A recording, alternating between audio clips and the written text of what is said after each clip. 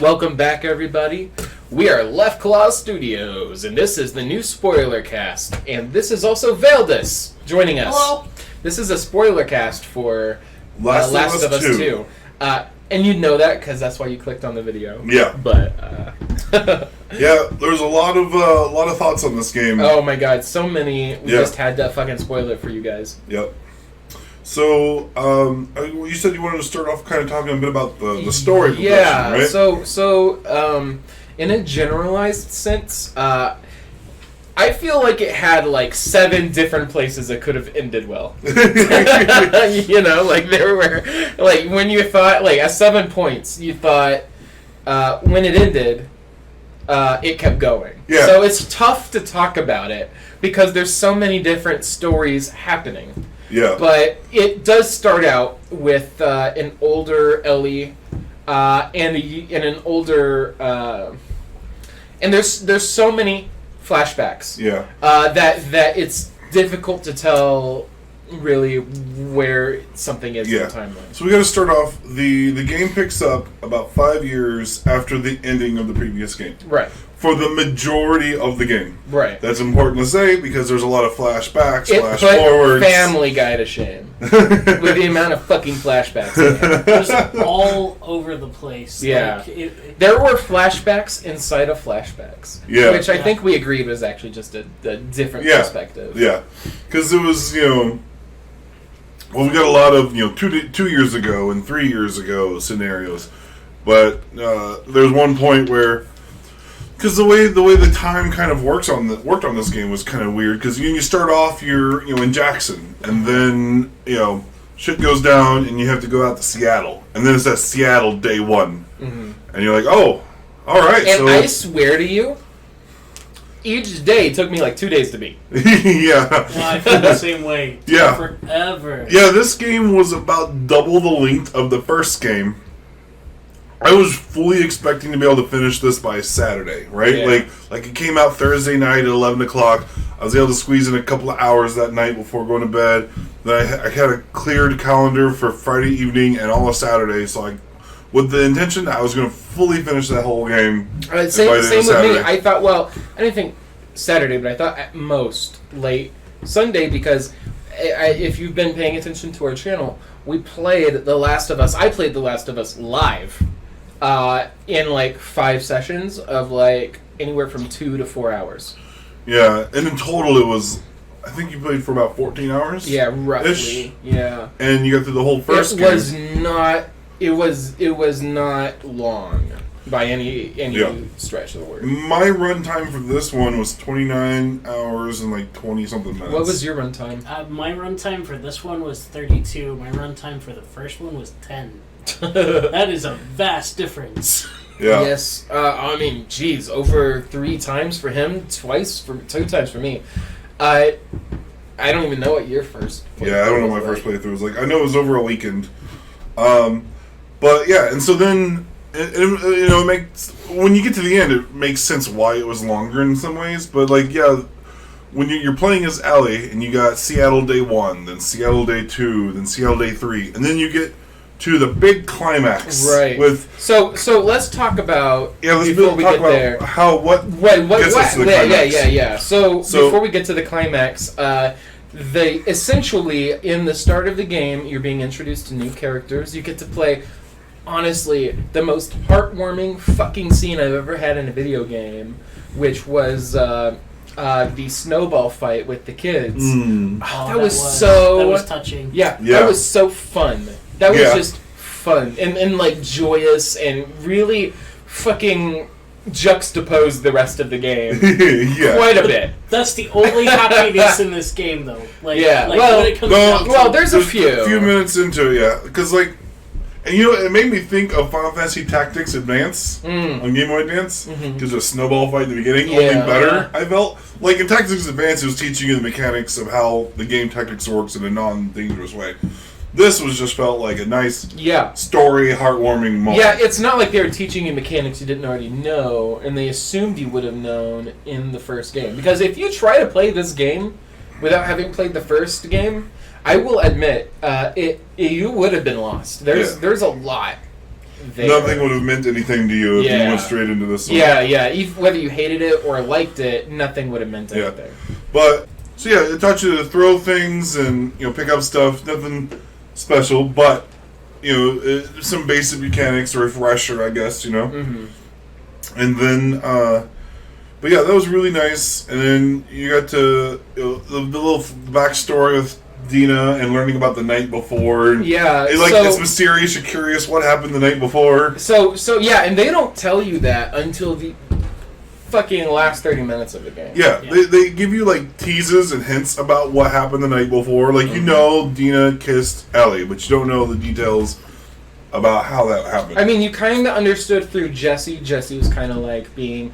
kind of trying to be an understanding friend, but at the same time he seemed very reserved. Honestly, God, Jesse's character and the way he was written was so fucking realistic, and he reacted to ways I would react to things. Because you could tell he wanted to be more emotional, but he didn't want to lose the friendship of Ellie or Dina. Yeah. And he was so reserved, and there was layers in his writing. So, right off the bat, Ellie, you find out Ellie the night before, there was, a little party the town was involved with, and the person that you have to work with for the day, Jesse, him and his girlfriend just broke up, a week ago. Yeah. His opening line to you was, so you're trying to steal my girl after just 1 week? Yeah, that was, now he's she kissed me. I'm sorry, but I didn't do it. So yeah, she's it actually opens with a scene of a very awkward Joel. You could tell it's years later wanting to teach her the guitar. Right. Yeah. And that set up an ongoing theme of just the uncomfortable nature of this game for the remainder of the game. Yeah. It was. That was really important, the show, because he did say in the previous game he would teach you how to play guitar. Yeah. And this one did actually open, I think it was because he didn't have a guitar to give her, and he just found a guitar. He had just come in from a scouting mission with his brother Tommy, which was also really important. Yeah, and it took time to find a guitar. I'm sure it's not easy to find. Especially with strings in good condition. Yeah, in good enough condition. Yeah. Yeah, and then you get to hear him in the first... Okay, so something really uncomfortable was he spoke to... when he was first learning to open up to Ellie in the first game, he mentioned to her that his dream growing up would be to be a singer. And she's like, sing to me. And he didn't. Yeah. And in this game, the opening scene was him playing the guitar. I say him. You also play the guitar in one of the most unique and fun ways I've ever seen in a video game to play a guitar. Yeah. And so once you got the beat down, then he would start singing automatically, and it was just such a fucking... God, this whole intro was so fucking gorgeous to look at. It was beautiful. I happen to have a 4K setup, so it was super great to experience in that, we're moving on. Yeah. I do think it's worth mentioning how that guitar mechanic worked, because I've never seen anything like this. It made a good use of an interesting use of that touchpad on the front of the PS4 I don't know if you guys practiced it all. Yeah. You finger pick. Yes. Yeah. So the way it works is you use one analog stick to choose a notes for your fretting hand to be in a position. Then you strum by stroking down on the touchpad, and if you go down the whole touchpad from top to bottom, she will go through all the strings. Right. But you can individually pluck individual strings by precisely swiping down just a small swipe in different spots, up and down that pad. And I haven't seen that level of detail and control on that touchpad in a while. I haven't had that satisfying of a use of it in a long time. In all of my playing the PS4, I've never seen it used in such a creative and very useful manner. The only thing I would say is probably Killzone, but it was super useful. Yeah. People, I can't tell you how many AAA games. I don't even know what the Xbox would have done. Yeah. There's no way. No, it would have probably just been you hold it in a direction and you hit the A button. Yeah, Probably. the fact that they made something special just for the PS4 was nice. You know. Yeah. And so it literally made it to where someone could theoretically practice that and legitimately play a song. So actually, you have an opportunity to do that when you. Oh yeah, like later 2/3 in the game. There's a guitar that you can sit and practice at. Yeah, and you had the opportunity to do it. But yeah, it's just not accessible to you the entire game. Yeah. So, but moving on, we move past the party. You learn that Ellie was angry at Joel and lashed out at him, but you didn't know why. Yeah. And then they go out on a scouting mission. Yeah. Jesse and Ellie. Do you want to? Yeah. So the two of them go out on a scouting mission, and and this is the day after they had their first kiss or whatever. And I think originally it's supposed to be Ellie and Jess. No, I'm trying to think this right because I think it's supposed to be Ellie and Jesse, but then it ends up being Ellie and Dina. Right. Because Jesse got pulled off on something else. Is what it was. Jesse got pulled off on something else. Their group leader of the town, Maria, I believe is her name. Yeah. Called Jesse off to work something else. Go do Joel's route instead.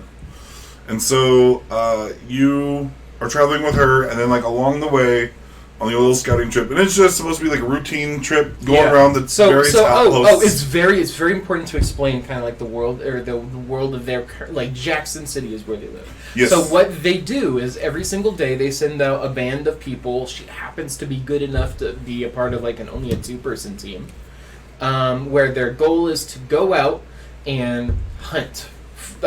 Kill as many zombies as possible. Yeah. And then, in an area to protect the city. Yeah. So that they're not ambushed. I mean, it's not like it's a target to kill as many as possible. It's just to check all the areas within their if you trip see one, to take out any of them that come up. Right. And they also make it very apparent. It's if you feel like you can't kill them, fucking come back and we'll send a lot of people. Yeah. So already they're setting up, in this game, they're setting up a precedent of how real people would set these systems up. Yeah, and they have notebooks at every outpost where they have to describe how many and where you found the infected and all that. It's a really great detail that they added in there. Yeah, you didn't have to, but they didn't just add it just to have the detail either. Yeah. Because there are a lot of story things that is introduced in these notes. If you take your time to read them, and not just allies, enemies will use them too. Yeah. I went to another city and looked at. I was going through all of the checkpoints and able to identify where safe was because of 3 different notes. Yeah. I have a favorite part of finding notes along the way that has to do with one of the undead that you come across. Oh. Boris throughout, I don't know if you paid attention, but there are several notes about Boris. Yeah. Boris was an archer. He had family. His daughter died. And you come to find Boris, and that's how you come upon your first bow in the game. Yeah. And it tells you a sequence of events. I didn't know that, but I did know about Boris, but I did not put 2 and 2 together. That the dude you pull the fucking arrow out of is that guy. That's crazy. Yeah. That's so weird. That is interesting. Gosh, Naughty Dog, you're just the awesome. subtle details just in the notes was just icing on the cake. There's a controversy. Just anyone who's made it this far, there's a controversy that at the end we'll talk about pretty much in depth. Yeah. But for now, we're just trying to talk about the progression of the game. Yeah. So, after this part, cause it's great because you can read all these notes and get a lot of extra stories out of it. There's other games that will give you a note or two here and there from an individual that kind of gives you some hints, but you can find entire strands of several different notes left by different members of the same family talking about each other that gives you a whole extra thing. But go on. Well, I'm going to move on from there and just talk a little bit about the main story. Right, so they... why don't you talk about the greenhouse? The greenhouse. They come up... Dinah and Ellie's finds... what is that guy's name? like Walter or something. Yeah, like I think an they called him old like guy. Uncle Walter or something. Yeah, an old guy. I can't remember what his name is. He wasn't ever spoken of again after this. Yeah. But apparently he was Dina's old partner, and he had an entire building that he had like a clubhouse in. And then you go under, and you just see I know what you're talking about. fucking forest of weed. The dude practiced on electronics and trying to restore them, and then underneath the building, just an entire weed greenhouse, and it was majestic, to put it quite frankly. It was amazing. They only went there because of they were forced in because of the snowstorm. Yeah. Yeah, it was a snowstorm. It was getting cold, and things had to heat up somewhere. Yeah, and boy did they heat up. Yeah. Got so hot they had to take off their clothes and everything. Yeah. So this weird thing happens between them, where they just kind of like accept that they like each other, and then they're caught the morning after by Jesse, who you find out likes them both, which is just kind of a fucking man. That feels really realistic, to be honest. Yeah. Now I don't want we can't miss up on this little interesting detail that I like that they did in that, because the two of them spent the night together. They got snowed in, so they had a night to pass the time. They ended up sleeping together, and then like afterwards, in the morning or whatever, before Jesse got there, they were like sharing stories about scars they had on their bodies. Right, very important. And they get to Ellie's arm, and between the last game and this game, you can't tell she got a bite, right? She has a tattoo there. And Ellie tells Dina how, she has a chemical burn on her arm, and she's really hesitant to finish her sentence that she did it to herself to cover up a bite mark because she's immune and is afraid of Dina people. does not believe her. Yeah, she calls her a liar. That is it's kind of funny when it happens there because Dina's like, yeah, right, you got bit. I thought you were going to tell the truth. Like, it's this cheeky little funny moment. Which I think is something I would have done. I would have absolutely 100%, if I was in her position, covered it up any way that I could have. Mm-hmm. And she did it You twice. had to do something with it. Yeah. Yeah, it was double covered up. It was a brilliant way to handle it. Yeah. Even in the game, you couldn't really tell. Yeah. And you were looking at it all the time. And also, even when she's alone with just her and Joel, she never took off her mask. Like, when she was supposed to be in an area with a mask, she always kept her mask on. Yeah, hide her identity. anytime there was in spores. Mm-hmm. She didn't want to, but Joel, there was a flashback scene showing about that, and Joel was like, put on your mask, there's spores. And she's like, do I have to? I'm immune. It's just the two of us here. He's like, someone might accidentally see you. There might be someone on the other side of this building. We don't know. Yeah, put on the mask. You can never get noticed. Yeah. Fucking brilliant. And that does come up later. Yeah. In a great way.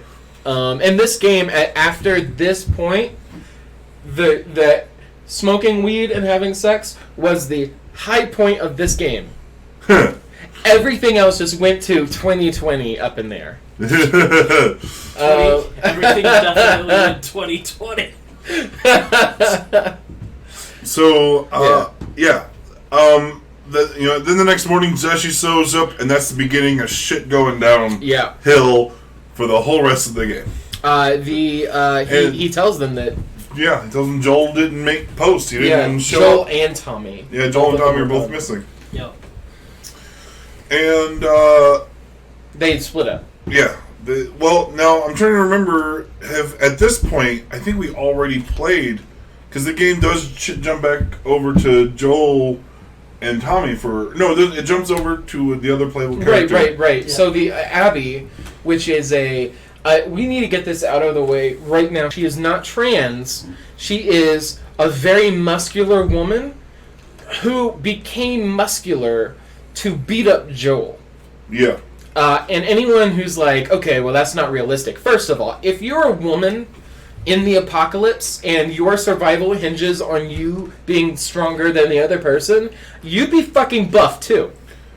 I don't know if... I mean, I haven't seen people calling it unrealistic. It doesn't make sense anyone would call it unrealistic, because even today's world, there's buff women. those women do exist. Yeah. But people are calling it like unrealistic. They're saying, I mean, that's part of the controversy. Yeah. Well, considering what you find out later, yeah, like it makes 100% perfect sense why she does what she does. You play her as it cuts out at this point, I believe, before it goes any further. Yeah. You were able to play Abby, and you're able to go. A friend, I think his name is Dean. That the guy who you who went AWOL and you had to find later. Owen. Owen, that's right. Yeah. Owen. Yes. So Owen shows her he found the encampment, but he's not like thrilled that she wants to go there, and you don't immediately know why. Yeah. And so that night she goes there by herself. And she tries to go there. Yeah, she tries to go there. So Abby tries to get to Jackson, the town that Joel and Ellie and everybody else lives in.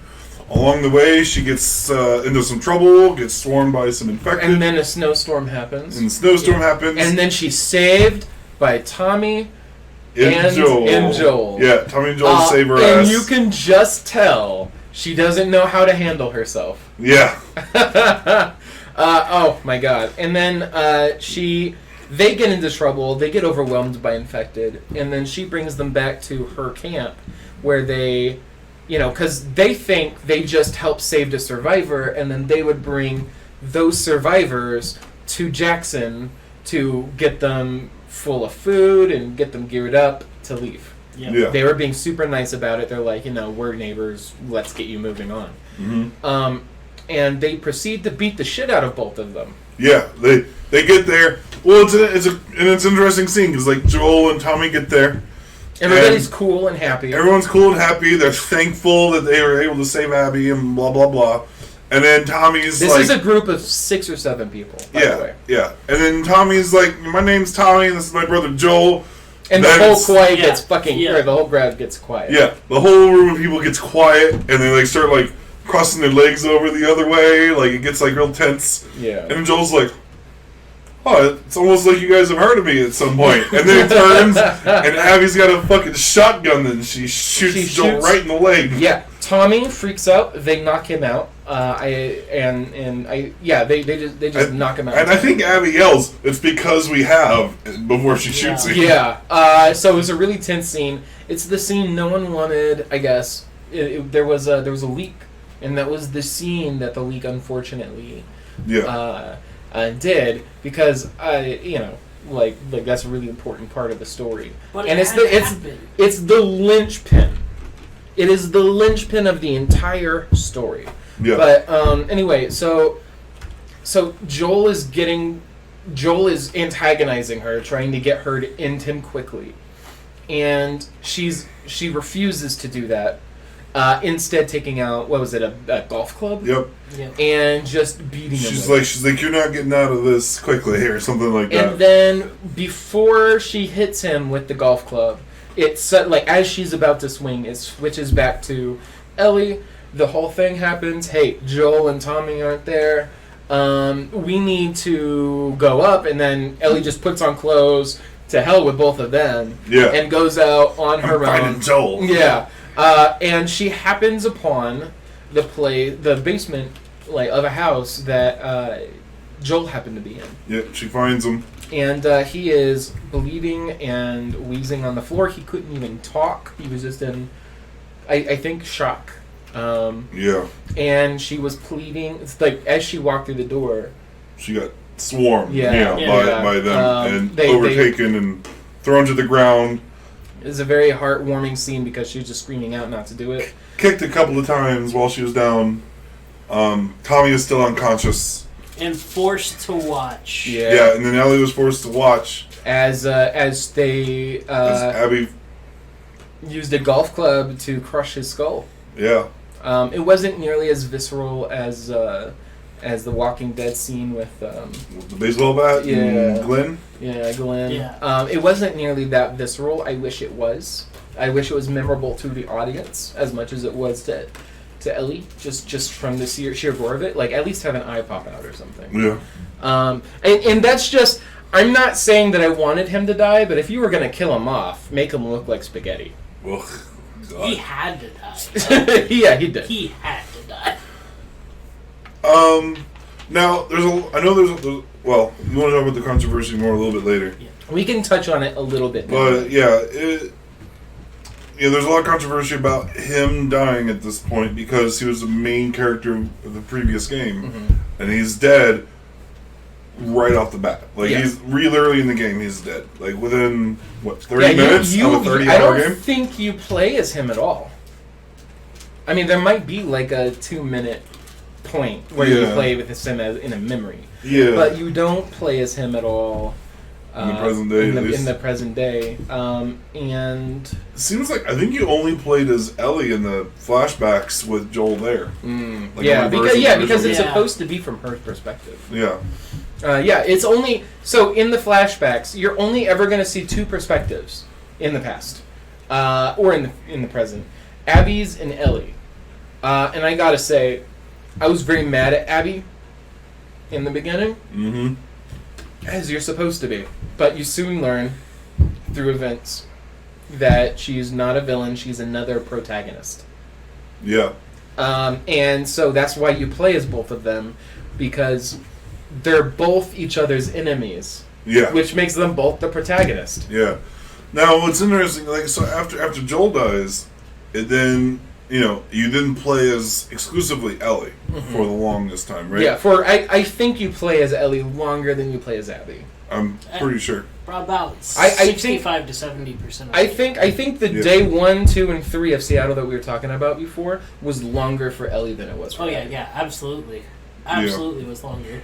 It could have been also that we also had the whole Jacksonville, because after Joel's death, we had a whole section of Ellie in Jacksonville, talking to people there, trying to convince Tommy to help her pursue them,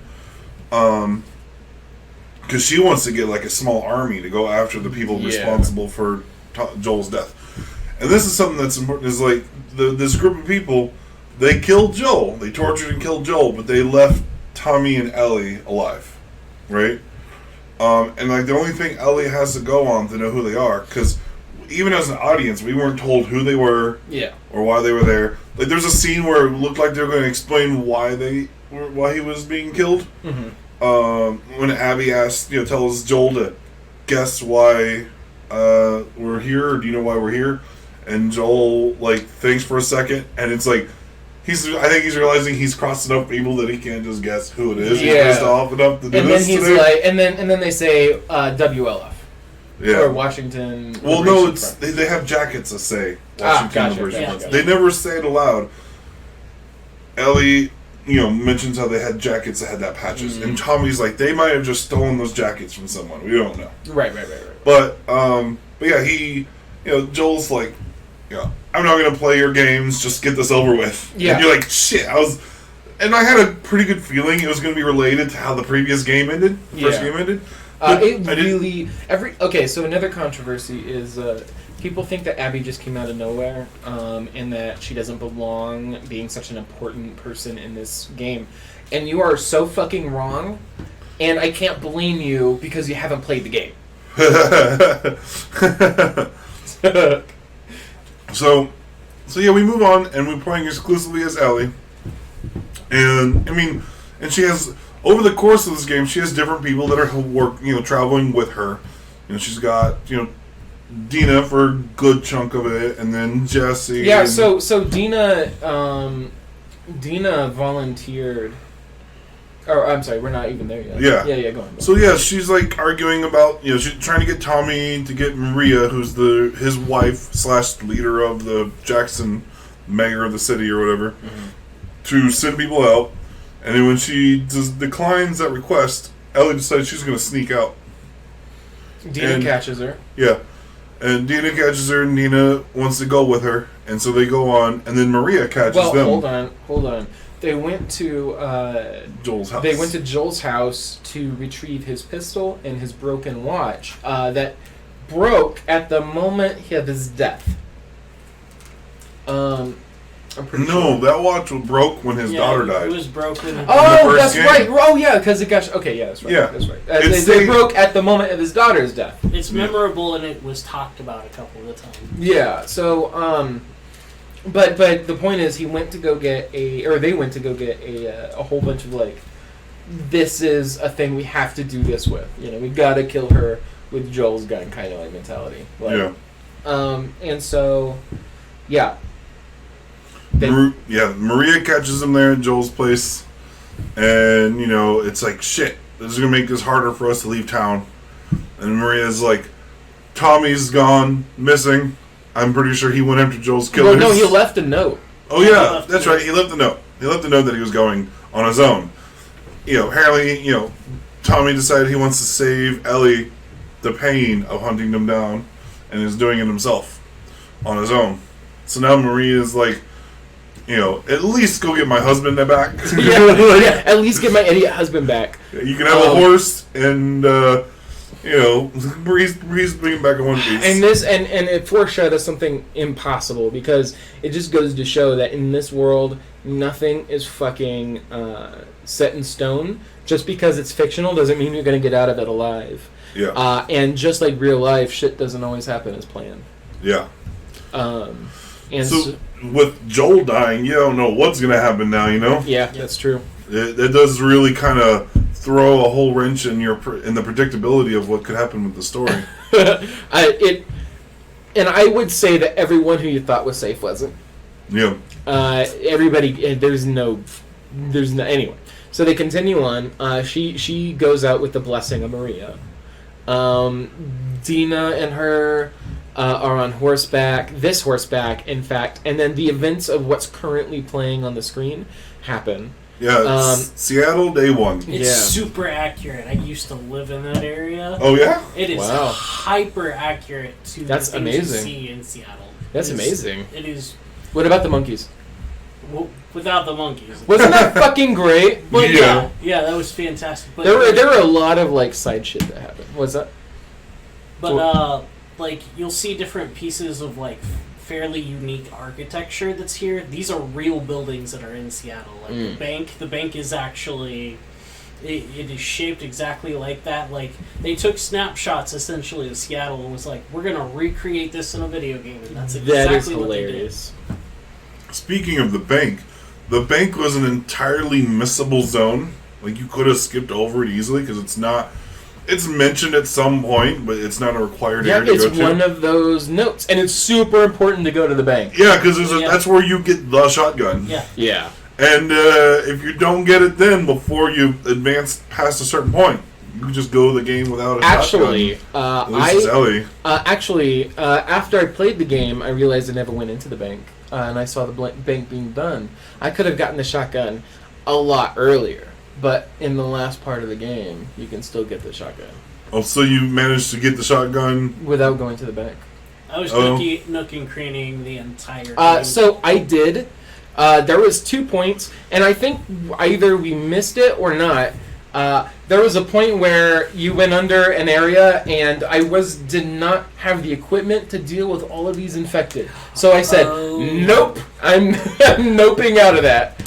Like, I did not, I knew if I tried, I was going to die a lot. So I was just like, you know what, if I'm supposed to go there, I'm going to be forced to go there. Yeah. And it didn't force me to do it. But in my mind, I saw this open world area where there's a whole bunch, like there's an entire map. This is unique in the game, and I did not realize this, but if you don't do it, you can never come back to it. Yeah. This entire area.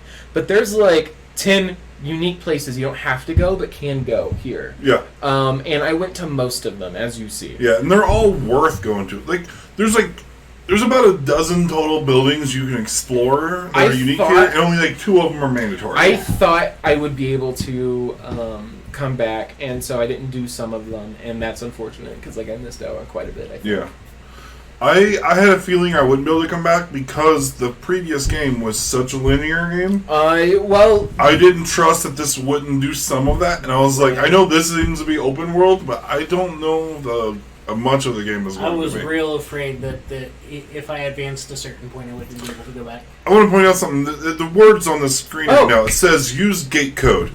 And I want to bring that up because this is something that was really cool that they did throughout this game. There was like a lot of like safes and other places where you punch in a code or you need a code of some kind, and the game doesn't just have the character like automatically know the code. Like you have to find the code somewhere in the world, and then you have to yourself open the note, read the code, and then yourself put in the code. So there's a point in my recordings. I didn't look it up, but I also didn't do it the way they wanted you to. There's a note you're supposed to find, and you'll see this. I went into there's a bathroom. You go in, and it's in this area. You go into the bathroom, and it says, for a good time, blah, blah, blah, blah, blah. Yeah, call Stacy, yeah? Yeah, call Stacy. It was Stacy. And 555. And so I tried every possible combination until I got the safe to work from that number. Yeah. And then immediately afterwards, I found the note that said, use Stacy's number. Yeah, use the last 6 digits of Stacy's number. It was... and, like, you had to have found that... And, like, it's about them that you didn't have to go into, but if you're searching top and bottom of everything, you'll find it. And it's just, like, classic, graffiti in a bathroom wall scribbled for a good time, call Stacy at 555, whatever. But somewhere else in that building, there is a note that says... the password to the safe is last 6 digits of Stacy's phone number, and there's no paperwork that tells you that. You just have to go back to that bathroom and read the wall. Yeah. Speaking of bathrooms, I will never trust a bathroom in The Last of Us ever again. Never again. If I walk, if there is a bathroom that I'm going to check out, I'm going to throw something in there before I walk. I've only seen one bathroom that had infected in it in the entire game. Two or three. Because I did, aside from this area, after this area, whenever I wasn't able to get in, it taught me my lesson. I fucking went everywhere. I think I've only seen, one bathroom that, had a surprise... there was only one bathroom where the only thing in there was infected and, nowhere else. You know what I mean? Yeah. Because if the entire place has infected in it, you'd expect the bathroom to also have infected. No. It's not like you're being surprised by that. But if nowhere else has infected, and then you go through the bathroom door and then they surprise you, I think that only happens once in the game. I never trusted it ever again. I was done. I think that was a pretty early event too. Yeah, it was. And so it kind of put you on edge for every other bathroom. They're laughing at you the whole time. Yeah. The dads are like, these guys are going to trust the bathroom for the whole rest of the game. Yeah. But there's some of those codes were little puzzles. One of them was a note that's the password is the is our wedding date or whatever, and you have to find a calendar on a wall that has first of all, they told you that says 30th anniversary. First of all, you also had to figure out the year, and in the note it said our 20th anniversary, we're celebrating our 30th anniversary. Yeah. And so you had to do math. Yeah. Of the year minus 20 in order to accurately open the safe, which was a nice little thing. And I liked it when they did that. That only happened 3 times where you actually had to think about it. Yeah. There's also one that was the password is our apartment number, then your apartment number. And then not only did you have to stop and look at the apartment numbers, you had to also stop and be okay, wait, the note was... Because there was a note that, the story of that note was it was passed back and forth between neighbors. Mm-hmm. Oh, yeah. And you had to stop who and did think... it start with? You have to stop and think about, okay, who wrote it, and then where did it end before they died? Right, so you knew that the note started in the apartment that had the dead person, or that had the grill. Yeah. Because the dude died at the grill. So you had to do that kind of mental gymnastics. Yeah. You're solving word problems. Mathematical word problems. Yeah, if a train A goes 30 miles down the... And, it's not especially complicated, but it is enough to make you have to stop and think for a second and be okay, so it's going to be 301, 302, or whatever. Yeah. But then that's 2 different 3-digit numbers that then get broken into 3 different 2-digit numbers. Yeah. So, it was fun to have those, little offs. I don't know, it's something you don't see... Before we go any further, I'm going to mention something. You guys will see on the current gameplay footage, this was my gameplay. It's not particularly good, but you'll see some weird things that you probably didn't see on your gameplay because I'm deaf in my left ear. And they have directions when you hear something, in a subtitle. they actually have an arrow that points in the direction of the person who is saying it. So if someone's sneaking up behind you, you know where they are. This Because is the you most don't accessible game. Yeah, because you can't. Because for me, I can't differentiate direction of sound. So being able to identify that is fucking amazing. Yeah. Like I've never had that. Yeah. The accessibility options were off the charts. I mean, there has been like subtitles and stuff like that. Not only that, at a quick glance, because things happen fast in this game. Yeah. They're slow until they're fast. So at a glance, you can tell who's talking by. So yeah, you got those little white markers on the screen that tell you where sound's coming from the monsters. It's super useful. That's cool. So that's what that is. And also on the subtitles, you can see a real arrow pointing in those directions. But yeah, those are only on if you turn them on for the accessibility options. For me, I didn't have that. I didn't turn on the hard hearing settings. I just used my surround sound and just try to go off of that. Which I feel like I'm really jealous that you get to do. If you can do that, obviously it's probably the superior experience. But if you can't, it's still amazing that Naughty Dog added this in there, to make it accessible so that you can still get as close to real experience as you can. Yes. Yep. They even had other things, like for people who have motor control issues that have struggled with that, where they, because you're supposed to have weapon sway, to make things more difficult to shoot. Yeah. But for people who have a hard time with that, they have an option for motor control issues for those players to make the sway less of a factor. Now, I didn't do that, obviously. I only mess with the audio settings, but I didn't use any of the accessibility functions except for I had subtitles on. And I had unique colors. Yeah, that's what I was trying to get at before. Was the unique colors aspect of it? Yeah. It was also really helpful because that way if I could hear what they're saying during an event like this, if I could hear what they're saying, I don't have to guess who's talking because of the color. And I had the colors pretty much memorized by while I was playing the game. Yeah. It was so great. Yeah. I've never even seen subtitles being customizable, and that was awesome. Yeah, I really hope more games do that kind of thing. Yeah, I died a lot before I figured out the stealth aspect of this game.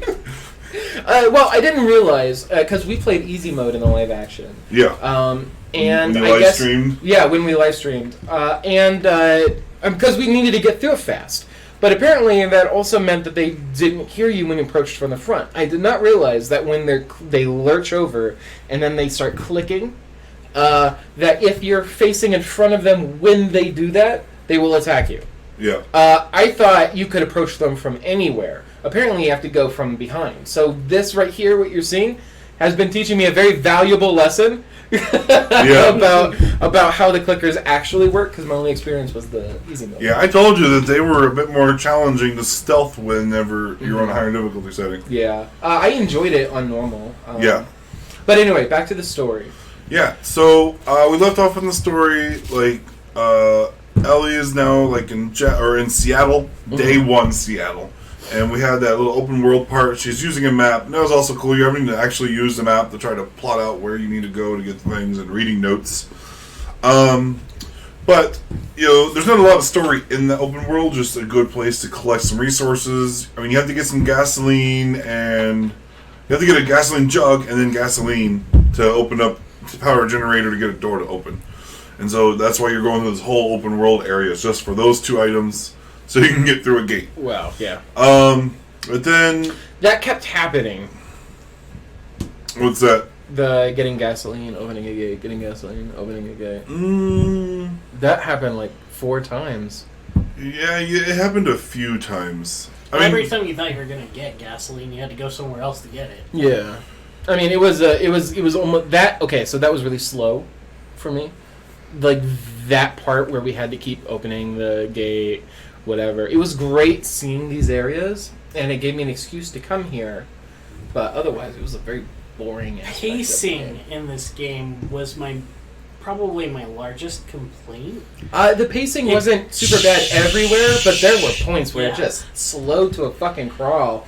I remember my daughter was crying And Steph's like, it's fine, I'll go get it, because she was watching me play late at night. And I said, no, it's fine, I'll go get it. Because like I was just so bored to tears with this game. Oh, I man. had there was a point. It did not happen very often, but there was certainly pacing issues. When it was, and we'll get there. This was one of those where you had to keep going, getting gasoline, doing the thing. Yeah. Anyway, so we get past all the points, and let's see what happens there. We discover the Washington Liberation Front or Federation or front. Seems right. They call them the Wolves. Yeah, the Wolves. Sure. So we'll just say Wolves going forward. Yeah. So we discover an empty wolf compound that seems like no one's fucking there. Yeah. And like that's part of the process of like finding the gasoline going through. Until you do. Yeah. And then you find an area where it looks like people were recently killed. Yeah. Right? And you get the idea that, Ellie and Dina come to the conclusion that Tommy's been here. Like, you also find a little campsite. If you look enough, there's a little campsite not far from you in that open world area. Yeah. So Tommy has come here, and he's gotten here ahead of you, and he's already, like, on a path, warpath.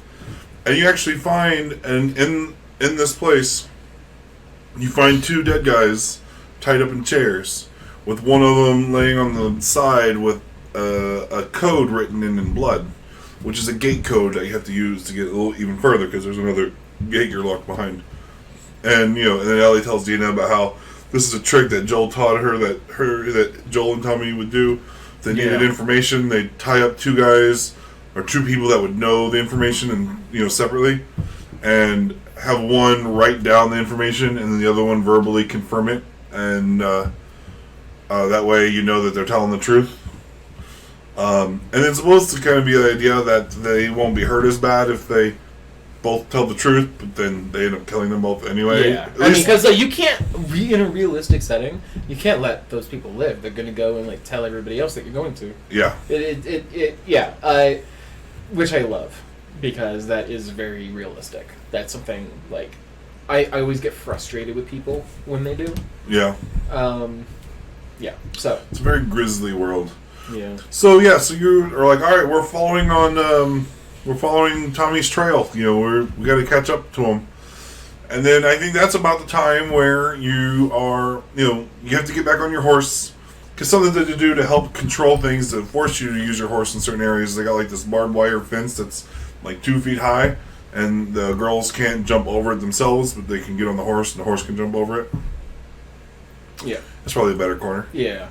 And so you get the code that Tommy caused them to leave behind on the floor, and then there's another little thing the horse has to jump over, and then you get surprised by a trap explosive underneath the fence that blows your horse to shit. Yeah. Oh my god. And so I liked this horse way better than I liked any other horse. I gotta say, the horse mechanics in this game is fucking man. The pathing that these horses do is fucking fantastic. I don't think I struggled at all. So I felt a little bad when this horse died. I normally don't. Something funny from my perspective is seriously seconds before I hit that trap, I was telling my girlfriend how I was like, the next game I play, I think I need to play something where I'm not on a horse, because this is like my 4th game in a row where I'm on horseback. RDR2. Yeah, with the last one being Red Dead Redemption 2, and I spent fucking like 90 hours on that game on a horse. And right now, as we're recording this, we are playing fucking Shadow of the Colossus. On our hot messes. Yeah. And that's on a horse. So, in the last couple of months, I've spent a whole lot of time in video games on horseback between Assassin's Creed and this game and in Red Dead Redemption and Shadow of the Colossus and there was something else too I was playing recently on a horse. I was like, I think I need to play a game. Because my next game I was planning on playing was another Assassin's Creed, and I was like, you know what? I think I'm going to play a game that doesn't have a horse. And I was saying this aloud to my girlfriend, and then like 20 seconds later, my horse gets blown to shit. And she's like, well, I guess it's not your problem anymore, is it? I I was beginning to wonder if it was just me why all of my horses wind up dying. Oh, yeah? Yeah, Roach is the only horse I've ever liked in a video game. Yeah. That's because his glitches were so nutty and fun, and he actually talks to you in a drunken haze. So Horse gets hit with the explosives. The girls get knocked off. Dina manages to get away. She rolls over to a ledge and slips off. But Ellie's not so lucky. She tries to pick up a weapon to shoot back, but they kick her or whatever instead. And I think you even get knocked out or something. Yeah. And then she comes to. Yeah, and then you're captured and you're being questioned about how many is in your group and blah blah blah.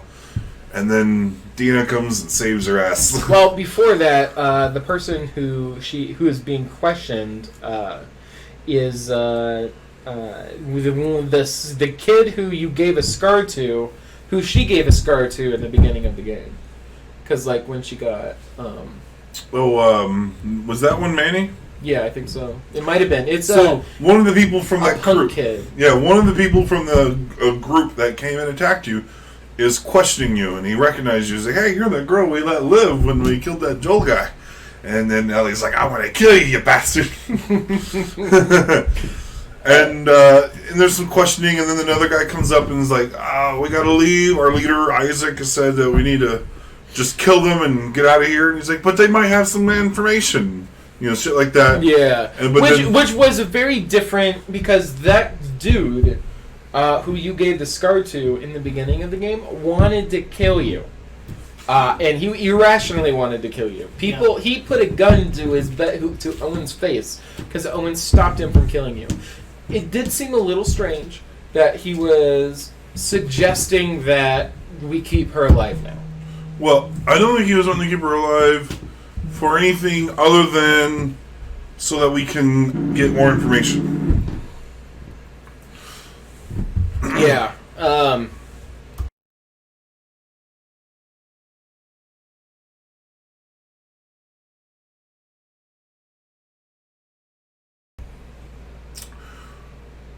So, anyway, so yeah, you're saying that,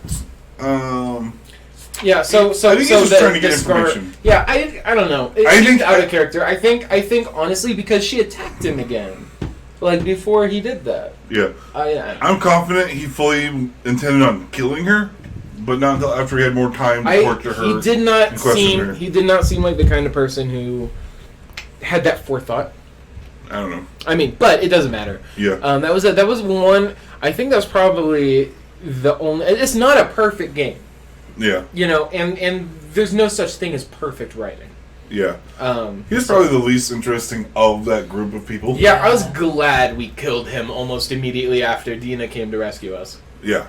Yes. So yeah, Dina rescues you. She shoots people through a window, and then you finish that guy off. Might I add, really quick, because she used a piece of glass, which reminds me of shivs. I fucking hated shivs. How they broke. Yeah. And Ellie had an immortal shiv. Yeah. Yeah. Well, she had that switch knife. Yeah.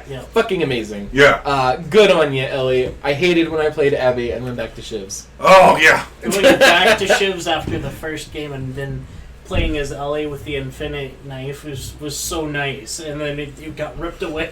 Now I'll say though, I felt like I was being given too many shiv making materials for Ellie to not need to make shivs early on. Yes. Right? Yeah.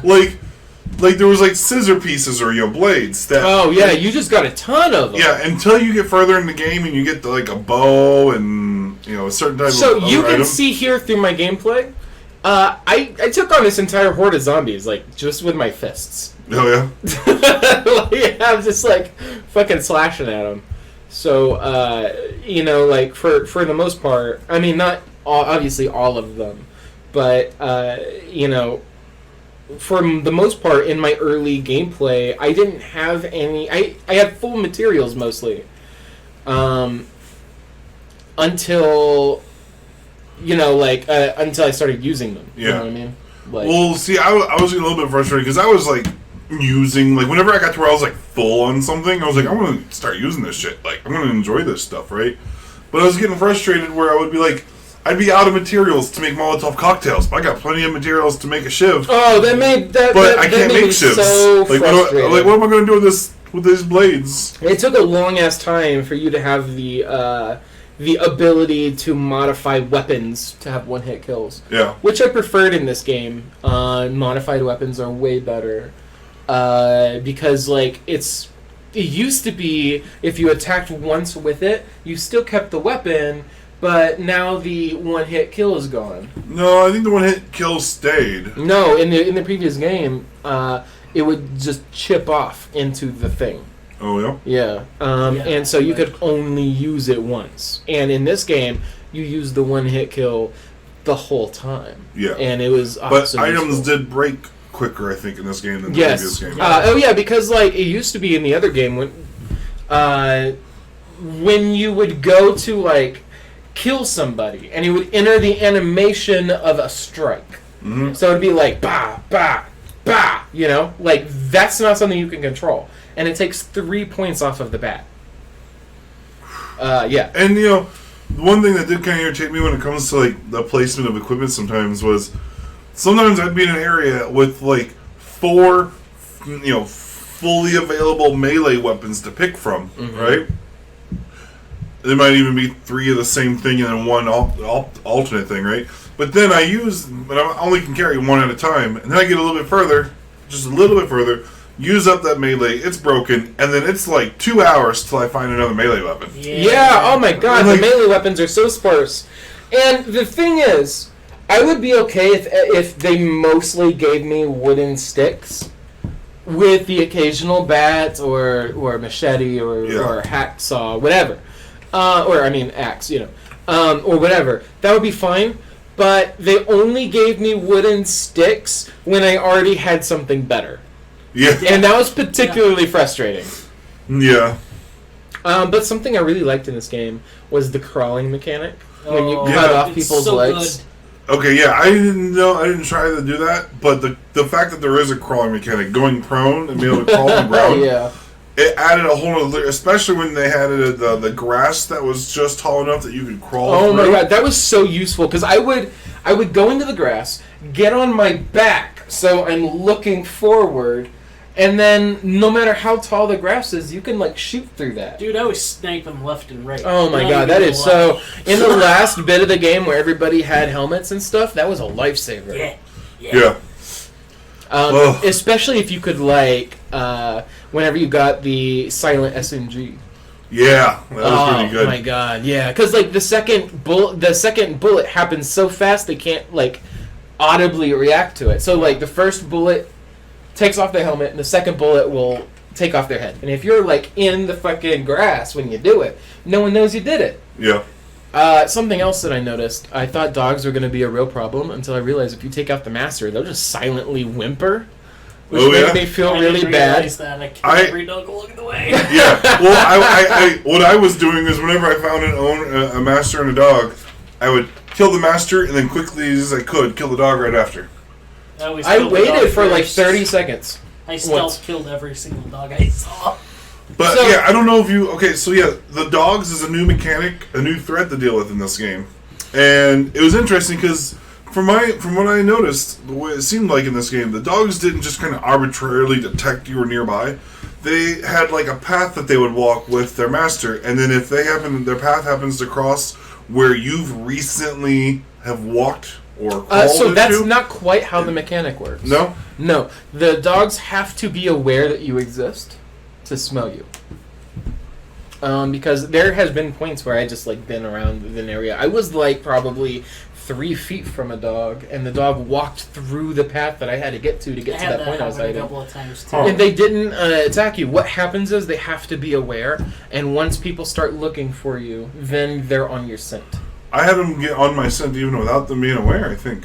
I think you just might have been too close. Because like I wasn't even that close. I like crossed the street and then like went into a building and then went through most of the building and came out. And then a dog came along near where I crossed the street, got my scent. I think that was a glitch. There had to be a glitch in the AI because I used that. And I think the AI even commented, it's like, oh, what is it? Whatever. What is it? Beast or If whatever you the dog's name was. well, something that might have been the case is if you move in grass silently, dogs can still hear you. So it might have been him reacting to movement. Or it was on the other side of the house from me by the time I picked up my scent. Or I'm if not you sure. step on anything that makes noises. Or Yeah. That will alert them from a lot farther away than a human would. Yep. Well, yeah, I was trying to figure out what to do there for a few seconds because I could see through the whole little listening through the walls type of thing that it was following the path that I'd been walking like 30 seconds ago. The whole wolves thing, where the dogs are, they did the tutorial on how to avoid the scent, and I never dealt with it again. Oh, yeah? I have never had to escape their scent after that tutorial battle. Because I killed the master and then killed the dog. I learned in the very first battle, that whenever I killed the master in front of fucking everybody, but she fell into a pile of grass, so no one noticed, which was awesome. And then the dog for like 30 seconds, because I thought he was going to attack me, so I booked it. And then I came back slowly and just saw the dog like whimpering silently, staring at the master. So you could leave the dog probably the whole time until someone noticed the dead body. That makes you feel worse. Yeah, I killed most of the dogs. Well, I don't know, about half the dogs I think I killed with an arrow, and then half of the rest of them I killed with a melee weapon, like beat them to death with a. Oh yeah, there's been times. Stick. Don't get me wrong. There have absolutely. What a stick crack. There's been times where I've been detected by dogs, and I've been like, okay, when I'm detected, I'm not going to worry about my scent. I'm going to book it. The only things that could catch up to you as the protagonist is the dogs. So if I book it to an area where no one can immediately shoot me, all the dogs are just going to come at me. I'm going to turn around, beat them to death. And that was my strategy for how to deal with the dogs. I never once tried to escape their sit range. So I feel like there's nothing they could have done. It was a neat mechanic I never really got to experience. Yeah. It's interesting. But, I dealt with the dogs those two ways, by the way. But yeah, so they introduced the dog mechanic. You fucking escape with Dina into a theater. You wanna go and explain it?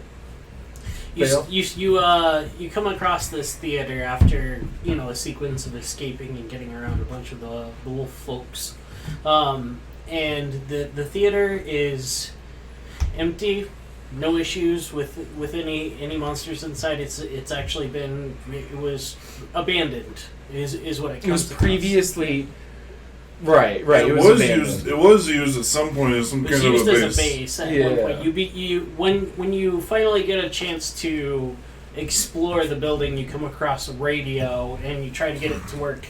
And Ellie's apparently not good with electronics and doesn't figure it out. Mm-hmm. She gets power onto the building.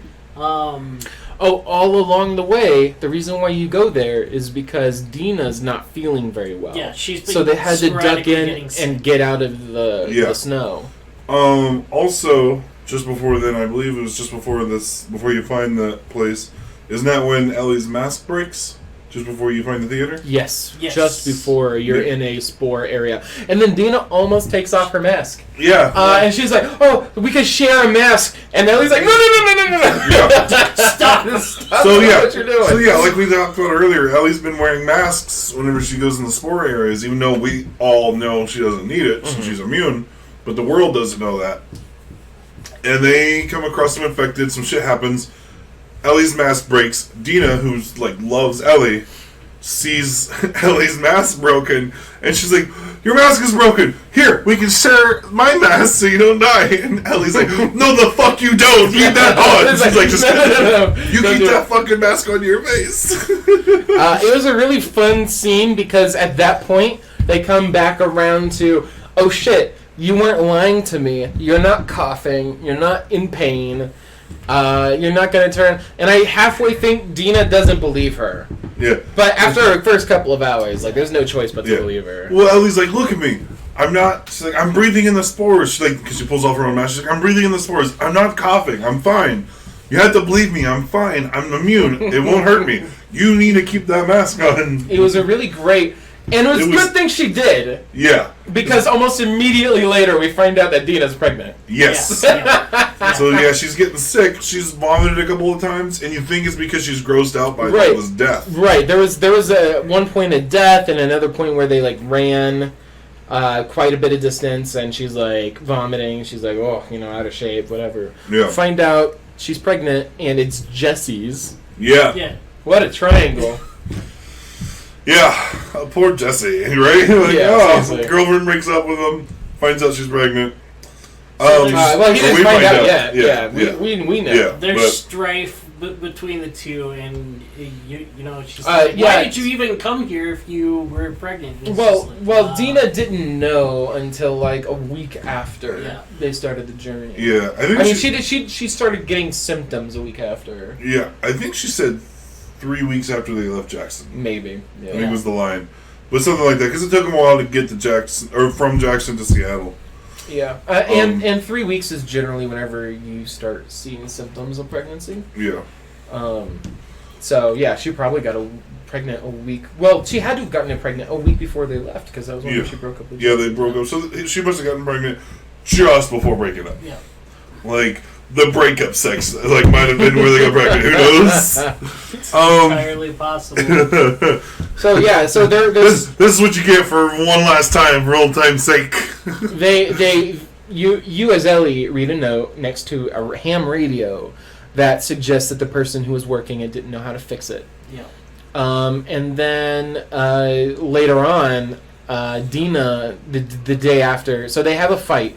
Whenever she learns that she's pregnant, Ellie's like, "What good are you to me now?" Kind of like. Now that she's staying here. Yeah. Like, and so Dina goes to bed angry. Ellie finds a guitar. Yeah, Ellie finds a guitar. Yeah. Ellie gets to play the guitar. You get to play the guitar, which is the most fun part. Yeah. And then at this point, after you set down a guitar for the very first time, you're able to free play without any cutscene or story motivation.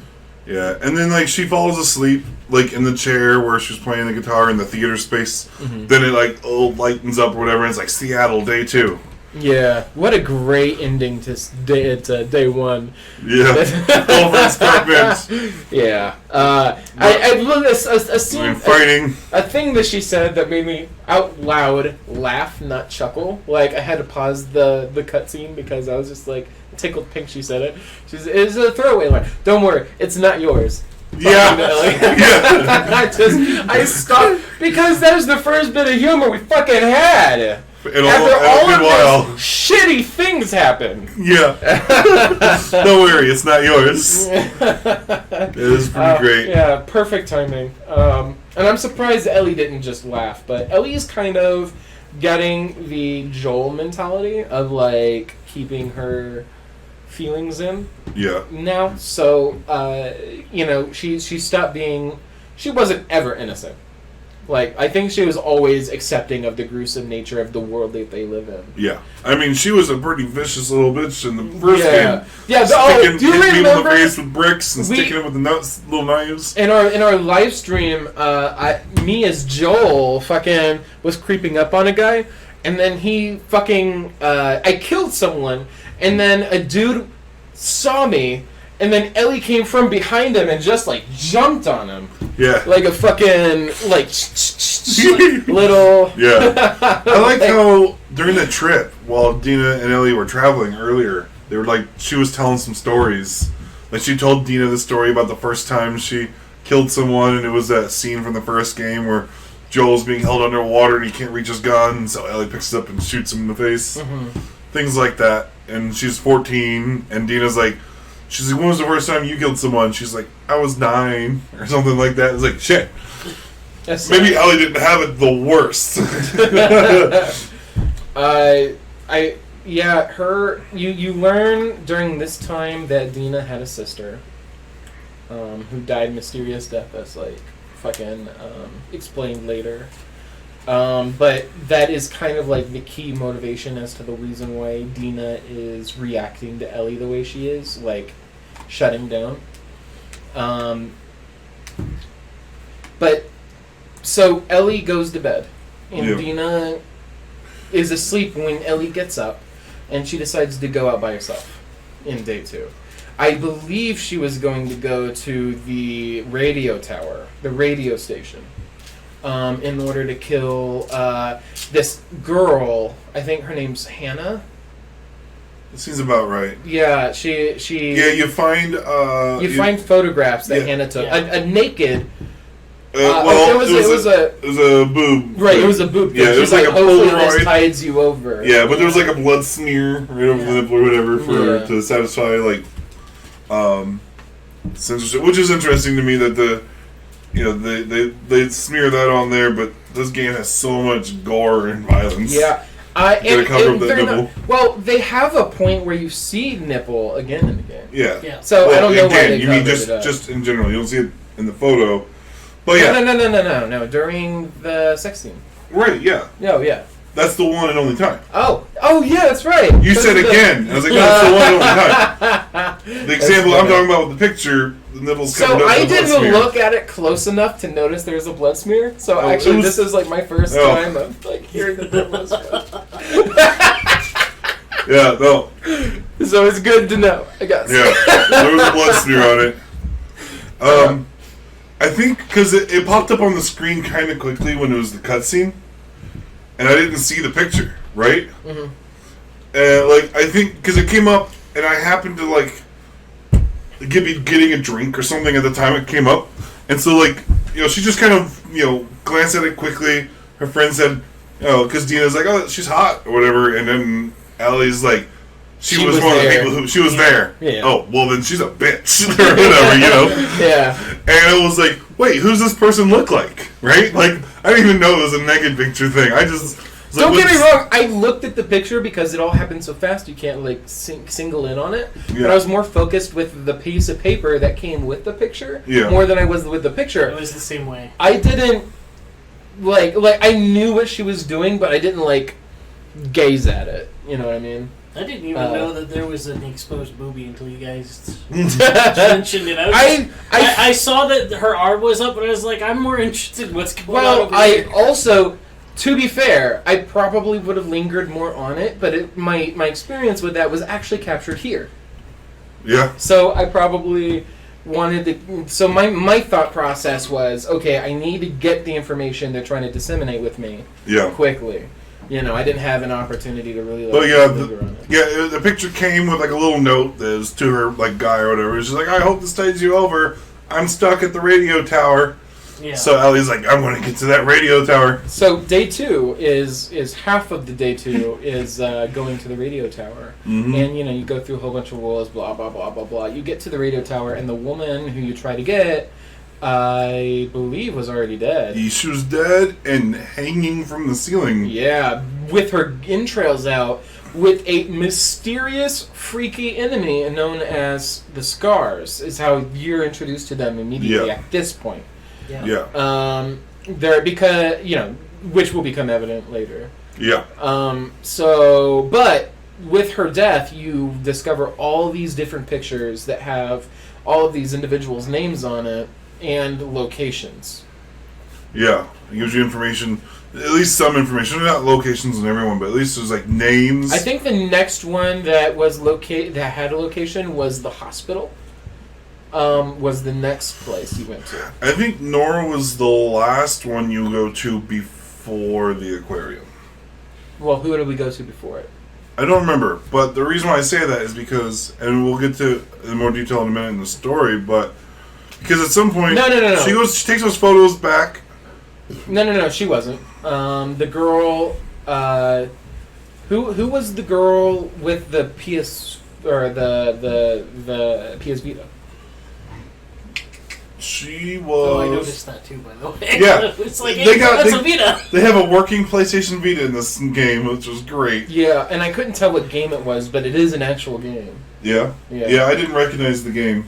I tried to look at it, see if I didn't. If I knew what it was. Maybe it was a Naughty Dog game, like just Maybe. something that they released. But they also had there was like 6 different PS3s I found in this game too. just like scattered around in people's homes. There was a PS3 and a PSP in what's his face's home where you find the greenhouse. Yeah, the greenhouse. And on that table they had Uncharted 2, I think Uncharted 1, and like a Jack and Daxter game or something. Yeah, nice little touches, you know. And then there was like this little kid's home where you find one of your trading cards, which I love, by the way. Every single time I saw a trading card, fucking read it. Did you? Same. I'm interested. Genuinely interested in seeing this world expanded on. Yeah. I want to read those comic books because some of those things are pretty interesting, like powers and stuff like that. Well, so I think we're getting a couple of things mixed up because Dina was there when you found the picture of the girl in the radio tower. Right, but she wasn't there at the radio tower. Yeah, she didn't go to the radio tower. Right. Yeah. But yeah, and then you get the pictures. I wasn't saying she wasn't. And then I think you then go back to the theater to meet up with Dina, and then she has, she's been listening to the radio. She got right. to fix, Yeah. So fix the radio while you were gone. Right. So you're right because the radio tower happened. She comes back defeated.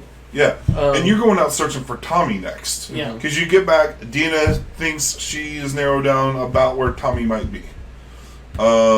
She's hearing things and she's like, yeah, there's like a report of a sniper. She wants to come. She wants to come, but can't because she's pregnant. Yeah. Ellie won't let her, so she goes on. They kind of have a tiff. Mm-hmm. And things are really weird because of the pregnancy. Yeah. And then you go out, do your thing. Who is it they fight? Man. I don't think anyone was specifically tied to this. Yeah. I think the only thing that they find out was it wasn't Tommy, it was fucking Jesse, who was behind because they followed after. He followed after them. Yeah. Yeah. You find Jesse, not Tommy. Yeah. And so now you got a little companion to help you. Yeah. And that sequence of events escalates real fast. It starts with an explosion somewhere and you're like, "Oh crap, I gotta get over there." Yeah. Oh yeah, because there's a fire that you follow at this point. And you find out that Jesse has just been fucking bombing everybody. Yeah. And then like the noise from all the guns attract. You're fighting through hordes of wolves, by the way. Yeah. Yeah. The WLFs.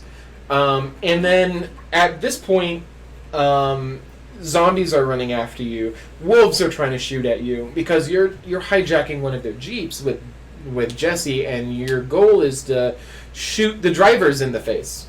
Like, you really shouldn't focus on anyone else. Yeah. At that point. Yeah.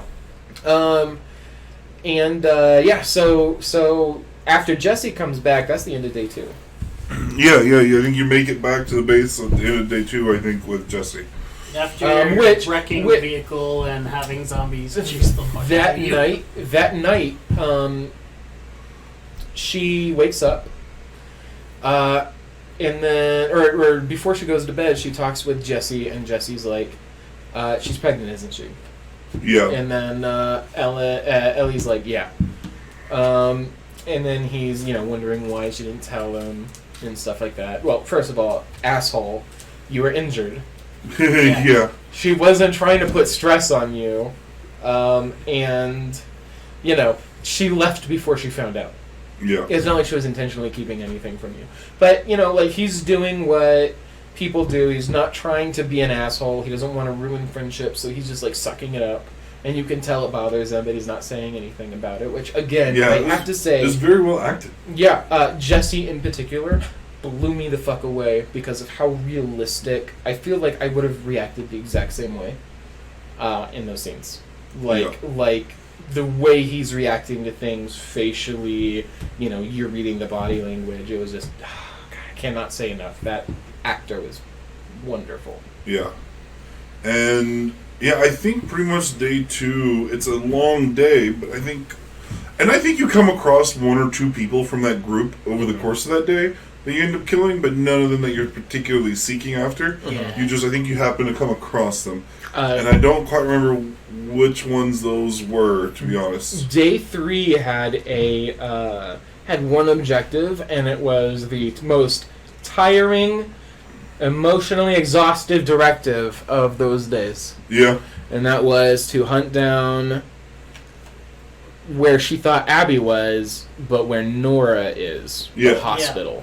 Yeah, so yeah, day 3, you think you know that Abby is at the hospital. Like, somewhere along the way, I think someone tells you that she was headed to the hospital. I think you torture one of the people that was there, and they give up that Abby was headed there. Yeah. Something like that. Yeah. I'm a little fuzzy on that part. You know, as is common for a lot of things, Here's this fucking scarred asshole. Yeah. Fuck him. Yeah. Anyway. The middle points on almost anything tends to be some of the hardest to remember things. Yeah. Right? Yeah, the in-between. Because, like, there's a lot of nuance, and it's hard to describe. Yeah. But I feel like we need to, like, start powering through this. Yeah. So, yeah, we get to day 3. You're going to the hospital. You think you pursue Abby, because she's the leader who finished off Joel. That's your main target, is her. Right. Yep. And you get to the hospital, and it's a very difficult challenge, but you make your way to the hospital, and you don't find Abby, but you find Nora, who was there that night. And you get her like one-on-one for a second, and you're trying to question her, and she's like refusing to answer. And then, yes, that yeah. was my favorite sequence of events. Yeah. Because you go through a whole sequence of chasing her down and trying to beat the hell out of her to get information out of her. You get caught by a bunch of wolves, then you escape down to, like, I think it was like to a sub-level. to a sub-level. Yeah. Yeah, so there's like a foot chase inside the hospital pursuing Nora through the place. And it ends, this foot chase, this segment of the foot chase at least ends in like a corridor at a dead end where there's just a hole in the ground that goes all the way down to the sub-level where the no one wants to go to because it's so overgrown with infected. And there's spores. And there's spores down there. And so Nora's, stops there, but then a bunch of wolves come into the corridor too, and like Ellie, has like a knife up on Nora or whatever. So there's a. This is a point where I feel like all of the things that we did was the same, but we did them differently. Oh yeah. To achieve the same effect, but yeah. So you got the knife on Nora. Yeah, you got the knife on Nora, and then you. They're like, stop right there or I'll kill her, and then they keep approaching. So she just like takes Nora with her into a hole full of the fucking spores, and she's not wearing a mask, and neither is Ellie. So they both think they're dead. Yeah, everyone upstairs thinks everyone that just fell, that the people who fell is infected. Nora has no idea who Ellie is. Yeah. So she thinks that she just killed them both. So when Ellie was asking her questions, Nora was like, what does it matter? You're gonna die. Yeah. And she's like, do you see me coughing? Yeah. But I mean, this was a pretty fucking intense moment because at that point she wait. There was a point during that entire exchange where there was a whole bunch of military. Yeah. Yeah. And you were able to pit the military and the infested. Oh, yeah. Yeah. Yeah, because the together. military could put on masks and they come down there after you. Yeah. Yeah. And but it's still full of infected, and so you can get them to fight each other. Threw a glass bottle and chased after them on my target is what I did there. Yeah. So what I did was I killed 2 of the men with very loud guns and then booked it, and I could just hear the infected tearing them apart. Nice. Yeah, I threw a Molotov cocktail, I think, at a couple of guys. So they were burning, and then the place got swarmed by infected. That's amazing. I hid in the corner, and there's Subway or whatever it was right next to you over to the side, where the infected were coming from, like walking into the scene. So I saw the guys coming down the stairs and threw the glass bottle. They turned around, and then all of a sudden the infected just starts flowing. Oh, nice! I was like, yes. So one of the guys tried to run away. One of the military just booked it and ran right by me, and so I just like lunged out and grabbed him and pulled him in and stabbed him in the neck real quick. Oh my god! I was like, "You're not getting away from this." So I did that with a clicker. I did not want. So they killed every single person, every single infected except for one clicker, I think. Mm. The reason why I killed 2 men was because I felt like they were overgunned Yeah. Like they would be able to overcome the infected. So I killed 2 people as a way to lure the infected there, and then one infected came by to me before I made it past the area, and I just killed it. So Yeah. it was I think it was so fun because there's so many ways to handle that, and all of them involved getting them to fight each other. Yeah. So yeah, it was a blast to get through that area, and then you get Nora cornered, and she questions her, and then it's like intense as it is, but then it kind of fades out. It is revealed that Ellie has never interrogated. I'm sure she's seen people interrogated. Yeah. She's never gotten the information from someone like that before, and she's very. The next scene after she approaches Nora is her arriving at the theater. You don't have to walk back. Thank fucking God. Yeah. That would be such a freaking drama. And her hands shaking. Just visibly. And then she has to, like, steel herself, walk in. She needs stitches. God. Yeah. She's still shaking, terribly as she, like, points to the mouth. She's like, Abby's at the aquarium. Yeah. Like, she's, like, shook by this, because she... And then it's just obvious that she needs time, and, like, you just see, like, the mother in Dina come out and just, like, try to, like... Yeah. She washed her, did stitches, and then put her to bed, and it was just a nice I don't think she slept. At that time. I think she just got patched up and then left, and... I think Dana wanted her to sleep. Yeah. She's like, I can't sleep. I know where Abby's going. I can't let this opportunity go. Oh, that's right. Yeah, that does happen. Yeah. And then they go. And, well, also, is this when Tommy finally shows up? I'm trying to remember when you find Tommy. Yeah, Tommy doesn't show up until you're in the aquarium. Yeah, that's true. You find him at the aquarium? Yeah, yes, he comes in at the very end of the events of the aquarium. Yeah. Because she's just like, oh God, what have I done? Yeah, okay. So, you make your way to the aquarium, which, my God, it is a freaking trek. The trek to the aquarium was... Okay, hold on. Have you ever played the full Metroid game from start to finish without saving? If not. It's a trek. Yeah. And I think this took longer. Yeah, it's just the second half of day 3, and it's a really long segment of the game. You go through a night cycle because you have to go. You start out at Everett somewhere. That's and then true. You have to trek through like a foresty area and all of that good stuff. Yeah. Oh yeah, the park. The park with the scars. The park you learned the scars names, or at least I did because they had subtitles. Seraphites. Yeah. Yep. Seraphites. And they communicate in the field primarily by whistling, just like mountain men in real life. Yeah. There is a group of men who have an entire language who hunt and do whatever by whistling. Different tones, different lengths, different patterns, and so that's clearly who these guys were named after. I got myself stuck. Okay, so when I got to the park, on my way to the aquarium, I got caught in the park in a really bad checkpoint situation. Right, like it managed to checkpoint right at because I ended up getting killed because I was kind of crawling through. I wasn't crawling on my belly. I was crouch walking. Okay, so hold on.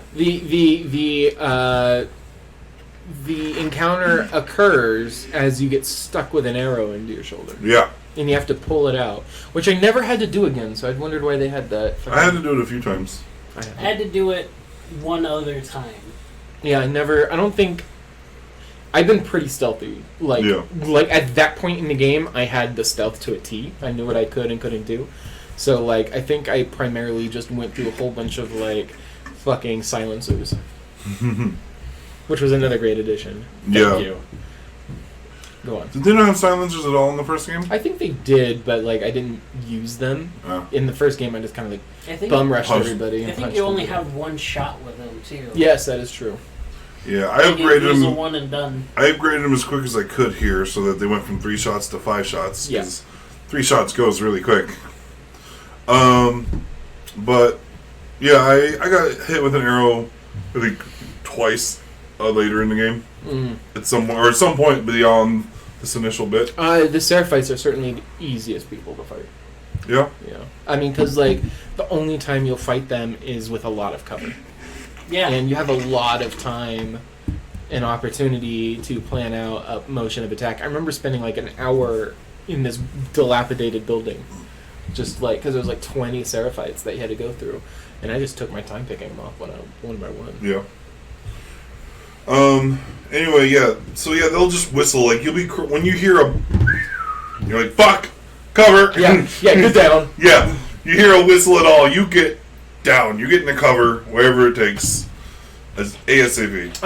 And they also, some of them have the ability to disappear from your radar, from your hearing sense.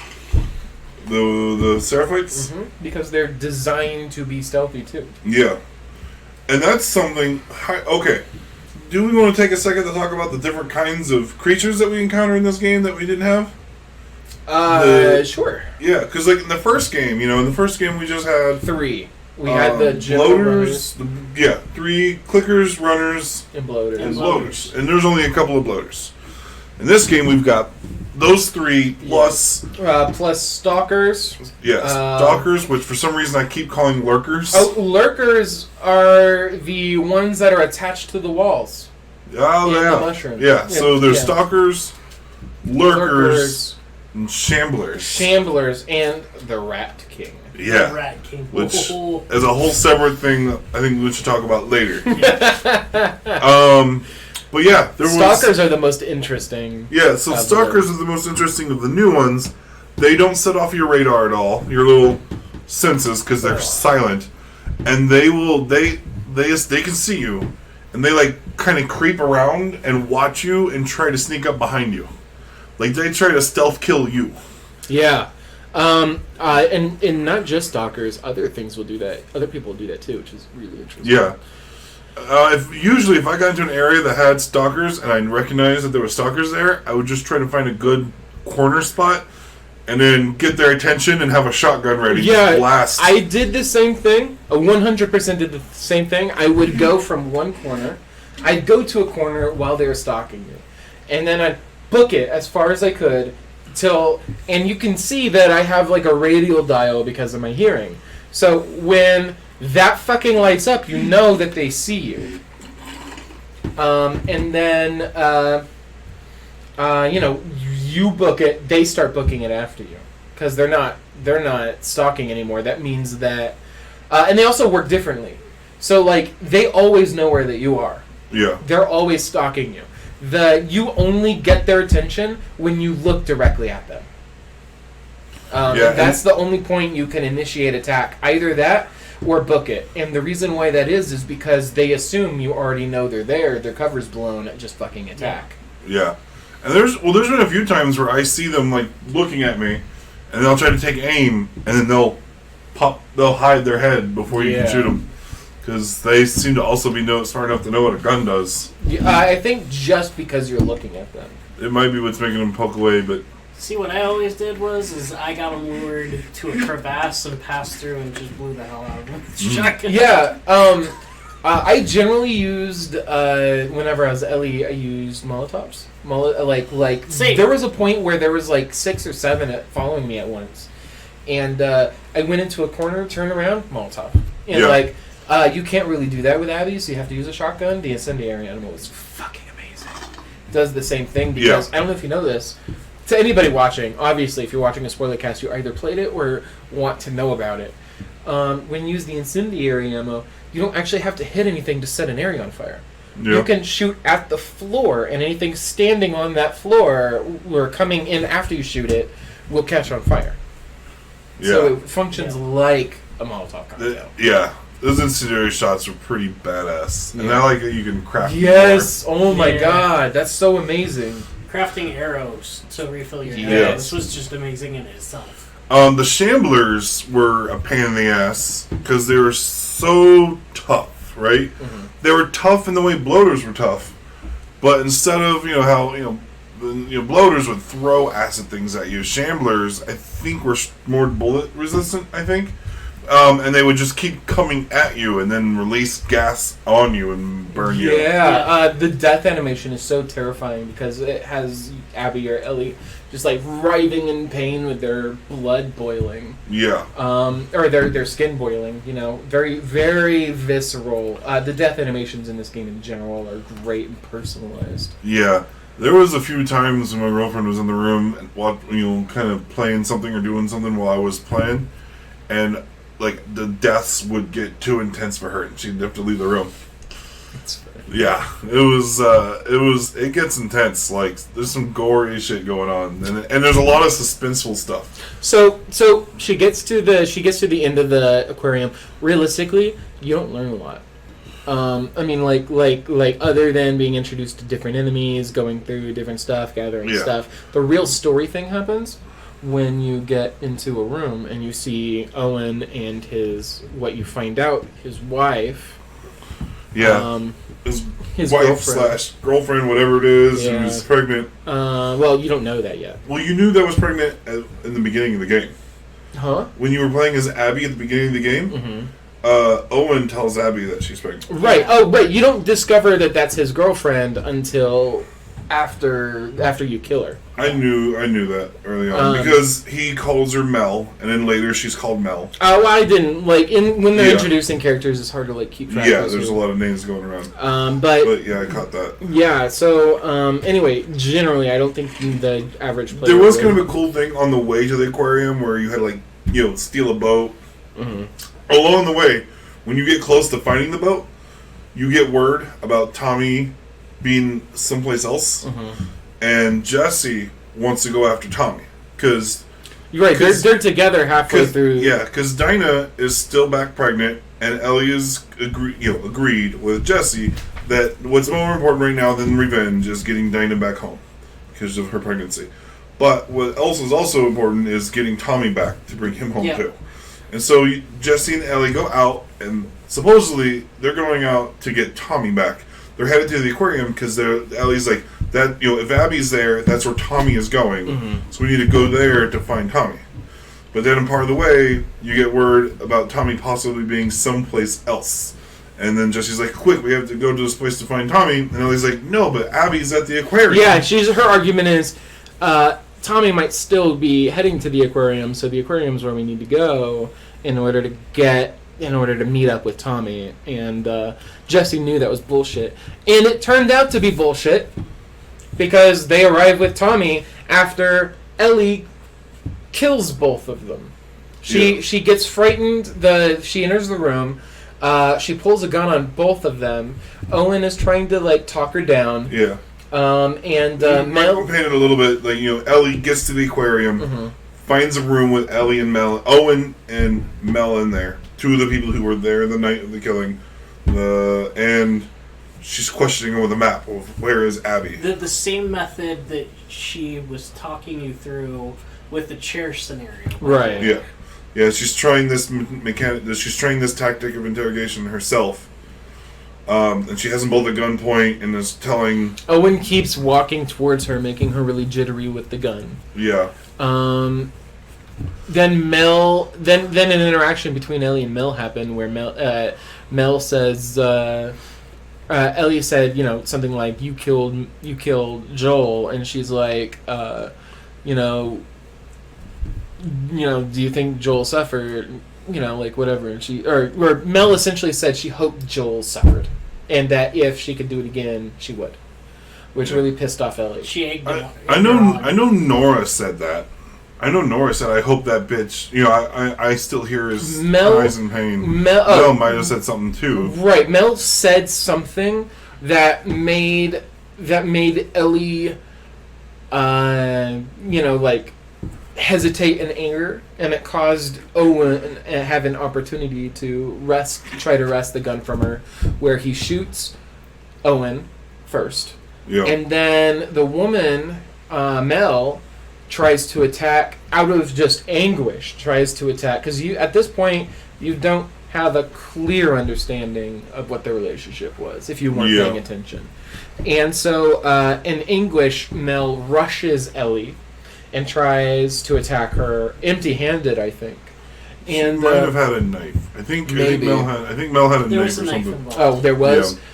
So, well, anyway, Ellie uses the knife and stabs her in the neck. Yeah. And Yeah. then when she falls down, she sees that Mel was like 8 months pregnant. Fucking Yeah. huge. And she just drops to her knees. I think that if anyone had been there who was not Ellie's side, they would have been able to have killed her. It took a lot to get her out of there. Yeah, and actually, before she stopped, she because she stabbed Mel in the neck with a knife, and then quickly turns her attention back to Owen, and then starts yelling at Owen, "Where is Abby?" And then Owen's trying to say that she's pregnant, about Mel, but can't quite get the words out before he, fades out. Yeah. And then Elle looks back over to Mel and realizes Oh, shit. how big her belly was and that she was pregnant. And then that's when she has her "oh shit" moment. I can't believe I just killed this pregnant woman. And It was really fucked up. yeah, it's a really tense moment, and Ellie's shook by this. I think even more so than she was shook by the interrogation of Nora earlier. Well, she's traveling with a pregnant girl. Yeah. Yeah. And then she just kills someone who's a pregnant lady. Well, and she just ended an innocent life that shouldn't have been involved in the whole situation. So like all of this is culminating into kind of like a massive guilt, and it's just barreling into the anguish of Ellie. Yeah. And so they all go home.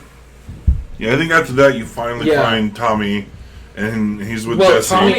Tommy's the one who busts in the door, grabs her while she's weeping on the floor, and is like, hey, come on, we've got to go. And then they booked it, and then, they're at the theater, and then the next day, shit happens, people are talking, then Tommy goes out to the front, and none of it's really, everything is nuanced and important, but it's not important to, the overview of the story, which we actually really have to get through. Yeah. So Tommy rushes to the front, or goes to the front because of, a piece of jewelry that he got. Yeah. Nice little character development stuff going on. Yeah. It's nice. And then Ellie hears rustling, goes out to the front to see. Jesse bursts through the door first because they all hear it. Yeah. And then he fucking gets shot through the face and dies. Yeah. Yeah. Just then. Instantly. Yeah. Just he existed and now he doesn't. Kind of a scenario. And then Ellie. Immediately drops. And you find out that Abby has a gun. And Tommy's on the ground alive, and she's trying to question him. Right. And so Abby says, "Put your gun down, Ellie." Or she doesn't know who Ellie is. She doesn't know who's... Yeah. But she's like, "Put your gun down." I was just saying directly. Yeah. So put your gun down, or I'm going to kill him. Yeah. And Tommy's like, "No, don't do it." And then she raises, and then Ellie puts her gun down, and then Abby raises her gun to face Ellie, and she says, I gave you, you killed all my friends. I let you live. Yeah. You wasted it. Yeah. Concerning, referencing our life, this life I gave you, you wasted it, essentially. Yeah, and I don't think she brings the gun up on Ellie until Ellie says, "Don't kill him. Right, It's me you want. I'm the reason, Joel, I know why you killed Joel. I'm the reason, take me, leave him out of this." Okay, and at this point, you start probably one of the longest aspects of the game, it felt like to me. Yeah. Two. It's this huge dramatic moment. Abby brings up the gun on Ellie, says that shit. It's a really high, tense moment. This is the climax, right? Yeah. We're 17 hours into the game, 20 maybe hours of the game. It's a big moment. Abby brings up the gun on Ellie. Then it just kind of goes dark, and it's like Seattle, day one. And like, what the fuck is happening? Are we getting a flashback? Wow. And then it comes up, and you were playing as Abby. Yeah. And back in Seattle, day one. Yeah. And it's we initially thought it was a flashback because you see flashbacks in this flashback, and then we determined this isn't a flashback. This is actually a perspective shift where you are now playing the game again, but during the events of Seattle Day 1, 2, and 3, now you're experiencing it through Abby's eyes. Everything's in parallel. And it is something very important to note. Super important to note. We need to understand that the fact that it was done, or like the what is it called, the pitch, or like not the pitch, the like the timeline, how they don't add up. You were saying it earlier, like it had the pacing. The pacing. God, I could not remember that word. It comes to a dead halt. Yes, it does. And cruising. Abby's story is so intriguing and amazing, and made me fall in love with the character. And you could have done it with 3 hours less of content. Yeah. There is a lot of just fucking slogging through bullshit. Yeah, because I think it starts off with her just like hanging out at their base or whatever, and hanging out with Manny, and there's a lot of character development, sure, but like nothing like. It's trying to give you the perspective of revenge is dirty business, no matter which way you go about it, because there is humanity to Abby and where she is in life. I believe they're trying to parallel, and I was telling this to you the other day. I believe they're trying to parallel Abby with Joel. There's no difference between them. Yeah. They are very much, mentality-wise, and the way they react to things, very much the same person. And she goes through the very same character arc that Joel went through with Ellie. Yeah, where she's a selfish individual for the I mean, like, the events happen differently, but they get to the same location. Yeah. Like, they get to the same point through the help of someone else smaller than them. So, I think the thing is at this point, it almost feels like you've started a new game. Yes. Right?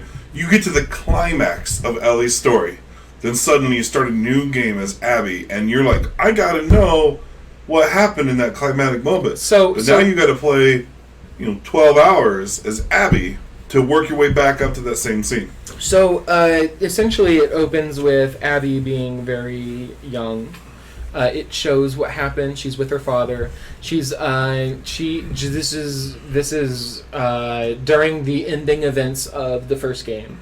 Is where it picks up with a young Abby who very slim arms. Her father is constantly getting into trouble.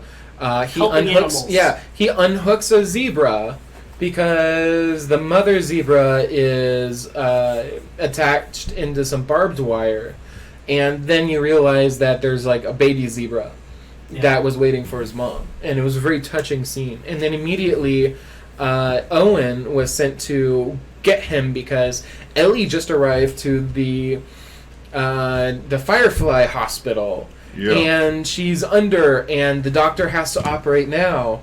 And not operate now, but it's like that immune girl is here. Yeah, we need you to come back to the hospital and check into it and see if it's legit. So they determine it shows that the father of Abby was wrestling with the decision, but ultimately found that the only way to solve the crisis that humanity is in is to extract the matter, the mushroom matter from this girl's brain, the cordyceps virus, or the cordyceps mushrooms, and doing so would kill her. And you see that he struggles with this decision, and Abby tried to make him feel better about it. Yeah. And then. So her father has to make that decision. He's like, this is for the betterment of humanity.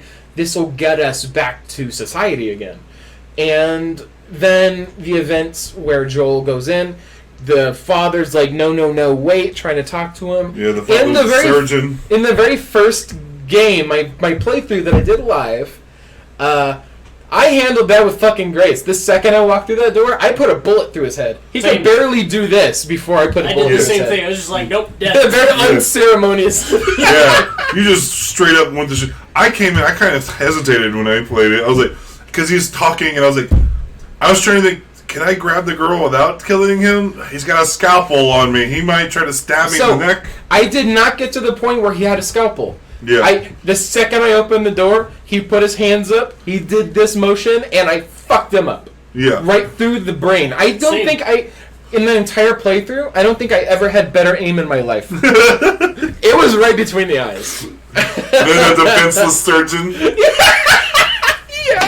But that just shows, like, depending on how you handle that situation, like, for you, like, you and I, we just went in there and we executed. And that's whenever we signed Joel's death warrant. Like, Joel had to die. At that moment, Joel is a fucking goddamn asshole. And fuck him. Seriously, I was not sad. It was emotional because I was seeing it through Ellie's eyes. It was not emotional because he died. His entire life after his daughter died, he had been a fucking asshole. Selfish. He had pushed everybody away. No one liked him. They barely wanted him to smuggle Ellie.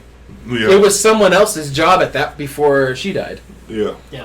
And he, like, Ellie is the only redeeming factor for Joel.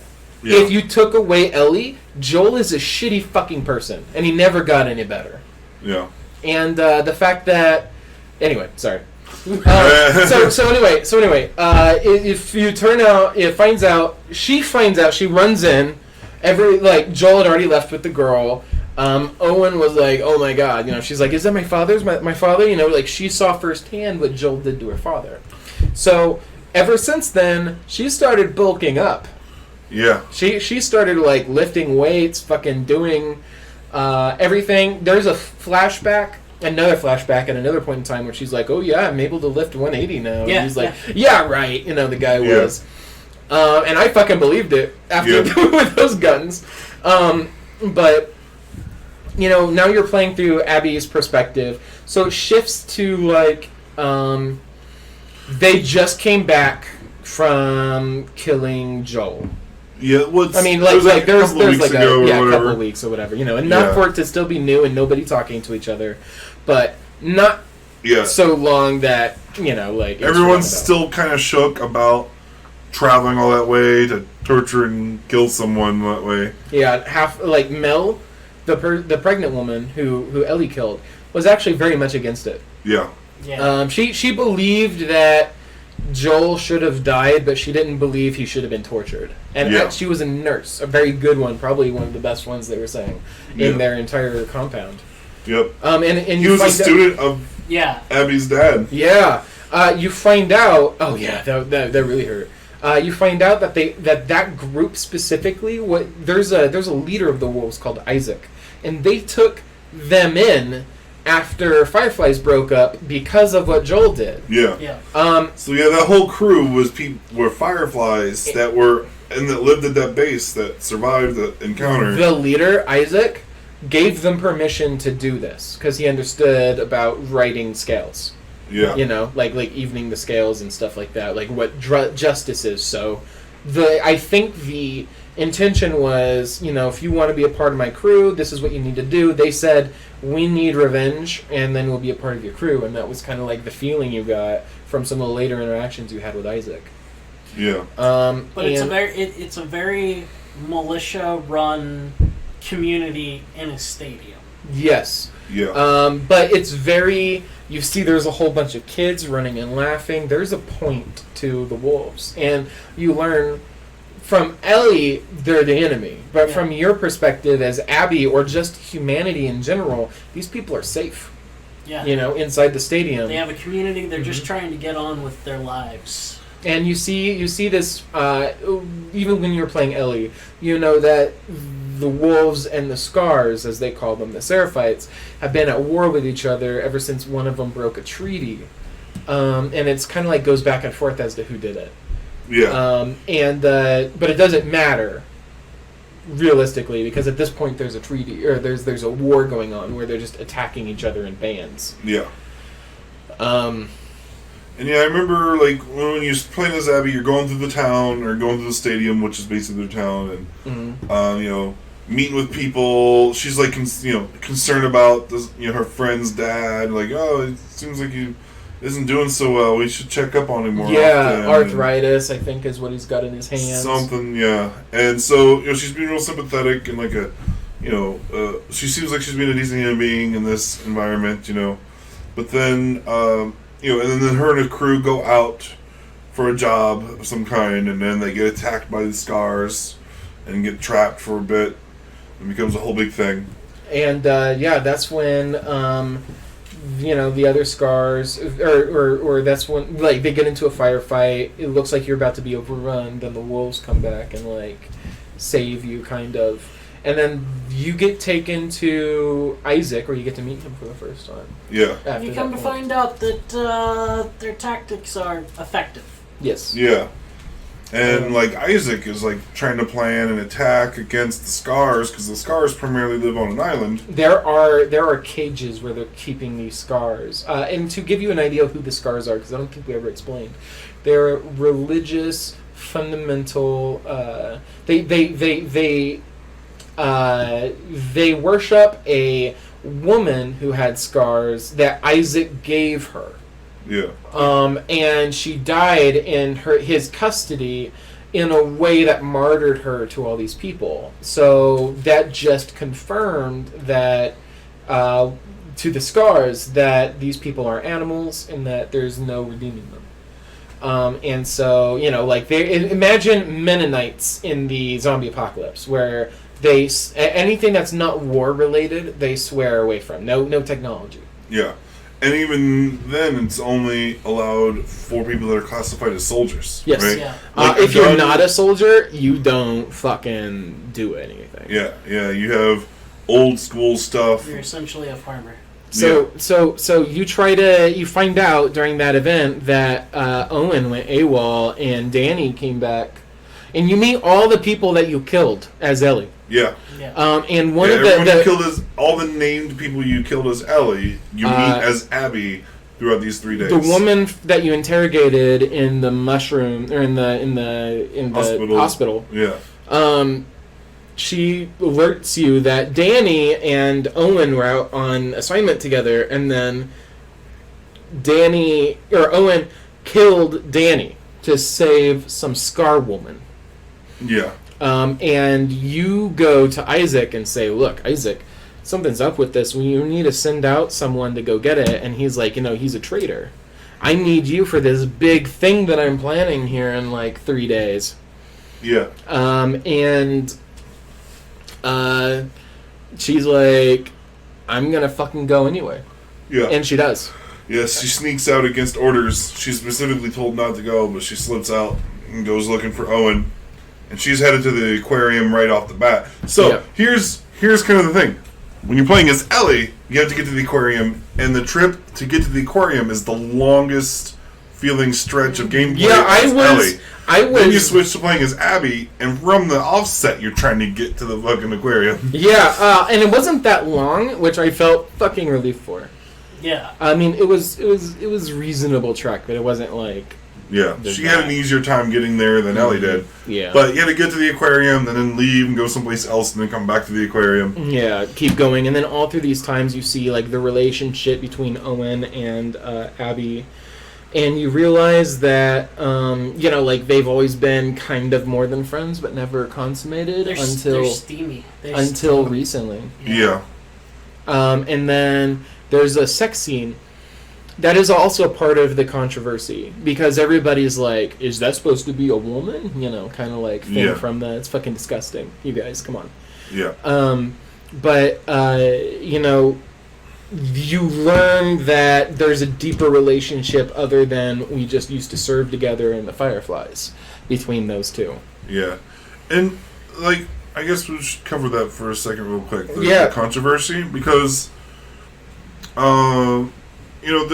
I guess just because she's muscular, everyone assumes that she's trans. And, I mean, honestly, I wouldn't have a problem if that was the case. But that she isn't. And the fact that everyone is upset about that, and, I've heard of people or seen people, making, upset posts or making a screenshot from the sex scene. upset about it. And I was like, what are you so upset about? Like, I mean, even if she was trans, you shouldn't be upset about it. Yeah. But the fact is that she isn't even trans. Yeah, she's you just are assuming because she has muscular arms. Yeah, she's a woman, period. Yeah. Like, there's no... I mean, she's also, not... don't kink shame people. Like, Yeah. Like, some people seriously. are just into that. And like, so, yeah, it's... I don't know, it's really weird where people choose to be offended on things, right? Mm-hmm.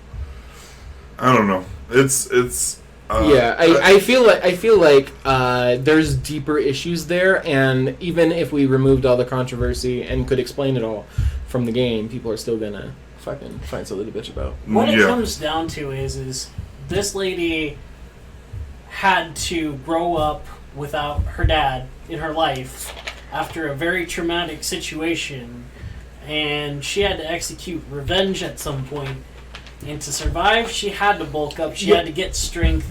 She had to become her own person. Without going into any specific personal details, Lurch did the same fucking thing. So, like, it makes sense. Anyway, beyond the controversy, you learn about this romance. So it kind of the understanding is he has been super distant from his current girlfriend, the one he got pregnant. Yeah. And during this time that he knew she was pregnant and he hadn't seen her in weeks, he's been out on patrol and missions and stuff all the time. Yeah. Like, purposely avoiding her. And then when Abby shows up, he fucks her. Yeah. And it kind of is like, okay, he is charming. He's probably the most charming individual in the entire apocalypse. Yeah. Yeah. Yeah. No matter what he does, he's just you just like, that lovable oaf. Even if he's being an asshole, he puts on some charm. Yeah. Very charismatic. Yeah. So, but that does not change the fact that he also is a super shitty person. Yeah. And cheating on his pregnant girlfriend. Yeah. With the girl he wanted to date before. Yeah, avoiding all responsibility the entire game. I don't know if you've noticed this trend. The only times you see him in a flashback is when he runs away from responsibility. Oh, yeah. Yeah, I mean, it's true. Yeah. It's true.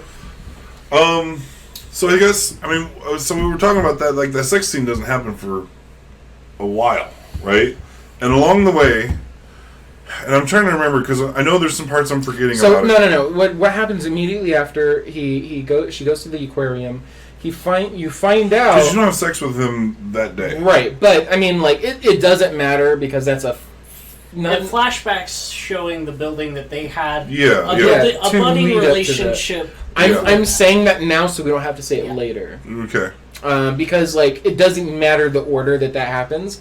That does happen in between these, the first 3 days. Yeah. At some point. Yeah. And it's in the later part of those 3 days.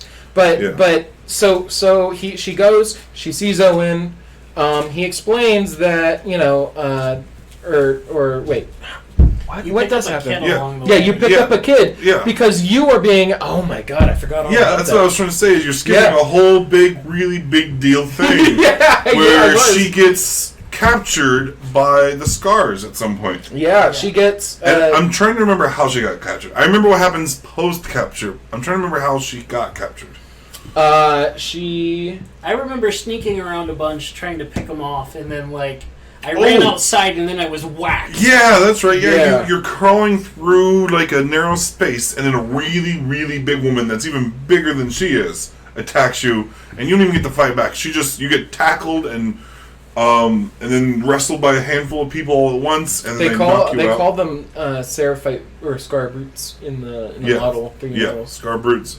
So she gets knocked unconscious, and then Abby wakes up, being dragged with her hands and feet tied behind her, or hands tied behind her, and then they put a noose on her, and they're then they lift her up into a tree. You hear a whole bunch of whistling at that point as they're about to gut her. Yeah, like they got Abby hanging, and then one of the Seraphite women comes up with a knife against your gut, and earlier in the game, at some point, from a distance while hiding, witnessed this scenario, this ritual, where they'll say this little prayer thing and then stick them in the gut and rip out their entrails.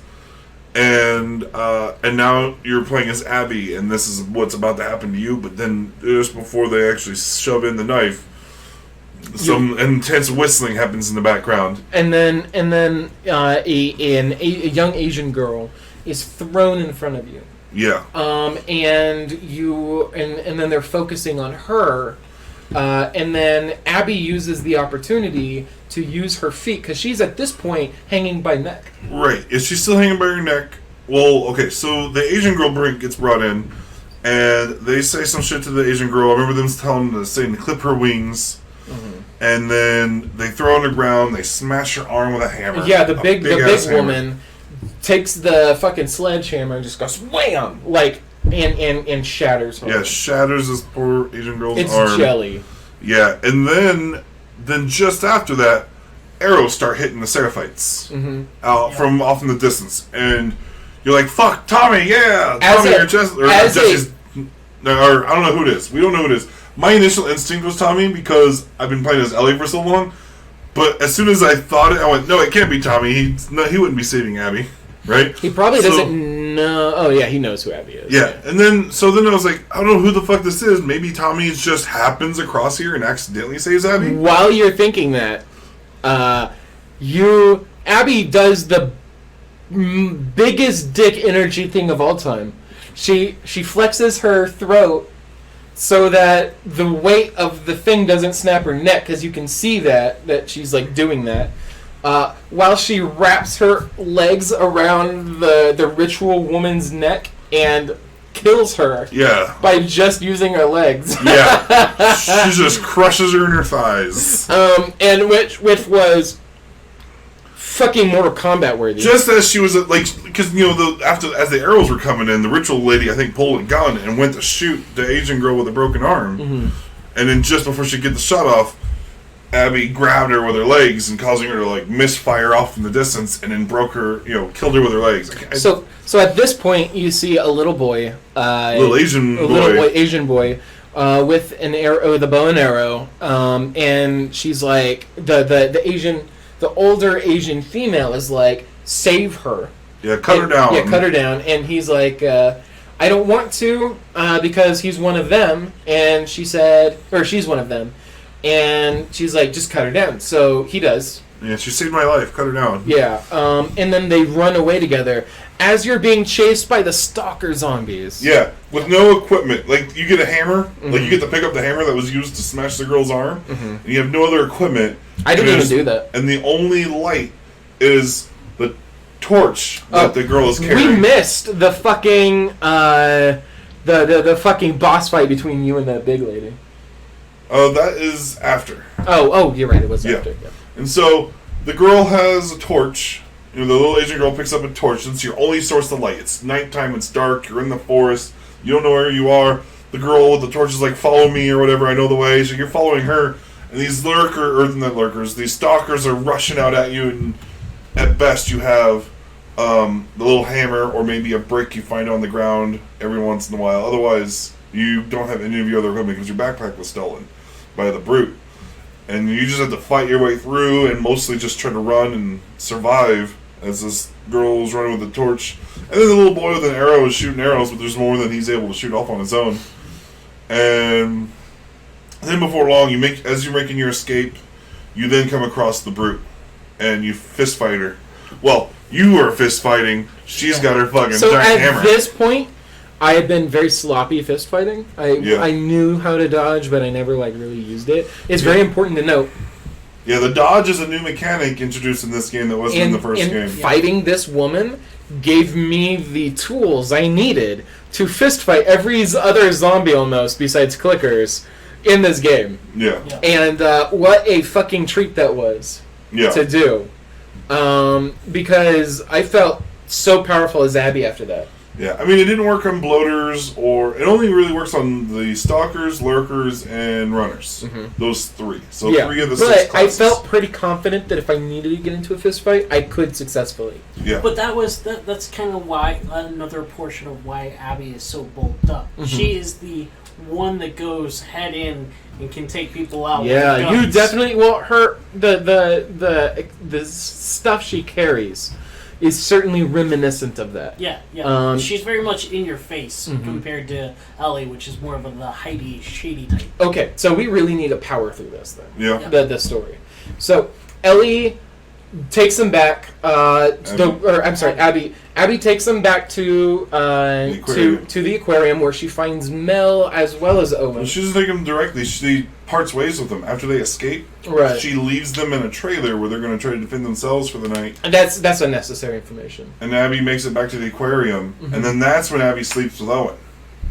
Oh yeah. Yeah, and then in the morning or overnight, she dreams about those kids hanging from the trees with their entrails out. So she gets up while Owen's still asleep and sneaks out. An ongoing theme is every single night of every day of Seattle, she has a evolving dream. The first dream was she'd run through the corridor of the Firefly compound, enter into the surgery room where her father was shot, and she would see her father.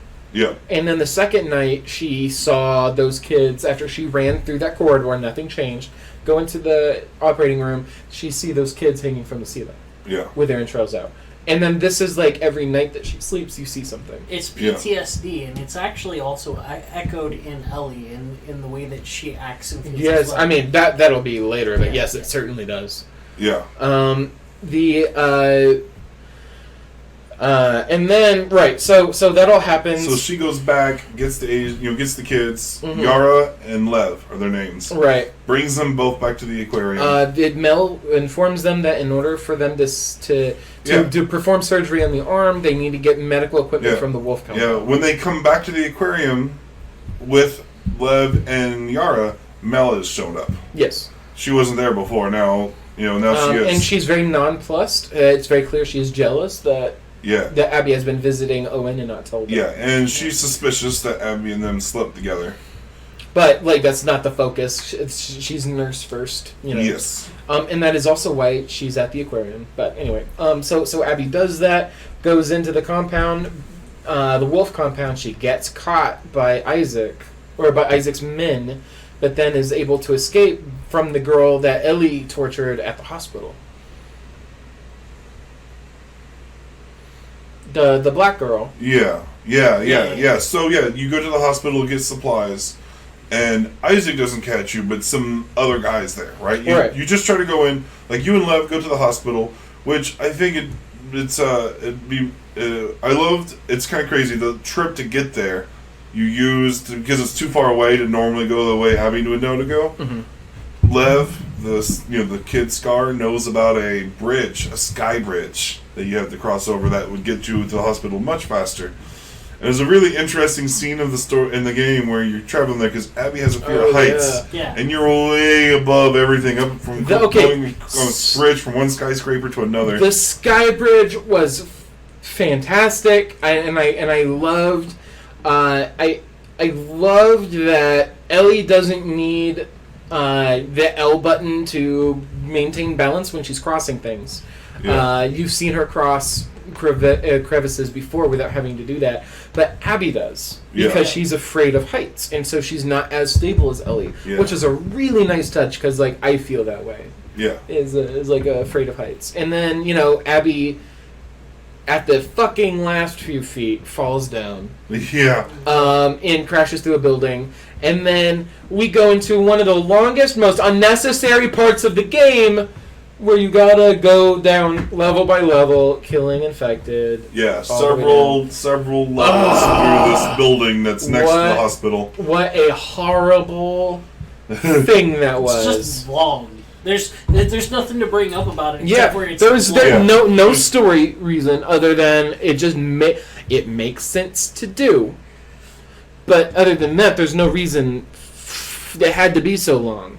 Yeah. And so anyway, I mean, and that's just the pacing issues. Yeah.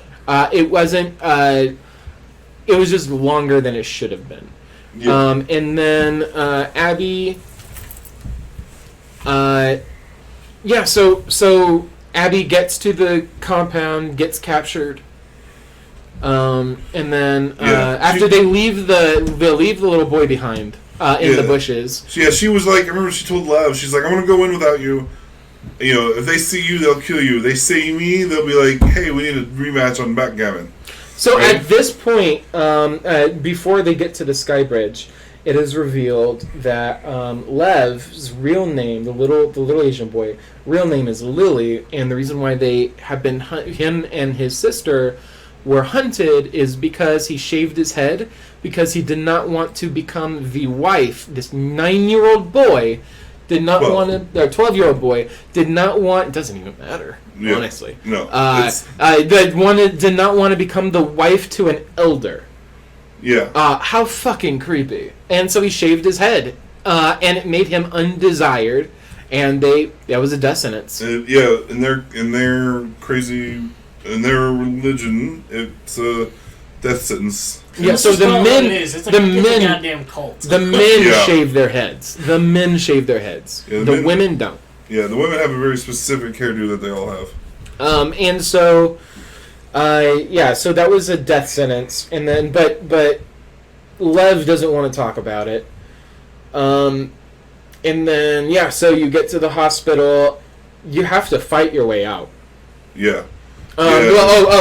You get to the hospital. She lets you out. Your friend from that Ellie killed at the hospital. Yeah, Nora's there and helps you. And then you go down to the deepest levels where you solve a few puzzles in order to get the doors open. And when you unlatch the doors open, fucking hell in a handbasket. Essentially, patient zero for Seattle. Yes. It's been there the entire time of these. Like multiple people were crammed into one room, and they all fused together through the mushroom. The mushroom grew in between them, fusing, and they're not technically one being. There is one set of legs that belongs to one. That belongs to one zombie, and then the rest are just kind of like hanging there, grabbing at you. Yeah. It is terrifying, and his name is the Rat King. Yeah. And that was an intense boss fight. So it wasn't intense for me. Yeah, I know. You looked on the internet on how to beat it easily. So it took me 3 attempts. But it took you considerably longer. Yeah. It took me considerably longer. So what happens when you don't cheat? Well, first of all, I died twice, and I'm like, okay. Well, the issue is, at some point, now I was able to successfully get one part of the body to separate from the second part of the body, from the main part of the body, and I could not kill it. And I thought, there has to be a reason why you can't kill this thing. So I looked it up after dying twice to it. And then, you find out, whatever, it's practically immortal until you beat the big boss. So, and then that whole thing happens. This is a spoiler cast. I'm not actually going to tell you how that happens. But you go, you follow him to the stalker that was released from at the end of the boss fight to the way that exits, and then you finally put him down for good. I wasted so much ammo on that fucking thing. Yeah. Because I would follow that because I thought, oh man, the thing that's gonna really hurt me is this fucking thing, not the Rat King. So I kept focusing on it. Yeah. But anyway, so the Rat King, super fun, very unique. I've never quite fought something in video games with that kind of like win condition before, but it was a fun fight. It was, for the two of us, it was an intense fight since we didn't look it up. Yeah, I did the smart thing because I had to beat it. Yeah. And unlike these guys, I've got a baby. I also have to do, so I can't stay too long on something. He always pulls that baby excuse. I definitely didn't almost throw my controller.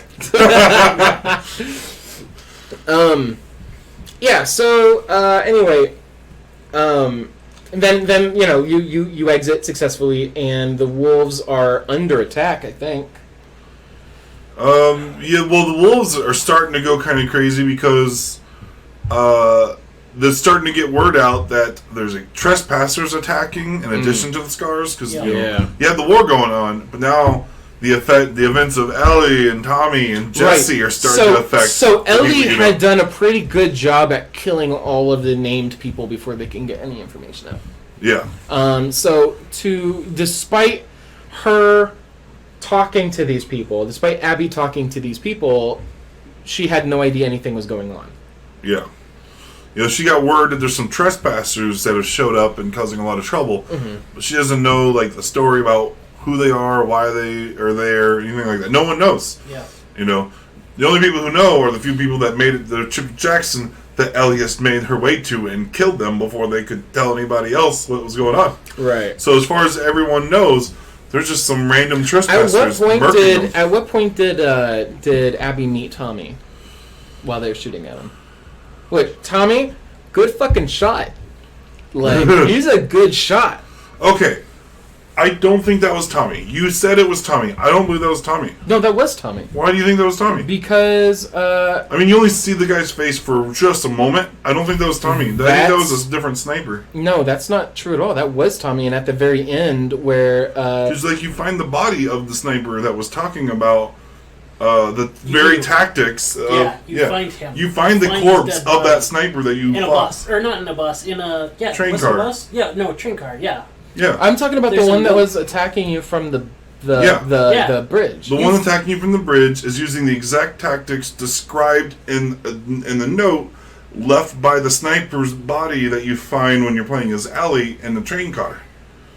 Above some water. It's whenever you start approaching the scars that are trying to blow the shit out of you in the boat.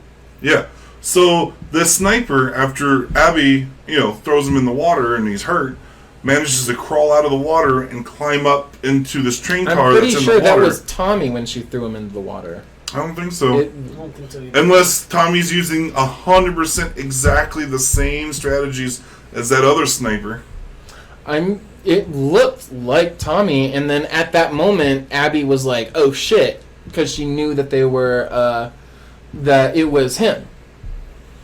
Like, she recognized him. She recognized the sniper. I don't know. That was a very specific event for it to have not been Tommy.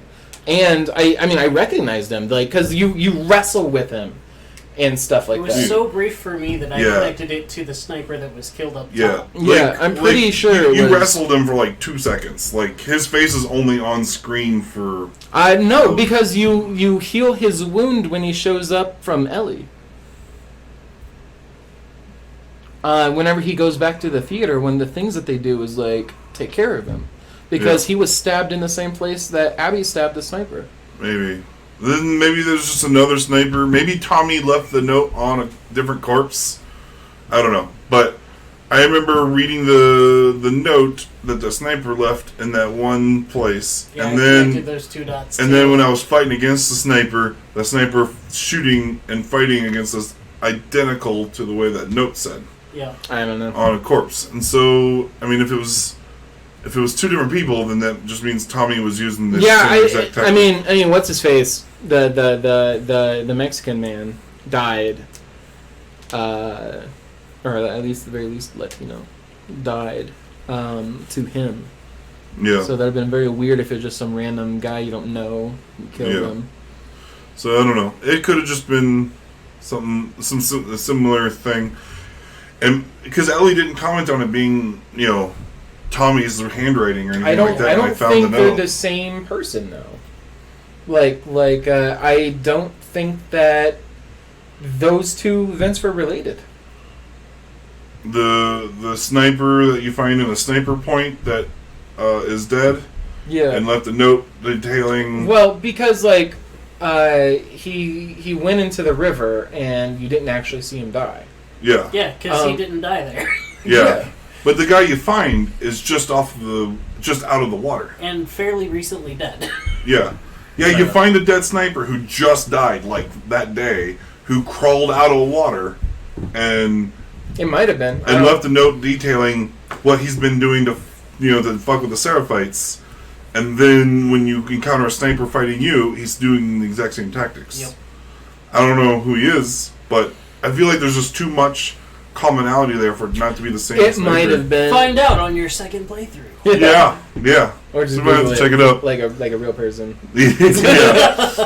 Let's not pretend like they're gonna Google it. Yeah. So anyway, that I wonder when that happens. What's that? When at what point is she with what's his face? Who's with what's his face? The Mexican dude during the sniper event. With Manny? Yeah. I think that was in Seattle I think she was with him during day 1 and day 2. Gotcha. 2 different parts of the day. Yeah. And I think Ellie found the corpse on day 3. Yeah, Gotcha. Ellie found the corpse on day 3 for sure. Yeah. Interesting. Okay. So anyway, so she goes back with the medication. They wind up cutting the sister's or what's her name? Yara's Yara's the arm Asian off. girl's arm off. Yeah. And then she's up and about. Now, I actually have my stepfather has had a leg removed, and I mean, granted, he had his leg removed. It's hard to be up and standing after that, Yeah. but it was hard for him to do anything the day after that. And you know, he was a combat veteran. You know, like it was a rough. Mel's either the best surgeon ever, or there was a lot of drugs. Yeah, there was a. Well, the drugs is what would keep you down, Yeah. honestly.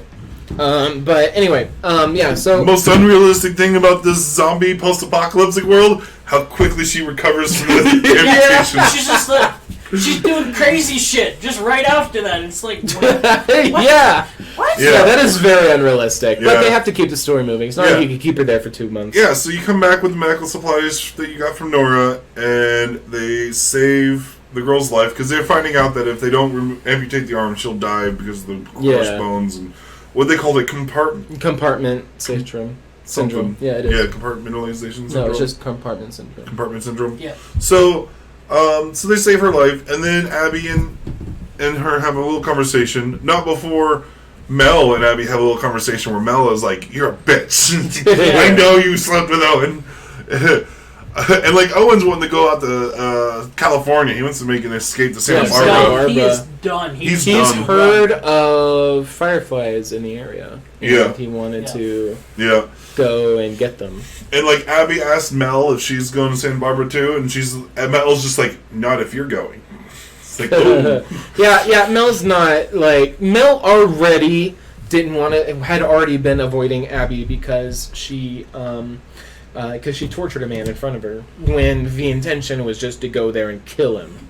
Yeah. And to be clear, and I don't think we explained it thoroughly, when she shot a shotgun onto Joel's leg and Joel was bleeding out, he said, "Just kill me and get it over." Or say what you're gonna say and then kill me. Yeah. Yeah. Give me your speech and kill me. Yeah. And she's like, "Give me." She's like, "Mel." She's like, "Mel, give me." Yeah, this thing. I was very cheeky. So anyway, I was very lucky. My friend helped me there. Yeah. So anyway, so where was I? Sorry, Mel. Right. Yeah. So she's like, "Mel, give me a tourniquet," and so Mel gave her a tourniquet. She put it on the leg, and she's like, "You don't get to end this." You Yeah. know? And so she intentionally kept Joel alive just to torture him. Yep. Yeah. And so Mel, that did not sit right with Mel, being a healer. Yeah. She was okay with them killing Joel, to be clear. She was not okay with... The prolonged torture. Yeah. And Yeah. so... right, so there was already that angst, and then on top of the fact that Abby slept with Owen, which... You know, her and Owen had already been having problems, so there's like a whole bunch of just layers to these people's problems, and it's so amazing. Yeah. Like, so well written. Like, literally well written. Like, it's a real fucking drama. Yeah. It's written like a movie. I feel like it plays out in front of you like you would expect. You know, almost more realistic, because, like, Yeah. in movies, and Lurch will tell you, I will pick apart a movie sometimes. Yeah. And I found it hard to pick apart this game. Yeah. Like, it was difficult to do that. So after Mel and Abby have their little moment where Mel's like, "I won't go to Santa Barbara with Owen if you're going, and I see past this shit. I know you're fooling Owen with helping these kids." You know, like Mel thinks Abby's only reason for helping these kids is to make yourself look good. to make her look good to Owen, Yep. because Owen wants kids or whatever. And but that's not the reason why, but that's what Mel thinks. Well, is the going reason on. why she's helping these kids is because she's got guilt for what she did to Joel. Yeah, she's got guilt for what she did to Joel, and these kids saved her life. Yeah. And she thinks it's wrong for this kid to be, these kids to be murdered. Several times they ask her, "Why are you helping us?" And she always responds with, "I felt like I needed to." Yeah. And that is a reference to just the overwhelming guilt she felt for what she did to Joel, even though she's rationalized it. She knew it wasn't the right thing to do. Yeah. Especially when she saw that there were people that loved him, and there was like that layer to it as well. Yeah.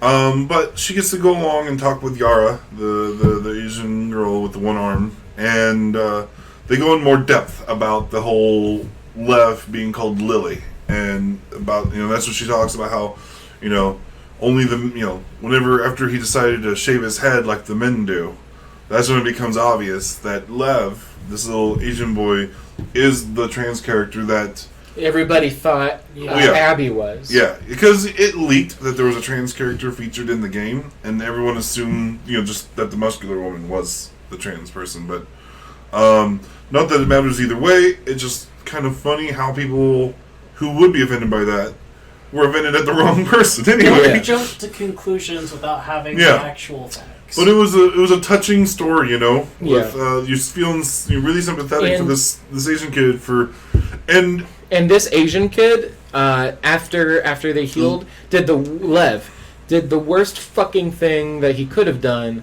which was he grew up. They brainwashed him into thinking that you have to take care of your parents. It is a rule. Yeah. And he could not leave his mother behind, even though he knew people would kill him. He would try to go there and convince her to go with him to Santa Barbara.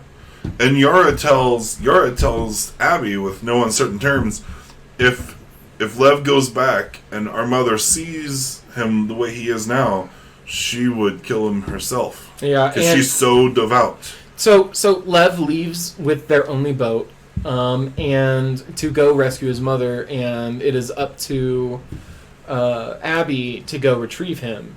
And Yara goes with Abby. Yeah. A lot of bullshit happens, and then they find Lev. Yeah. Curl after they infiltrate their village. War zone. Which is now a war zone. Yeah, because this is now day 3. This is going into day 3. So we learned in day 2 that Isaac's plan for all of the wolves is to gather their entire forces and fucking take out the Scars forever. They wanted to go to the island and just wipe them from the face of the earth. Yeah, in a single night during a huge storm, using the storm as their cover to get in, because I guess they have really good defenses at the island, at the shore. And so you're showing up to try to rescue Lev during the attack of the wolves attacking the fucking island. Yeah, and it gets progressively worse and worse, and you lose your backpack.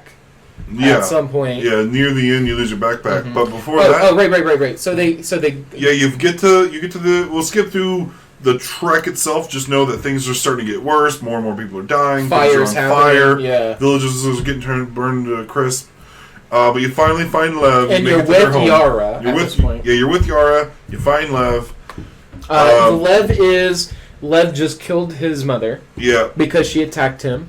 And he didn't mean to. He pushed his mother because his mother was coming to strangle him. Yeah, his mother was attacking him, and in self-defense, he pushed her away, and she fell, hit her head on like a fire thing or whatever. Which I don't know about you, is the easiest fucking death in this entire game. Yeah. It's the most gentle death that happens in this whole thing. Other than the one, there's a guy who had a stroke. They mentioned, and Ellie's like, "Boy, wouldn't it be nice to go out like that?" And someone's like, "Really old? No, of like natural causes." Because you don't hear that often anymore. Yeah.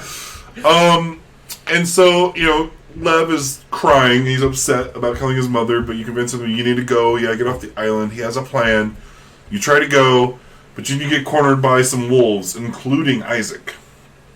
And this is a tense moment because you're not supposed to be there. You went AWOL. You escaped, and you're not sure how Isaac's going to respond to seeing you, but you know it's probably not going to be good, especially since you're traveling with two of the Scars, two of the Seraphims. Seraphites.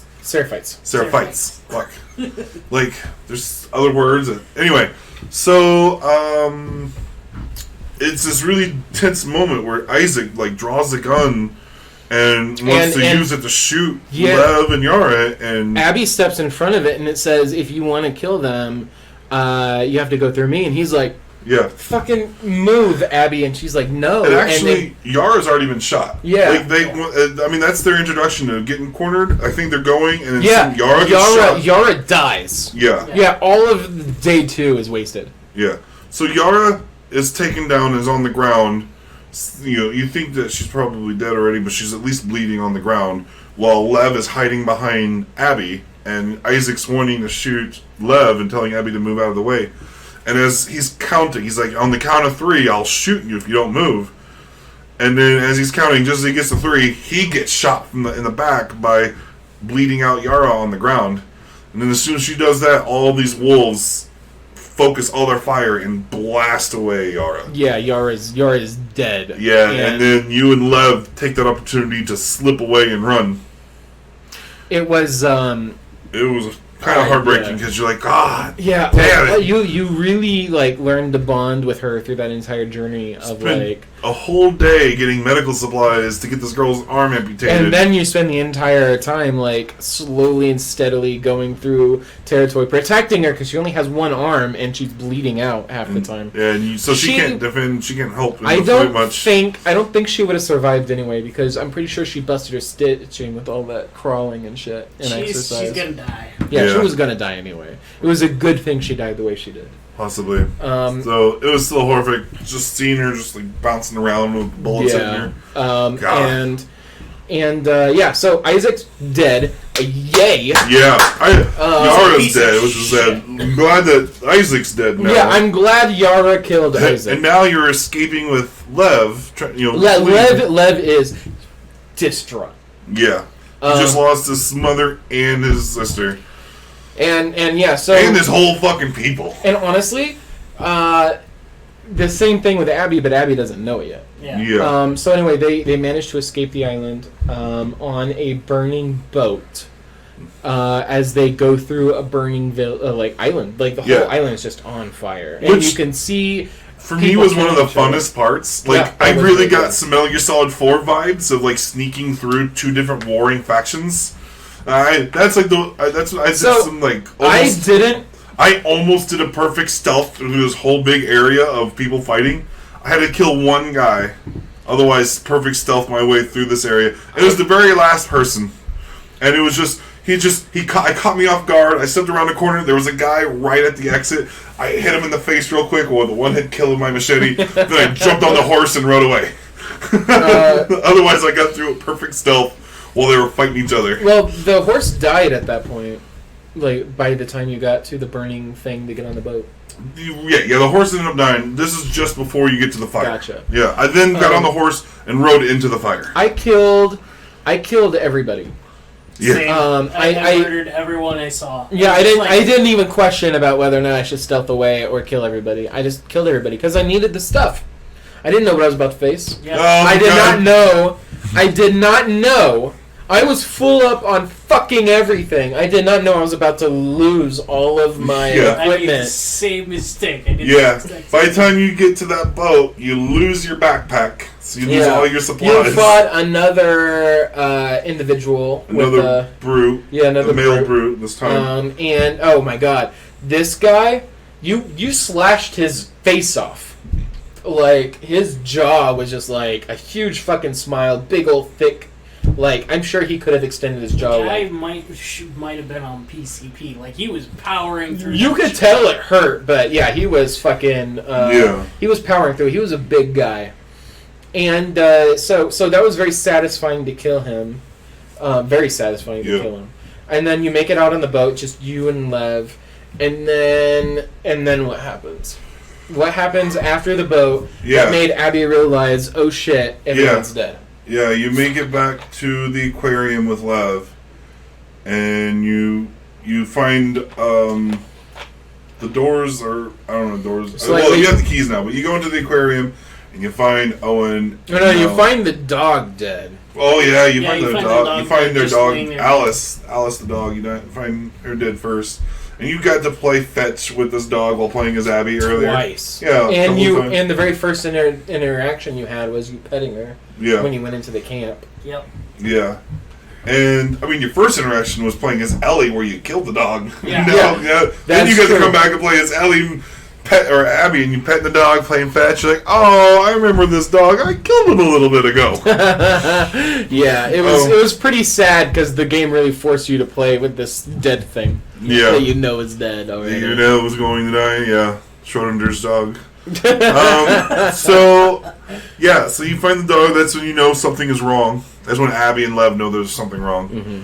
And then they find their way and they find Owen and Mel dead on the ground. Yeah, they find the map and then they just make it a point to go. Yeah, because Ellie, in her distraught stance after she killed the two of them and realized that Mel was pregnant, was so distraught that she dropped her all-important map, which had enough information written on it that Abby was able to deduce exactly where their hideout was.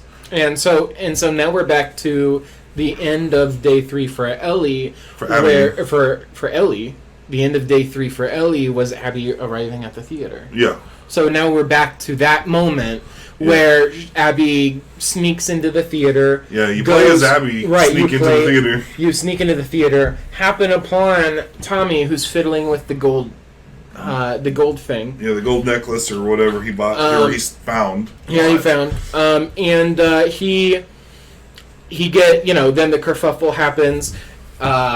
Jesse gets shot in the face. Ellie comes down, drops. She's like, drop your weapon. Now you're full circle. Yeah. You are now caught up. And then Dina comes in shooting, causing a distraction. Enough for Ellie to get the gun and run away. And then Abby chases her. Yep. Yeah, and then that starts... The little boy gets knocked unconscious, by the way. Yeah, there ends up being this whole little thing that happens really quick.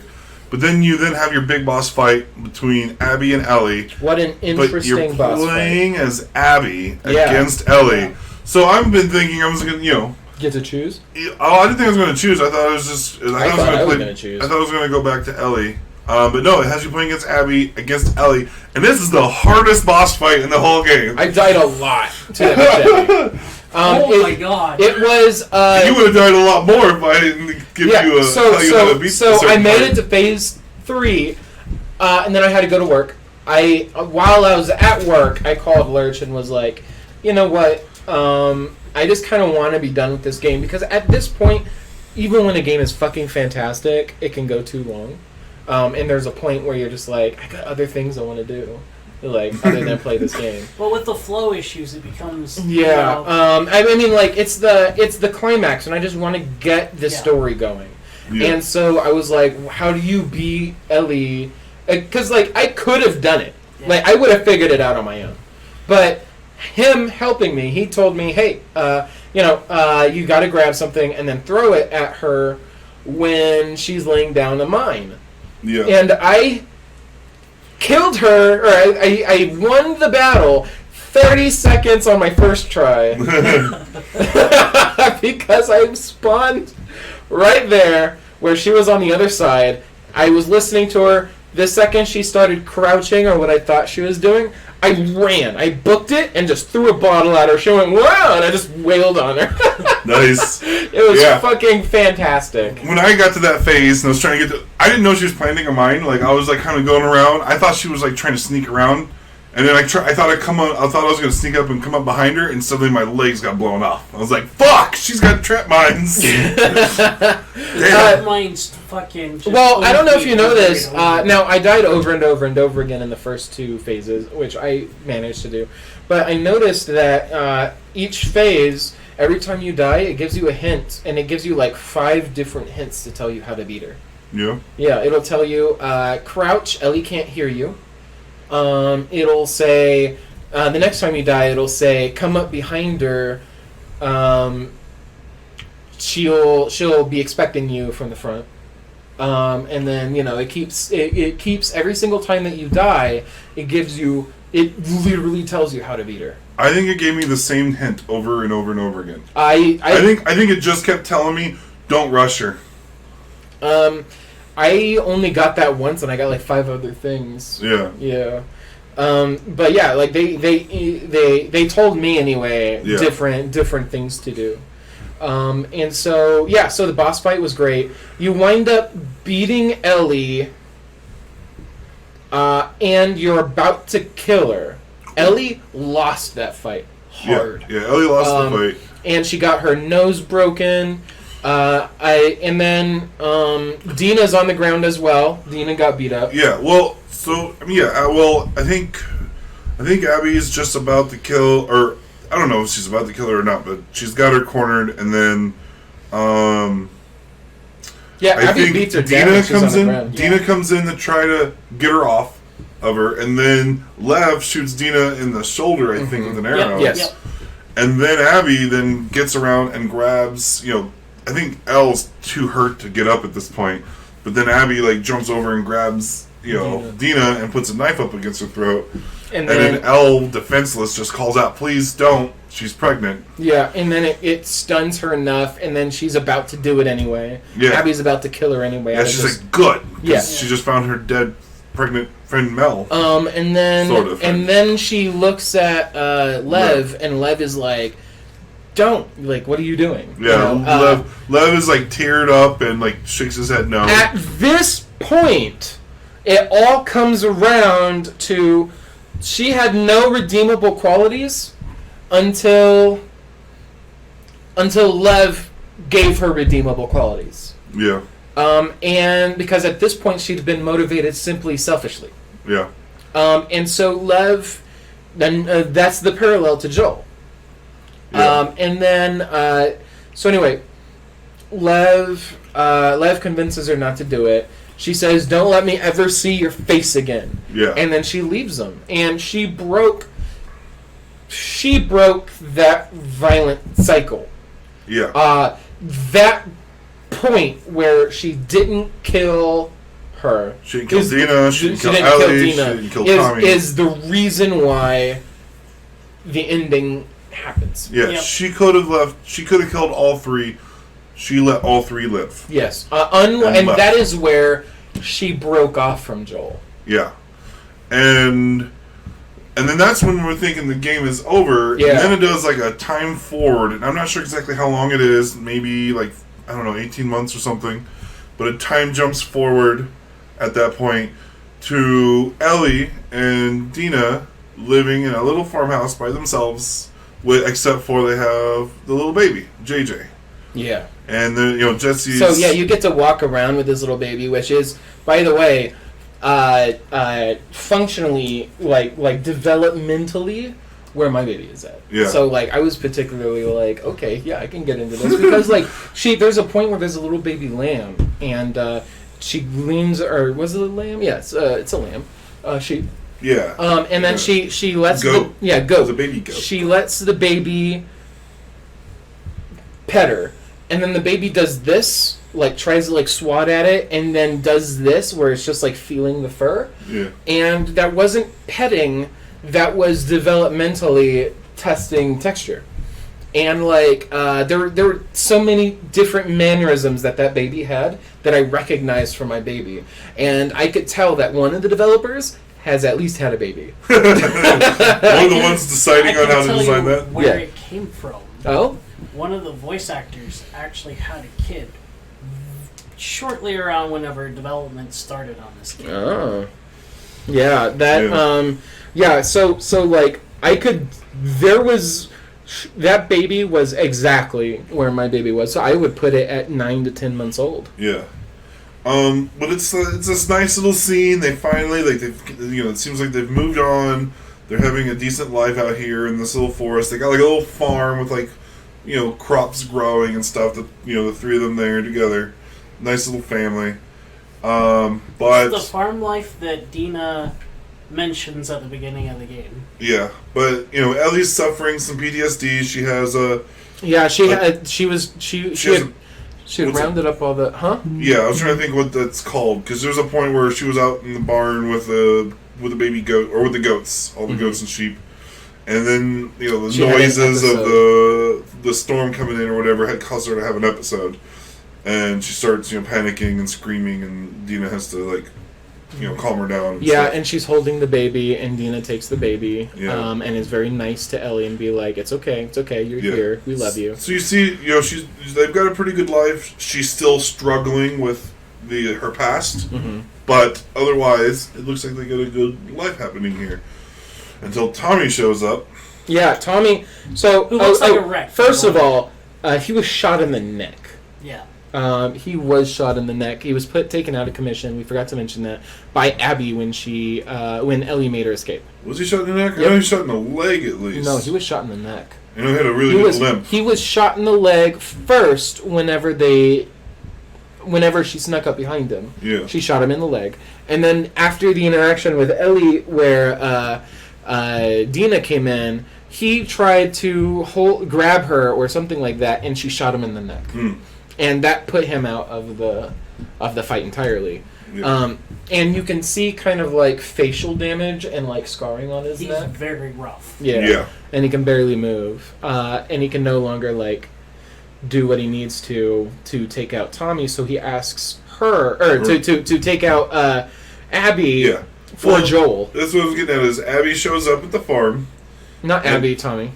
Yeah, Tommy shows up at the farm with Ellie and Dina and them. And he sits down and he tells Ellie, "I found her. There was a boat that was found on the shore of Santa Barbara. There was, a blonde woman that built like an ox. Yeah. And an Asian boy with scars on his face. It has to be them." Yeah.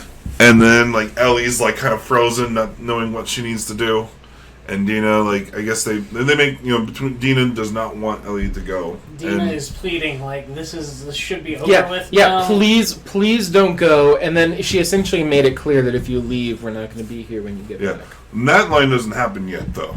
Because, at this point, she's just she gets, they get Tommy to leave. She's, Ellie says she can't go. And Tommy gets mad at Ellie, and he's like, we have to make her pay. You promised me when we got back to Jackson that you would help me make her pay. And then he's like, it's easy for you to forget up here in the farm with your family, but, blah, blah, blah. He's been throwing a big fit. But then as he leaves, Dina goes out there and gives him an earful herself. Yeah, she's like, don't come here with that shit again. And he's like, okay, fine. So he leaves. Yeah. She feels, Ellie is not able to sleep that night. Yeah. And then she plays the guitar a little bit and then decides to pack her shit and go. Yep. Dina catches her in the kitchen and says, if you leave, you're not coming back. And she leaves. Yeah. But if you look at the journal entry, you see that she still longs to hold the potato she calls the baby. And she's like, I'm going to miss them. I'm doing this for them. Because she can't function the way she is. She's got PTSD and survivor's guilt. And she feels like the only way she can overcome these things is by killing Dina. She's killing Abby. Oh, killing Abby. Dina. Abby felt the same way. She's also not eating right, and Ellie is rough as well. She looks a little bit thinned out as well. She is very thin, even though she's pretending to be happy, she's not. You're learning that through hunting exercises and doing stuff, she is killing zombies and stuff like that. She's suffering through extrasensory episodes and not able to control herself through her PTSD. Yeah. And but Dina makes it very uncertain that if you leave, we won't be here for you to come back to, because I can't go through this knowing if you're coming back or not. So Ellie goes to Santa Monica, and then at Santa Barbara, right? I keep saying Santa Monica, Santa Barbara, and then we get a cutscene of, or we go into the past where we show that Abby is already in Santa Barbara with Lev, and they go into a building. Lev doesn't believe that anything's there; it's abandoned. Yeah. And then she finds the radio station that a radio setup from the Fireflies, and she's able to identify over the radio who she is and confirm that the Fireflies exist. Yep.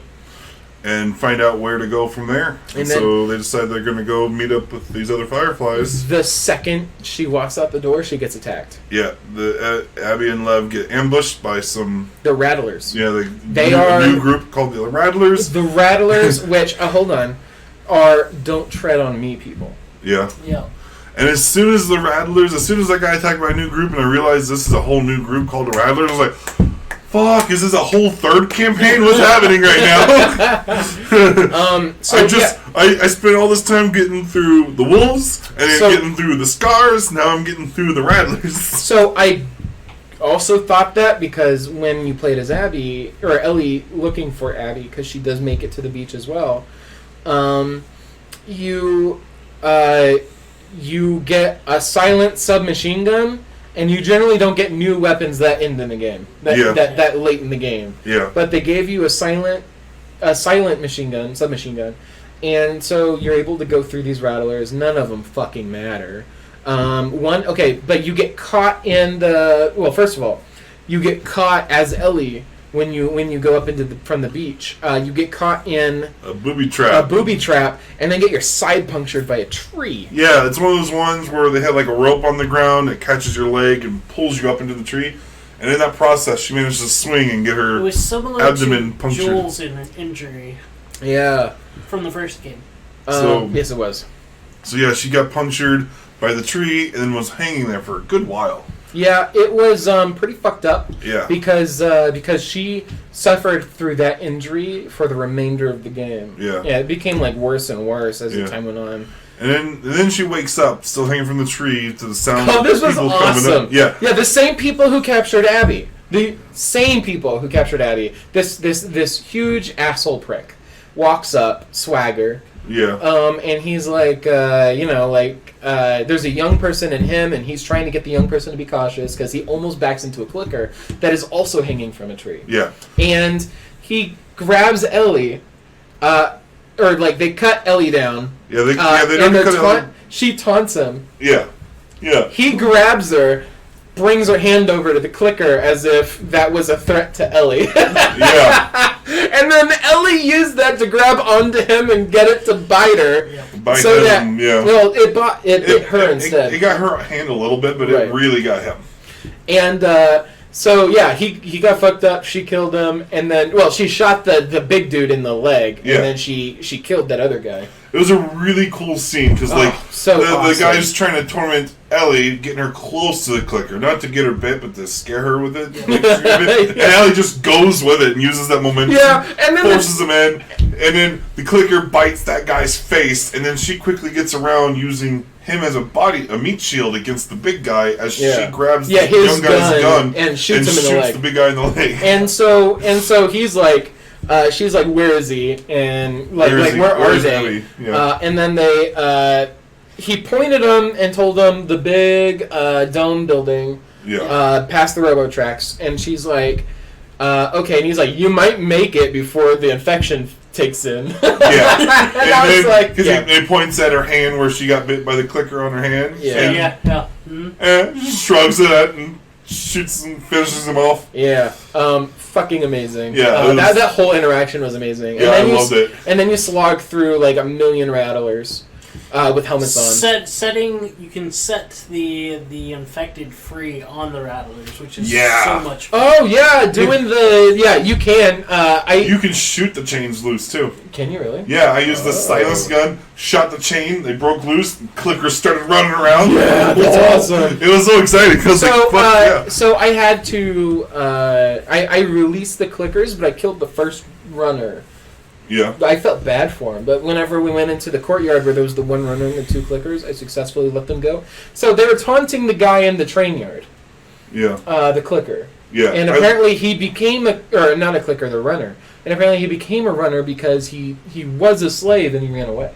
Yeah. I released him. That was not the right one to release. Yeah. Oh, wasn't that? I released that one. I snuck up behind it because it had its attention turned the other way. I was like, I hope this bastard doesn't turn around on me. I sneak up, I use a triangle to release it, it runs off, and I sneak away, and then, I think it kills a couple of people, but then they kill it, and they're like, it got loose, there must be someone else here. And then they start searching for me. It's like, fuck, I just gave away my element of surprise. So I killed him out of pity, and then I killed everybody else. Yeah. And that was my interaction with him. But, yeah, that was a fun little thing. That entire building was a fucking headache. A goddamn headache, but then you release the slaves. Yeah. Yeah. And that felt really good, because these guys had been using human labor in order to do crops, do manual labor and shit like that. And they were all fucking... And at this point, Ellie is just ragged. She'd lost a lot of blood. She had tried stitching herself up, and it didn't work. Yeah. But you free these slaves, which not far from where the slaves are kept is in the armory, so they start loading up with guns. And they tell you where Abby is located. Yeah, and then they see that she's infected. Yeah. And then is like, one of them was about to kill her, and then the other guy's like, no, this is good. She's not a threat to us. World anyway. Yeah, she's not a threat to us. Yeah. And so they don't know the context that she wants to find Abby in. So she goes down, she's bleeding, you can't run, you can't do anything. You're barely, just limping all the way to where they call the pole yard. Yeah. And you see her, Abby, being hung up with her arms up like that, just barely standing on a platform. Well, primarily hanging from her wrists on this pole on the beach. And she is as thin as Ellie is. Yeah, that girl lost all of her muscle mass. Yeah, she's been enslaved for the last 2 months. And barely eating anything, probably nothing at all. Yeah. And Lev is also hanging. Ellie approaches her with anger in her eyes and just tired, just exhausted. I cannot express that enough. Everybody in this scenario is just tired. Yeah. And Ellie, she's like, Abby pleads with Ellie, please, let me free. And Ellie looks at her for a second, then slowly goes to the other side of the pole and cuts her loose. And then the first thing Abby does is go release Lev, who is also hanging there. Yeah. And it's a really sweet moment because Abby's looks at her, realizes who she is, and she says, come on, the boats are this way. And then they all just walk towards the boats together. And then you see Abby and Lev get into a boat, and then you go to another boat. And then as you're going in there, you see the face of your dead father figure. Yeah, dead Joel. She starts having flashbacks real quick of dead Joel. And then she looks at Abby, an exhausted Ellie and an exhausted Abby, and as Abby is trying to unhook the boat, and Lev is just useless. Yeah. Ellie makes her way to Abby, and Ellie has equipment. Abby doesn't. Yeah. Ellie is probably doing better than Abby at that point. Yeah. And so she goes to Abby and is like, I can't let you leave. Yeah. And then Abby's like, please, no. Yeah, don't do this. I don't have it in me to do this with you now, or something like that. And then a weak but satisfying fist fight happens where you, as Ellie, proceed to beat up that emaciated woman. Yeah. So you now have another boss fight, Ellie versus Abby, but this time you're playing as fists. Ellie. Yeah. Well, just fists, and Ellie has a knife. Yeah. And is slashing away at Abby. Yeah. And Abby can barely defend herself. And then you're holding Abby underwater. Yeah. And Ellie gets this mentality. She gets another flashback of Joel, and I think she's remembering the first time she ever killed a man. I don't remember. When that man was drowning Joel. Yeah. Oh, yeah, that's... And, that was an important moment in her life that they referenced earlier in the game. Yeah. And that probably, she saw her killing Abby, which was another reference that Abby was Joel. Yeah. And so she lets her go, and she just sits down. Abby is dead. In all rights, Ellie holding her down for any more length of a time would have killed Abby. Yeah, Ellie had the upper hand. Yeah, Ellie had Abby dead to rights at that point. And she let her go, and Ellie just sat down and started crying, and she's like, go, just go. and a beaten up, cut up, tired, starving, exhausted Abby goes into a boat and goes away. Yeah. And Ellie is just sitting there. During the fight, while she has her underwater, Abby bit her fingers off. Yeah, bit off these two fingers, Yes. the ring finger and pinky finger of her left hand. And of her left hand. And so Abby bit Ellie's fingers off. Yes. And then we have another little flash forward. yeah, I think we actually, at this point, I think we get a flashback to before the game started or whatever. We get to see like the whole scenario play out of Dina and Ellie's first kiss and the confrontation. Joel. The confrontation was a homophobic bar owner. Yeah. Confronted Ellie because Ellie kissed Dina and called her a dyke. And then Joel comes in and he is like, "You get don't have out of here." Yeah. And then Ellie's frustrated with Joel because the outward reason, the main reason she's frustrated with Joel is that she called Joel out for not needing to make decisions for her. Yeah. Like she can handle herself. But the inner reason is because Joel. It is revealed that Ellie knew the whole time during the events of this game that what Joel did. And at the end of the first game, the Fireflies. Yeah, at the end of the first game, Joel told Ellie that he had the ability to save humanity, but he chose her instead. Yeah. So she's always had survivor guilt. And she, during that event where Joel tried to protect Ellie got frustrated because she saw the same behavior that made her life mean nothing. Yeah. Ellie felt like her life could have meant something if it saved the human civilization, but by Joel taking that decision from her and killing the Fireflies. Yeah, now her existence is meaningless. Like I don't want to call it like a chosen one syndrome. Yeah. That's really what it is because she is the chosen one. She could have had the ability. She had a missed opportunity to defeating this whole zombie thing. Yeah, and so she has survivor's guilt at a level that no one else could have because her survival means the end of all other, everyone else. But now she has to live. Now she has to live. Yeah. Because her life was the price of humanity. Yeah. But now we get to the end, and she's let Abby leave, and now we finally get to flash forward to what happens after. She approaches the farm that she was at with the baby, and it's all empty except her bedroom. Yeah, there's a one bedroom that has stuff that belongs to Ellie in it. It's clear that Dina had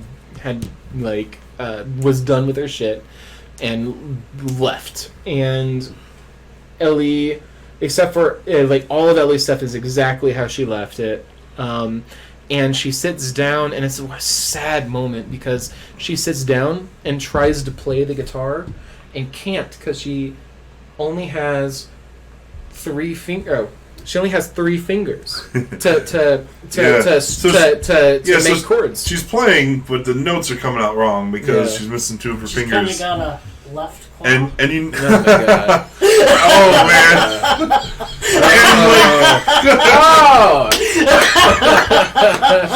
Wow. It all comes around. It all full circle. That is a circle. And it's really sad because hey, look, the Call Stacy thing. So the thing that makes it really sad though is because that is her positive connection to Joel. Yeah, is the guitar, and now she can't play it right. Yeah, and it's that last nail of depression at the end of the game. It was such a dour moment, and then the game ends. Yeah. She gets out of the house and she starts walking towards the gate, and then the game ends, and you know that her story's done. Yeah. There's nothing more they can do with her other than somehow. My prediction for what they set up is that if the Fireflies do exist, their purpose, as they stated in the game, originally was to restart society. And the way they were going to do that was by using Ellie. I believe that Abby still hasn't found the Fireflies, but she knows where they are now. Yeah. And the point of the next game is going to be Abby. She doesn't have to be Bulk anymore. She's fulfilled the purpose of why she became Bulk. Yeah. Although I don't think that'll matter. Yeah, I think she'll probably bulk up again. Yeah. Just because, it helps with survival. Honestly, it was one of the more fun things. I felt like super powerful with her. Yeah. But like where Ellie needed to have a knife to stick everybody, Abby was ready to just knock them the fuck out. Yeah. Yeah. It's definitely an advantage in that world to have some muscle. But, but they made her lose muscle for a reason, I feel like, to make her more palatable in the next game. Because Naughty Dog knew how this was going to be taken. And now we're into the controversy aspect of it. Because there is a lot of people who don't like this game and are pretending... Oh, I don't know if you saw that, but I was teabagging. Oh. So yeah, people didn't like this game for the wrong reasons. And I knew from the point that I beat the game, only like 14% of all people who played the game had beat the game. So I know these people that I'm interacting with never beat the game. They don't get the full nuance of the game. Yeah. And so your argument, I hate to say it, until you play the game or listen to our Spoilercast, is kind of invalid. Just go play the game. You'll understand better. Yeah. Yeah. It's imperfect, but it's a really deep experience. Yeah, so there's a game I like to cite as having like a trifecta of just great. It's not perfect, but it's like a great game. My favorite game of all time that I think is the most well made, Horizon Zero Dawn. It has a great story, great graphics, and great gameplay. And this game, I mean, and also pacing, like it's got good everything, I feel like. This game excels way better in the story department. That doesn't mean that Horizon Zero Dawn is less good. It just means that this game focused on the story. Yeah. And so everything else be damned. And every single decision had purpose. Yeah.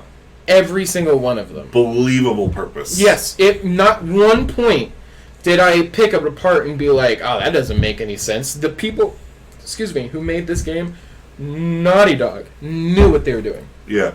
They had to have like a high quality psychiatrist with them to help them break down the human condition for them to understand how people would do. Video games do hire psychologists all the time. Yeah. Like it's absolutely 100%.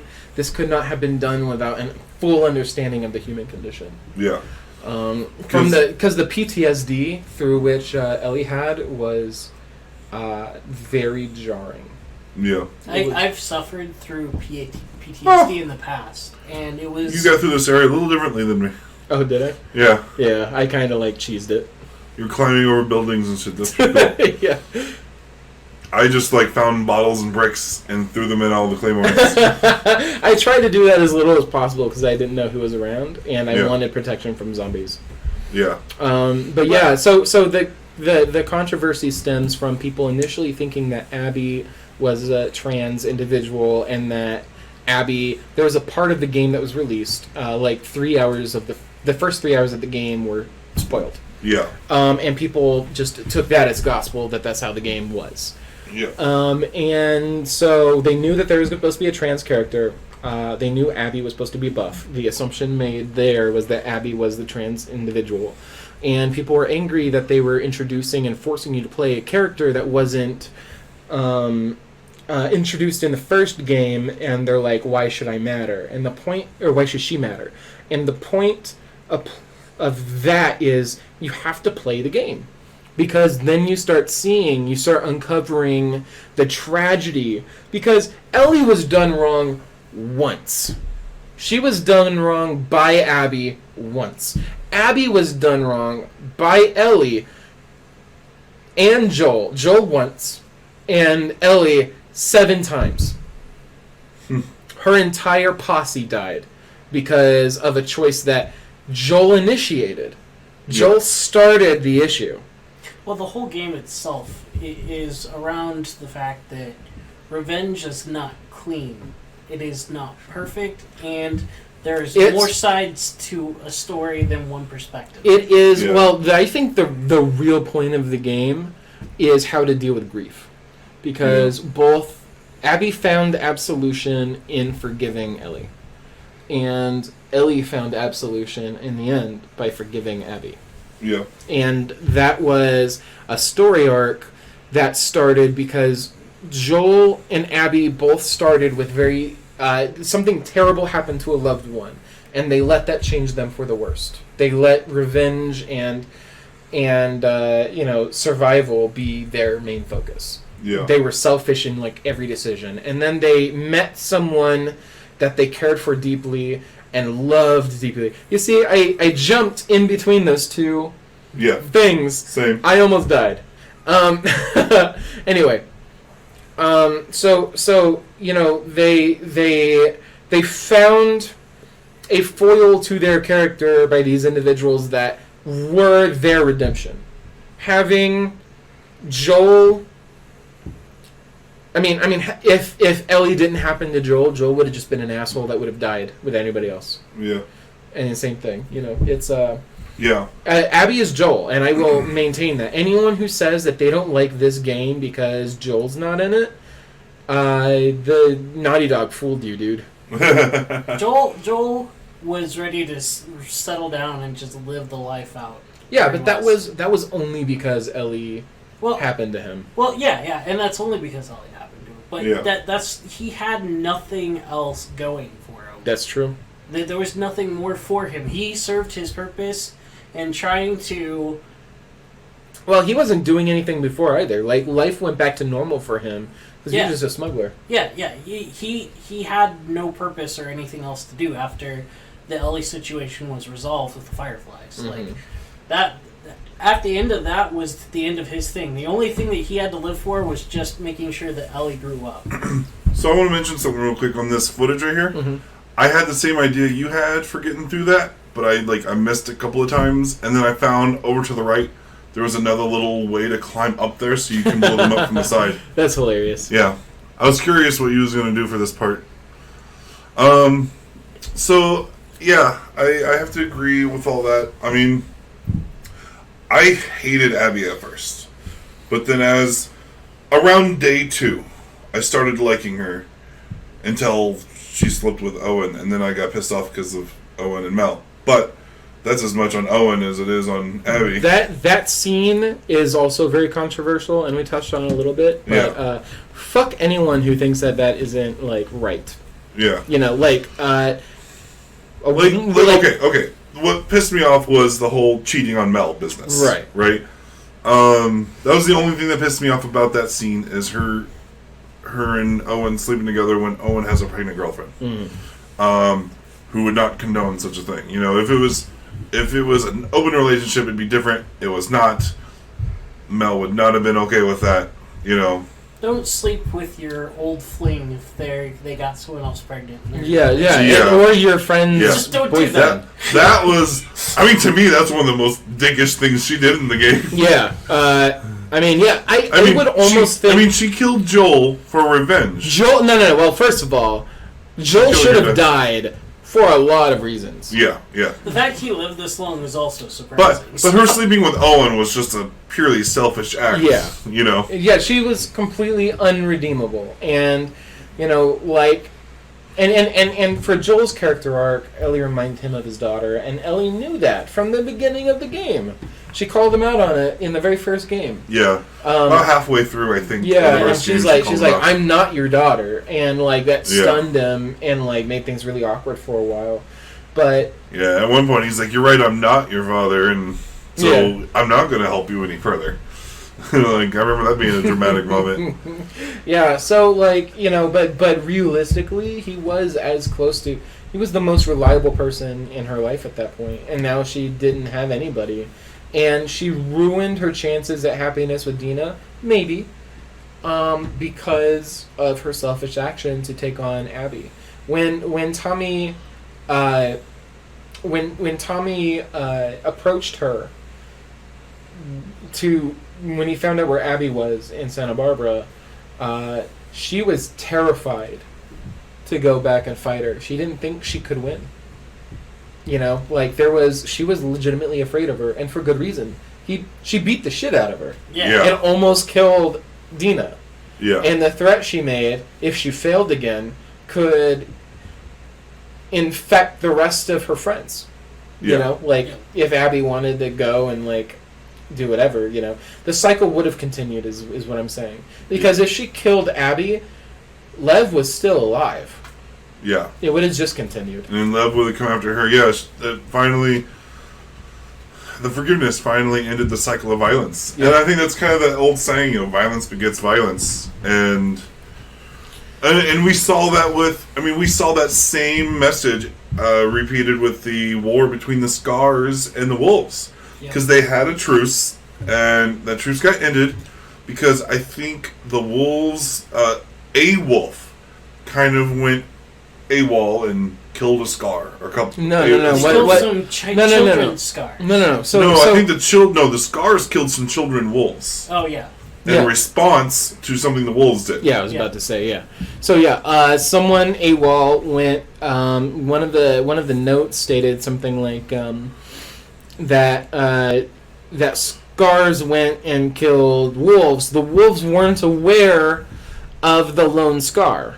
The Scars weren't aware of the wolves weren't aware of the lone wolf that went away and broke the treaty. Yeah. So it just kind of like became like a mess before the wolves were like, we're just going to kill all the Scars. Yeah. It just escalated, kept escalating from one incident of a wolf killing a Scar. I hope murdering with Isaac, with Isaac, wolves really don't have a leader.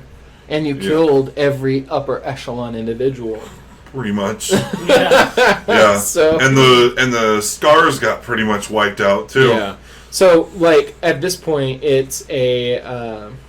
This was the first scene where you could see what the Scars were capable of. Yeah, the wolves are pretty nasty, but the Scars were a whole nother level. Yeah.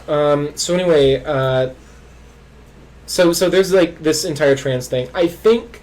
And I don't want to just like make it like you're being sexist or you're being transphobic or whatever. But it's hard to say you aren't if your argument is like I just don't like it because like you can't play as Joel anymore and Joel was my guy and I'm like Joel was an asshole. Yeah. It's hard when you haven't played the game and you're immediately done with it because Ellie's a lesbian, which there was an argument made that, like, why do that? This is just for internet points or whatever. And first of all, lesbians exist in an apocalypse period. Yeah. It would make sense that the person... for thousands of years. Yeah. They've existed... forever, as long as humans have existed. Yeah. At that point, your argument shouldn't be, like it makes sense that some video game stories have a protagonist who's gay. This story wasn't even about her being gay. She was in a relationship with somebody, but they never focused on the fact that she was a lesbian.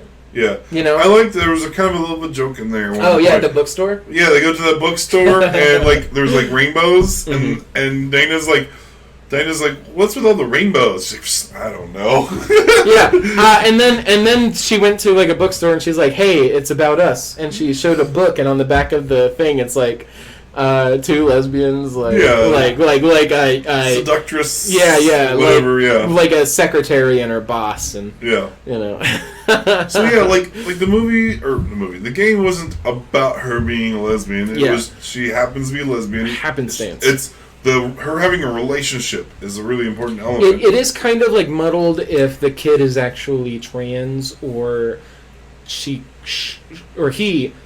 cut his hair because he was afraid of being, they don't make it clear if that was like how he always felt or if it was a response to being... Well... Oh, no, they made it, they made it clear. Yara just talked about how for a long while he felt confused. That Lev felt confused about what he was. Oh yeah, I remember that. Yeah, that conversation. but was afraid to say anything, and only told Yara. And And Yara was like, keep pretending that you're a girl. Pretend like normal, like everyone, like them. And Yara said that she was hoping that Lev would eventually snap out of it. Lev wanted to be a soldier. Yeah, Lev wanted to be a soldier, but Lev also wanted to be, and so wanted to be like one of the guys, just like any of the other guys. On top of that, and then the point about the cutting the hair, because Abby asked, what was it, if Lev has felt this way for so long, what caused it to happen now? What caused this event to happen now? Yeah. And Yara says, last week he found out what his community assignment would be, what his job would be for the rest of his life. And Lev's job was going to be a wife to one of the elders, not a soldier like he wanted to be. And he already was feeling like that's a right. boy. I remember and that was the catalyst that finally convinced him to do the thing that says, no, I'm a boy.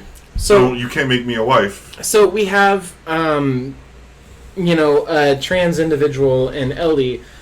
They appear in the same game, but they're not related. They don't interact at all. Like, there's not a single point. The only partial interaction that they have is whenever Lev was telling Abby to not kill Dina. Yeah.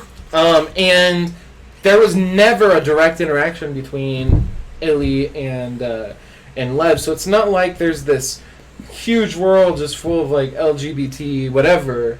It's not like Naughty Dog was trying to throw it around, and it didn't feel unnatural. You know what I mean? Yeah. It felt like that was a part of that world that had nothing to do with Ellie's world. Yeah. And I feel like when you make the argument that it's like why LGBT, that doesn't represent me.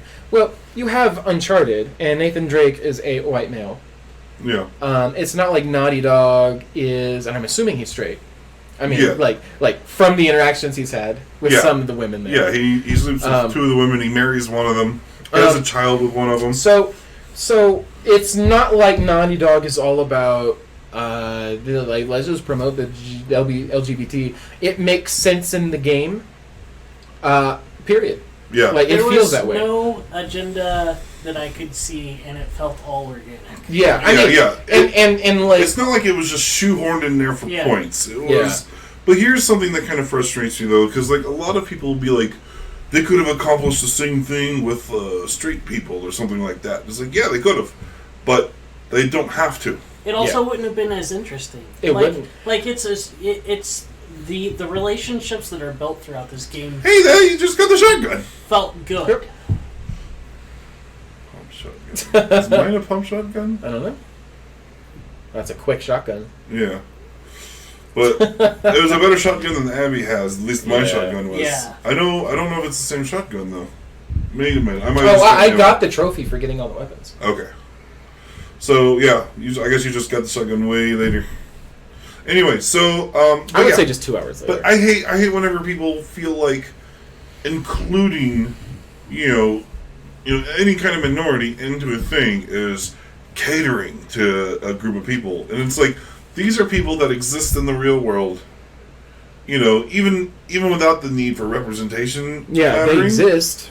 Why do you want to pretend they don't? Yeah, that like the psychology of like saying this doesn't represent me is like, well, you have like 99% of like all media that represents you. Yeah. Like at some point you have to be like, okay, well this one AAA game doesn't have a male character you can control, and who gives a shit? Yeah. Like it was an interesting story, and I fell in love with everybody. Yeah. And honestly, I don't think it would have been nearly as organic of a relationship. You could feel the chemistry between Ellie and Dina. Yeah, and it was unique and special. And I don't think I could have felt that through a regular. I mean, almost like but, it's just ridiculous when people like get mad stuck about on this stuff. Yeah, I used to know a guy years and years ago when Grand Theft Auto San Andreas came out. A guy I knew said that he couldn't play that game because it forces you to play as a black guy, and being a white guy, he couldn't do that. And I was like, what the fuck is wrong with you? Yeah, And this is the exact same situation. You know? Well, there's a new argument out by the same people who I saw were originally making the argument of, like they're forcing LGBT on everybody. Yeah. The same argument, or the same people are now making the argument of, the story's not good, and that's why I don't like it. Yeah. And at that, I mean that protects them from the argument of you're transphobic or you're, and so. They'll say the story. They will refuse to play the game. They make the argument of and then I want to play the villain, which she's not a villain. At no point is anybody, regardless of motivation, who kills Joel a villain. Really, no one's a villain in this. Yeah. Well, except for maybe the Scars. Yeah. Isaac. I don't know. Isaac himself, but the wolves are not. The Scars are not really, but they have bad people. I mean, their way of society's fucked up. I'm not arguing that. There are people who could be considered villains. I think that they're using religion as a means to destroy people. Yeah. And so and wolves are wanted any reason to take out the Scars. Yeah.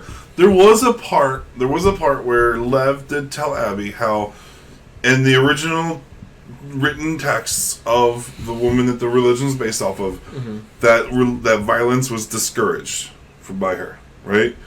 But since her death, apparently they didn't do those rituals where they stabbed you and hung you and pulled out your entrails. That wasn't done while the original woman was in charge. It was only after she was martyred. After she died and became a martyr, then other people became the leaders of their cult, and they then started getting violent. Yeah. And I think that was interesting. And so Lev feels like the faith itself isn't violent, but the leaders have twisted it. He described it how they twisted it. I think that's no better than some other stuff that's happening around the world. Yeah. I don't agree with how they did things by any means, but they weren't evil people. They weren't the evil people like that they weren't the big bad. I don't think anyone was the big bad. I think by virtue of Ellie and by virtue of Abby attacking each other, they're both the villains and the hero. Exactly. Yeah. I mean, in each other's story, which is such an interesting. Good on you, Naughty Dog, for doing that so fucking well. I once saw, years ago, I saw an interview with Hideo Kojima where he talked about how a lot of times, audiences have a hard time connecting with a story that doesn't have a very clear villain, individual villain. Mm-hmm. He likes to write stories that have a number of characters that might be villainous, and you don't know who the lead villain is, and a lot of subversion there where the hero turning things around where the villain is actually the hero kind of stuff, and he likes to use that and play with it a bit. But in part, why he feels like that stuff works is because it can frustrate people because they want a sole antagonist target to go for that they root against. They want good and bad well defined, and it makes it a lot easier for people to take in whenever they can. I think that it's the same reason that Bo Burnham once said, and it's 100% true. No one likes a complicated chorus, and it's for the same reason, because people don't want to have to question whether or not what they're doing is right or whether or not something's good. Yeah. They feel like they shouldn't have to question, and it's there's a particular kind of person who's wanting to ask that moral dilemma. Yeah. And in a post-apocalyptic scene, there's no clear right or wrong to doing things depending on the way your environment is presented to you. Yeah. I believe Naughty Dog did a really good job of saying, listen, nothing in this world is wrong or right. It's not black and white. Yeah. Nothing. There's no. And I mean, there's definitely a wrong and a right. There's lots of shades of gray. Yeah, I don't think there is a wrong or right, personally. Even in this world, killing Joel would have been, in our world, because we as a society deemed it so, taking it upon yourself and becoming a vigilante to kill an individual like Joel is wrong. But in a post-apocalyptic world where literally anything goes, killing Joel was morally right because, because you're getting justice for literal humanity and her father. Yeah. And for all she knew, she was putting a dangerous individual down. Right. And I agree with you. In Joel's situation, I have to agree with you. But there's still the whole, it's... For them, for their morality, what they're doing is right. For the elders who want to sleep with 12-year-olds, they're right. Yeah. Yeah. It is their perception. You're going to get that, snipped. Oh, God. Yeah, you're right. That's a dangerous sentence to say. Yeah, so I'm not saying it's right, by any means. But that's the perception that this world provides you. Yeah.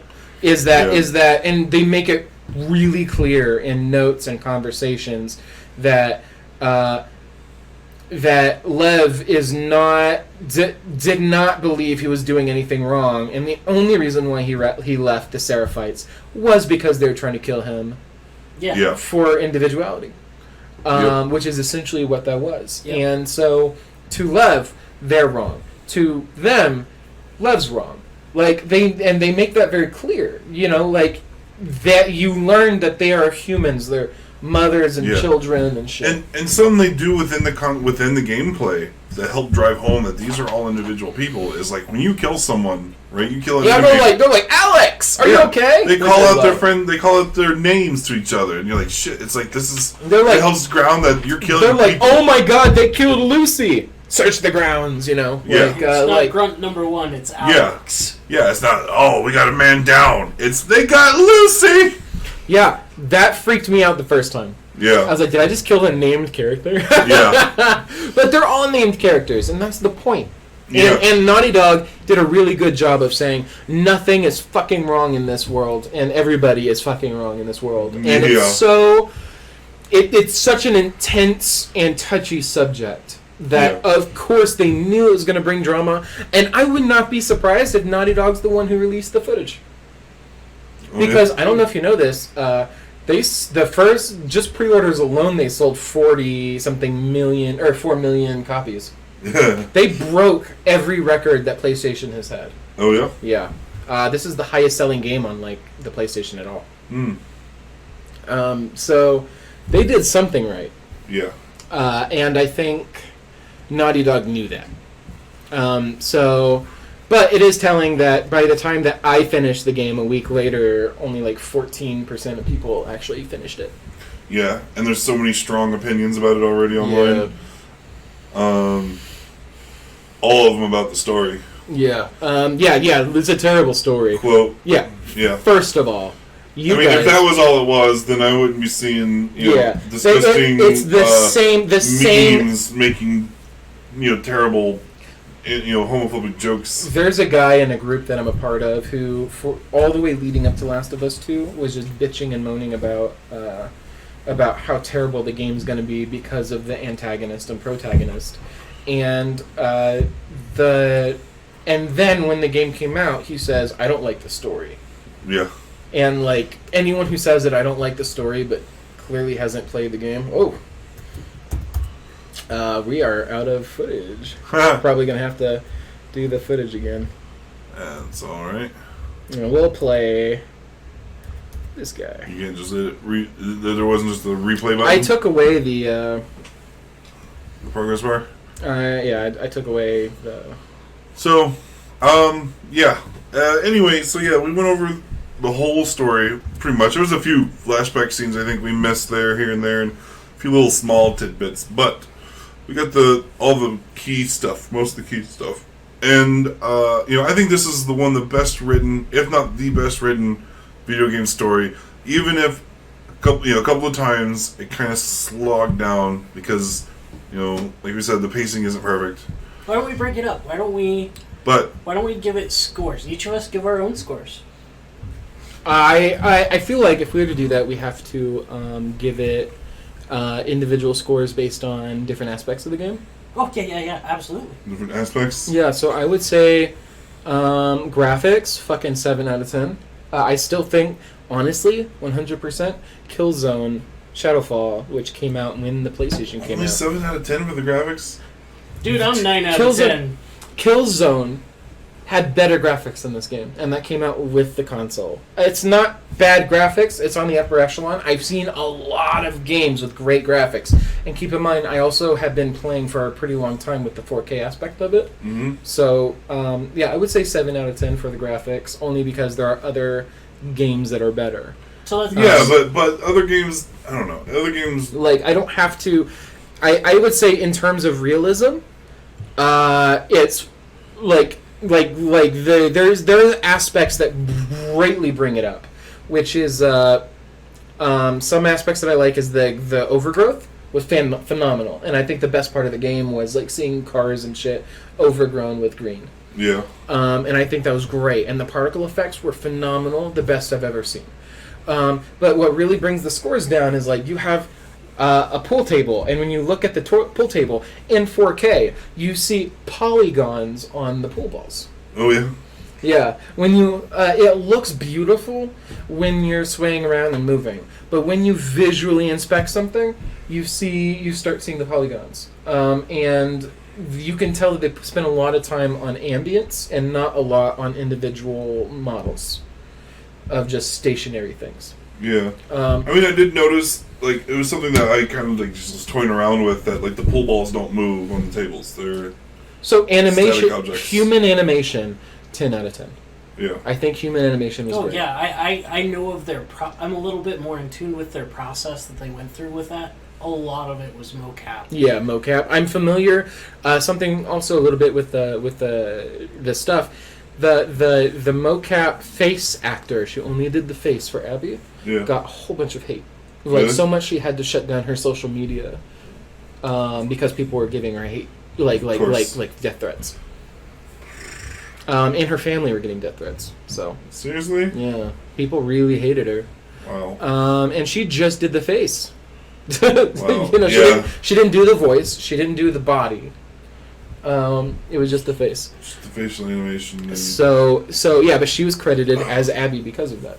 Fans are toxic as fuck. Yeah. And so right, but the facial animations, 10 out of 10. I would say story, 10 out of 10. Gameplay, realistically, 6 out of 10. I enjoyed. Well, first of all, I have to measure it to what I believe is the peak of gameplay, where I never felt bored and the pacing was great, through which is Horizon. Yeah. And I have to consider it with other games that I also played.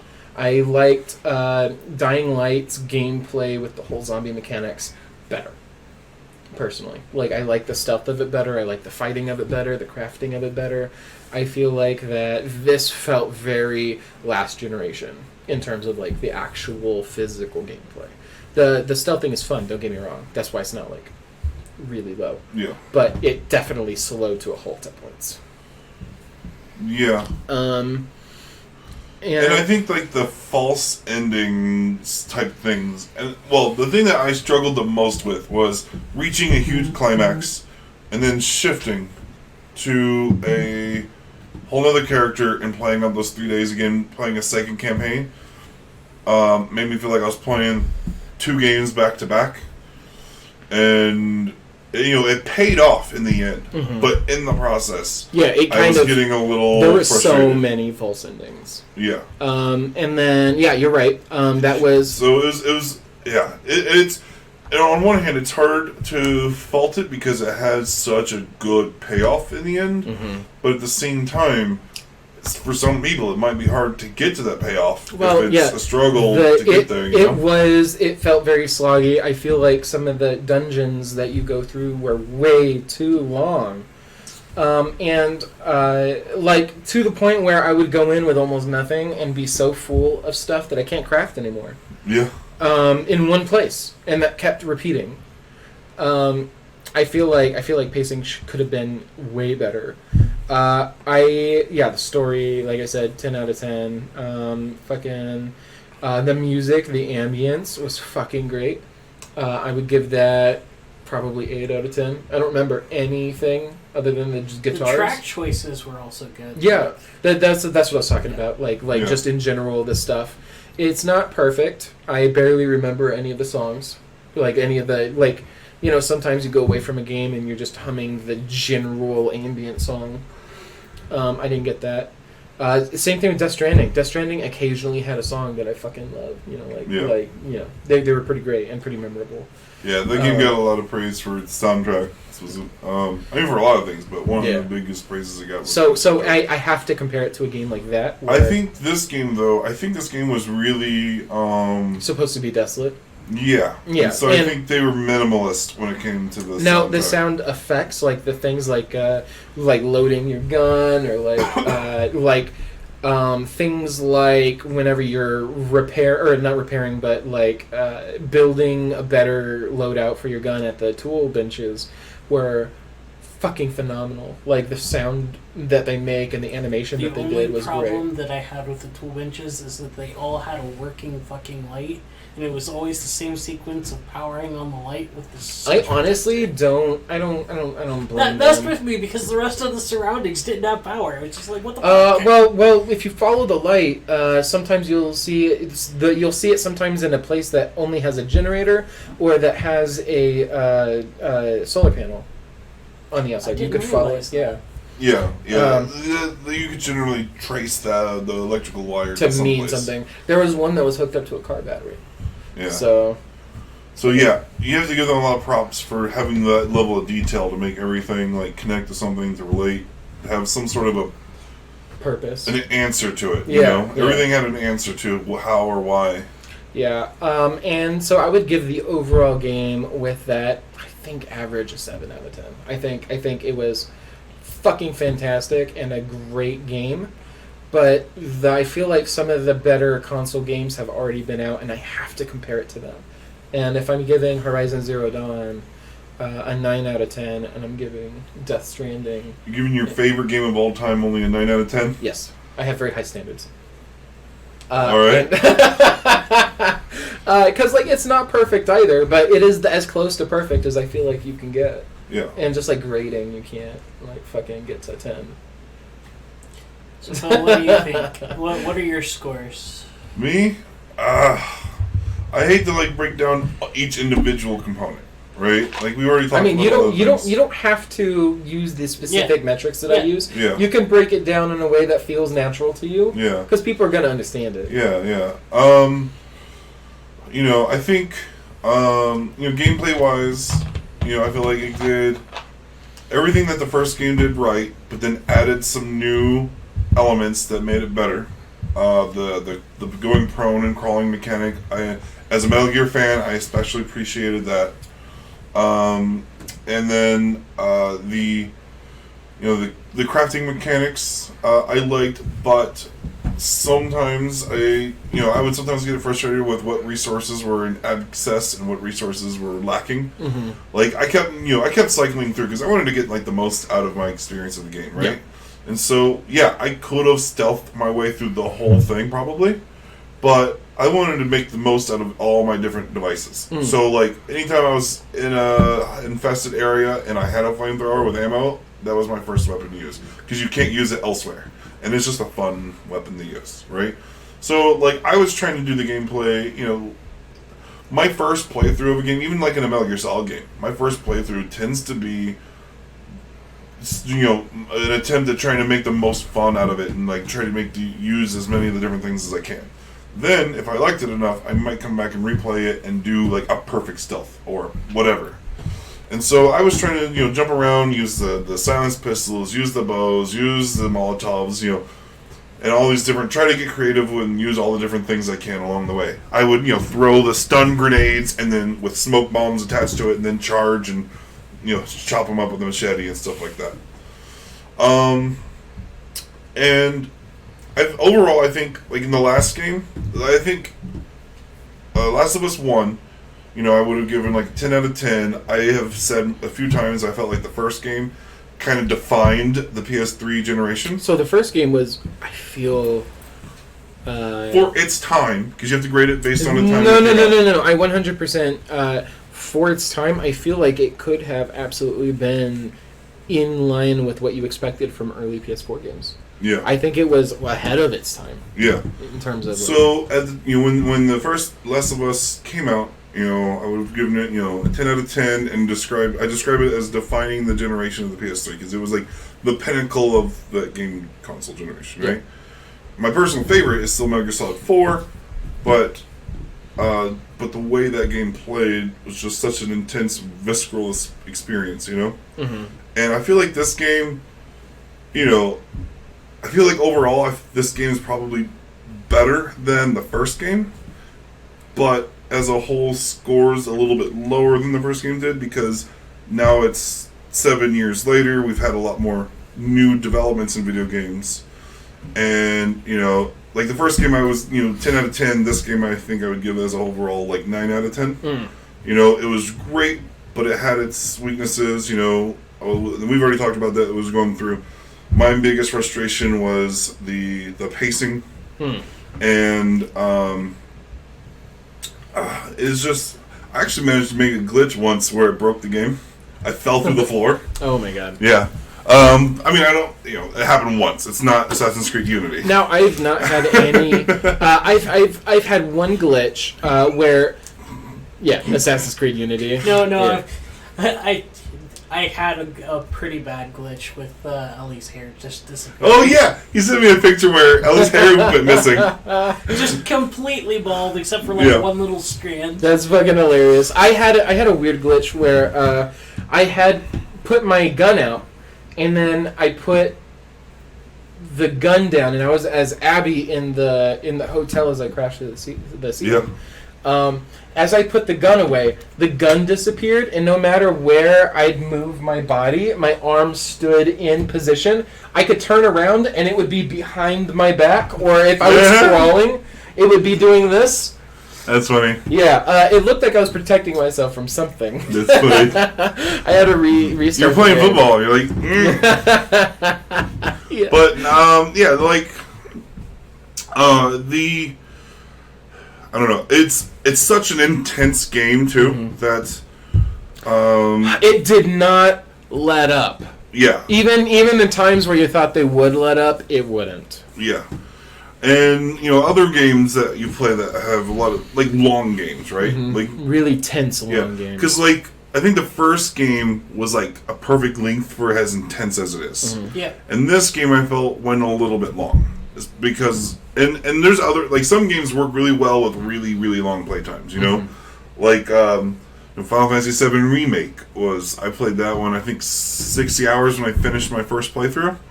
And I never felt like that game was too long because it had a mixture of differing things. That was one part is you did different things at different times. Yeah. And then it would go from intense to lighthearted and silly and then intense again.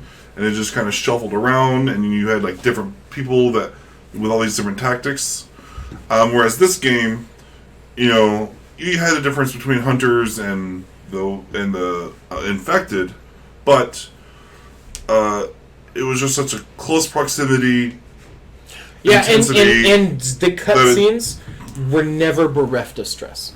Yeah, and so you're just constantly stressed for 30 hours straight. I remember walking out of. And it's a little exhausting. I walked out of the room where I was playing it, and my wife was playing with Rory, and I'm like, I just got to get through this game. And I went to go. I was taking a piss, and then the thought occurred to me, being like, I can't raise Rory in a world like that, And it just like the dour feeling of the game came with me after I was done playing. Yeah. After the Last of Us game, I had to follow it up with something a lot more lighthearted for a while, and so I played the Deadpool game. I think I've decided that after this, I haven't had a chance to play a video game since I finished this one. I'm pretty sure the next game I play is going to be a Crash Bandicoot game. Yeah, especially since It's Just About Time was announced. Yeah, so we got the remaster. I'm going to play the remastered, reignited trilogy. One of those games, not the whole trilogy right away, but I'm going to play one of those. Give me a few hours to have some lighthearted fun before I move on to something else. It's fucking rough. Yeah, because I need to play a game that's a little less stressful for a little while. So overall, what is your score? Overall, I'd give it a 9 out of 10. 9 out of 10. Very Yeah. high. Yeah. I mean, don't get me wrong. My 7 out of 10, in my opinion, is a very high Yeah. because there are a lot of 4s and belows. Yeah. See, I don't believe in perfection, but I don't think that something not being perfect doesn't mean it shouldn't get a 10 out of 10. I feel like 10 out of 10 means perfect. No, I don't. I have to disagree on that. 10 out of 10 is like upper echelon, like amazing game, but there is no such thing as perfect. And I don't, fuck the CDC, or not CDC, the comic book CGC? CGC, yeah, wow. Fuck the CDC! Yeah, CGC. I mean, their stuff is they can't do 10 out of 10 because there's physical. Flaws in the paper, and there's like price value to it. If I was to give it if I wasn't to give it a 10, or if I was to use a 10 out of 10 scaling, so the 9 out of 10, I would get a 7.5. Okay. I would give Horizon Zero Dawn a 9.5. I do believe there were small aspects of it that weren't perfect. Yeah. And I can't, but that is like the point of the grading that I would. That is the high point of everything that I hold to the standard of. Yeah. And I personally can't give The Last of Us 2 anything higher than a 7.5 if I think that Dying Light was a better story and more fun. Yeah. I mean, not better story. See, not a better story. I feel like I connected with the story more. Yeah.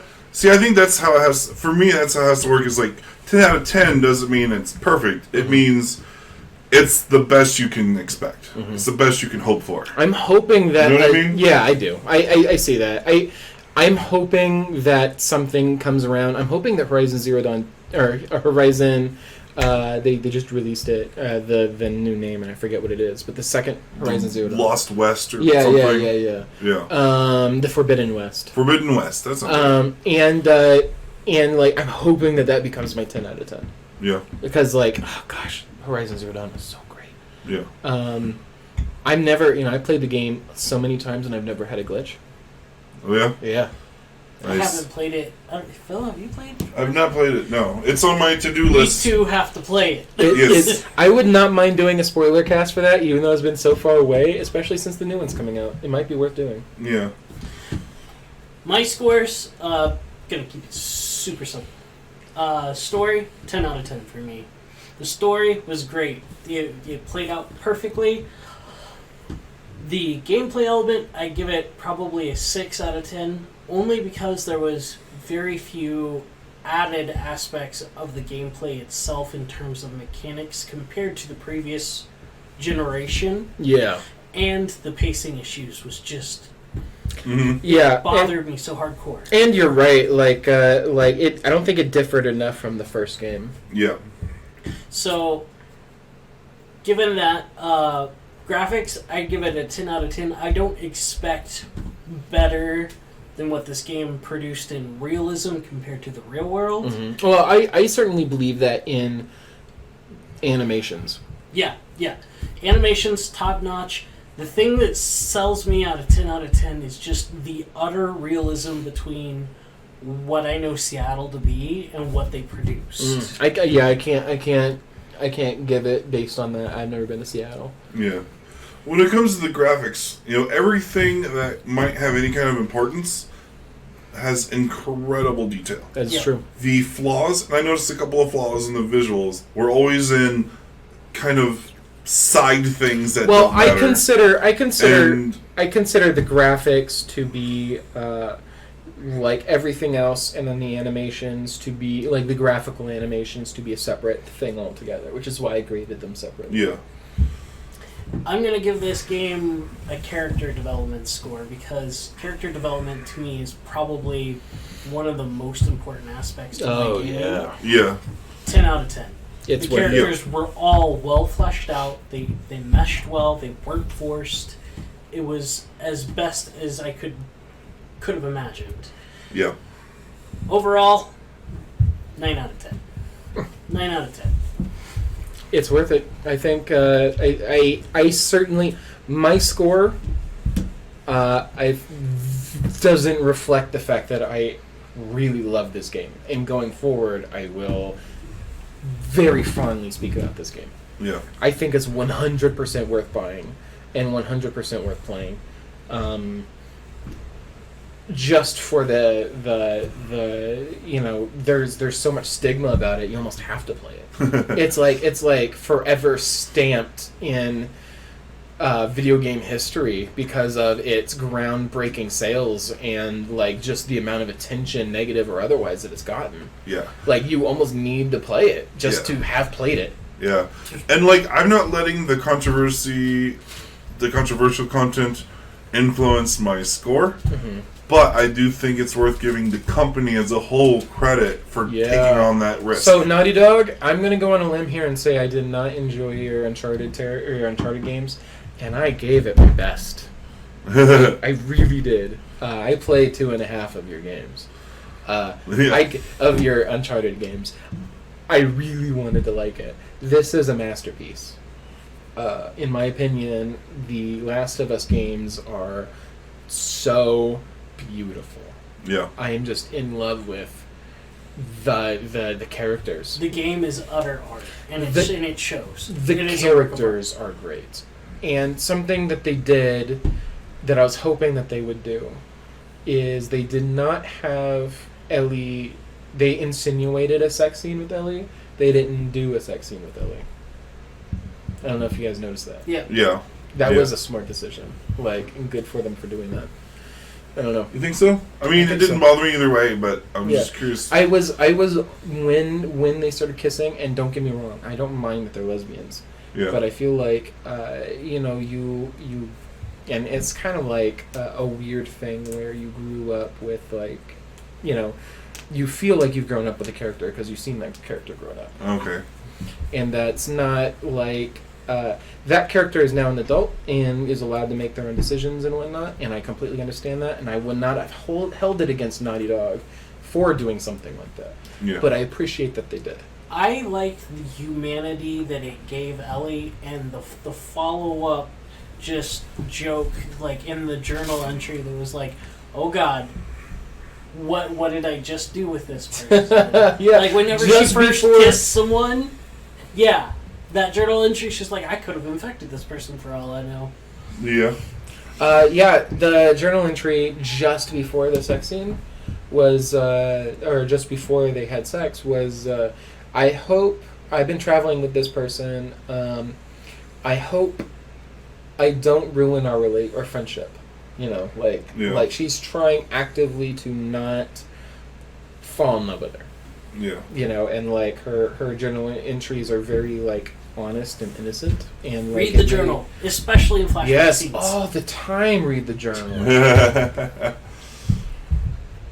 Yeah. So yeah, that's I guess our review of the game. I think Naughty Dog did just a wonderful job. Everything was tasteful. Everything done was tasteful. And that's the only word that I can say to truly describe this game. If there was a word to describe it, was tasteful. Yeah. Like it was a good, despite its dour, dark tones.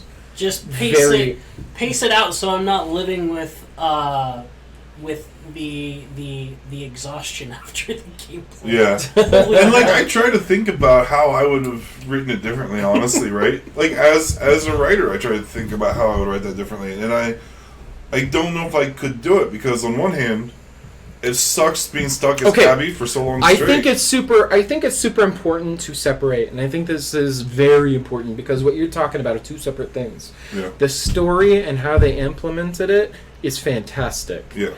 Someone else's job was to design the levels in a way to get you to access those stories. Yeah. And that was the person who fucked up. What I was getting at was like the way they did the story where you play as Ellie for all 3 days in a row, then as Abby all 3 days in a row, Like at It first, wouldn't have been bad, right? Yeah. That wouldn't have been bad if they made the days shorter. yeah. And, well, I was kind of worried because I was thinking about it. As like, would it have worked better if they had alternated each day? Oh, God, Day that would've 1 gotten Ellie, confusing. day 1 Abby, day 2 Ellie, day 2 Abby. But I thought about it. It's like, no, it doesn't work because you wouldn't be getting attached like you are, Yeah. right? The You got to strength, do the yeah. 3 days straight as the same character as Ellie with that ambition to get your revenge because you don't know Abby to be any different. Then you get to Abby, and then you get your mind changed from her being the villain to her being actually an okay human being and just another person that's in this terrible world. Yeah.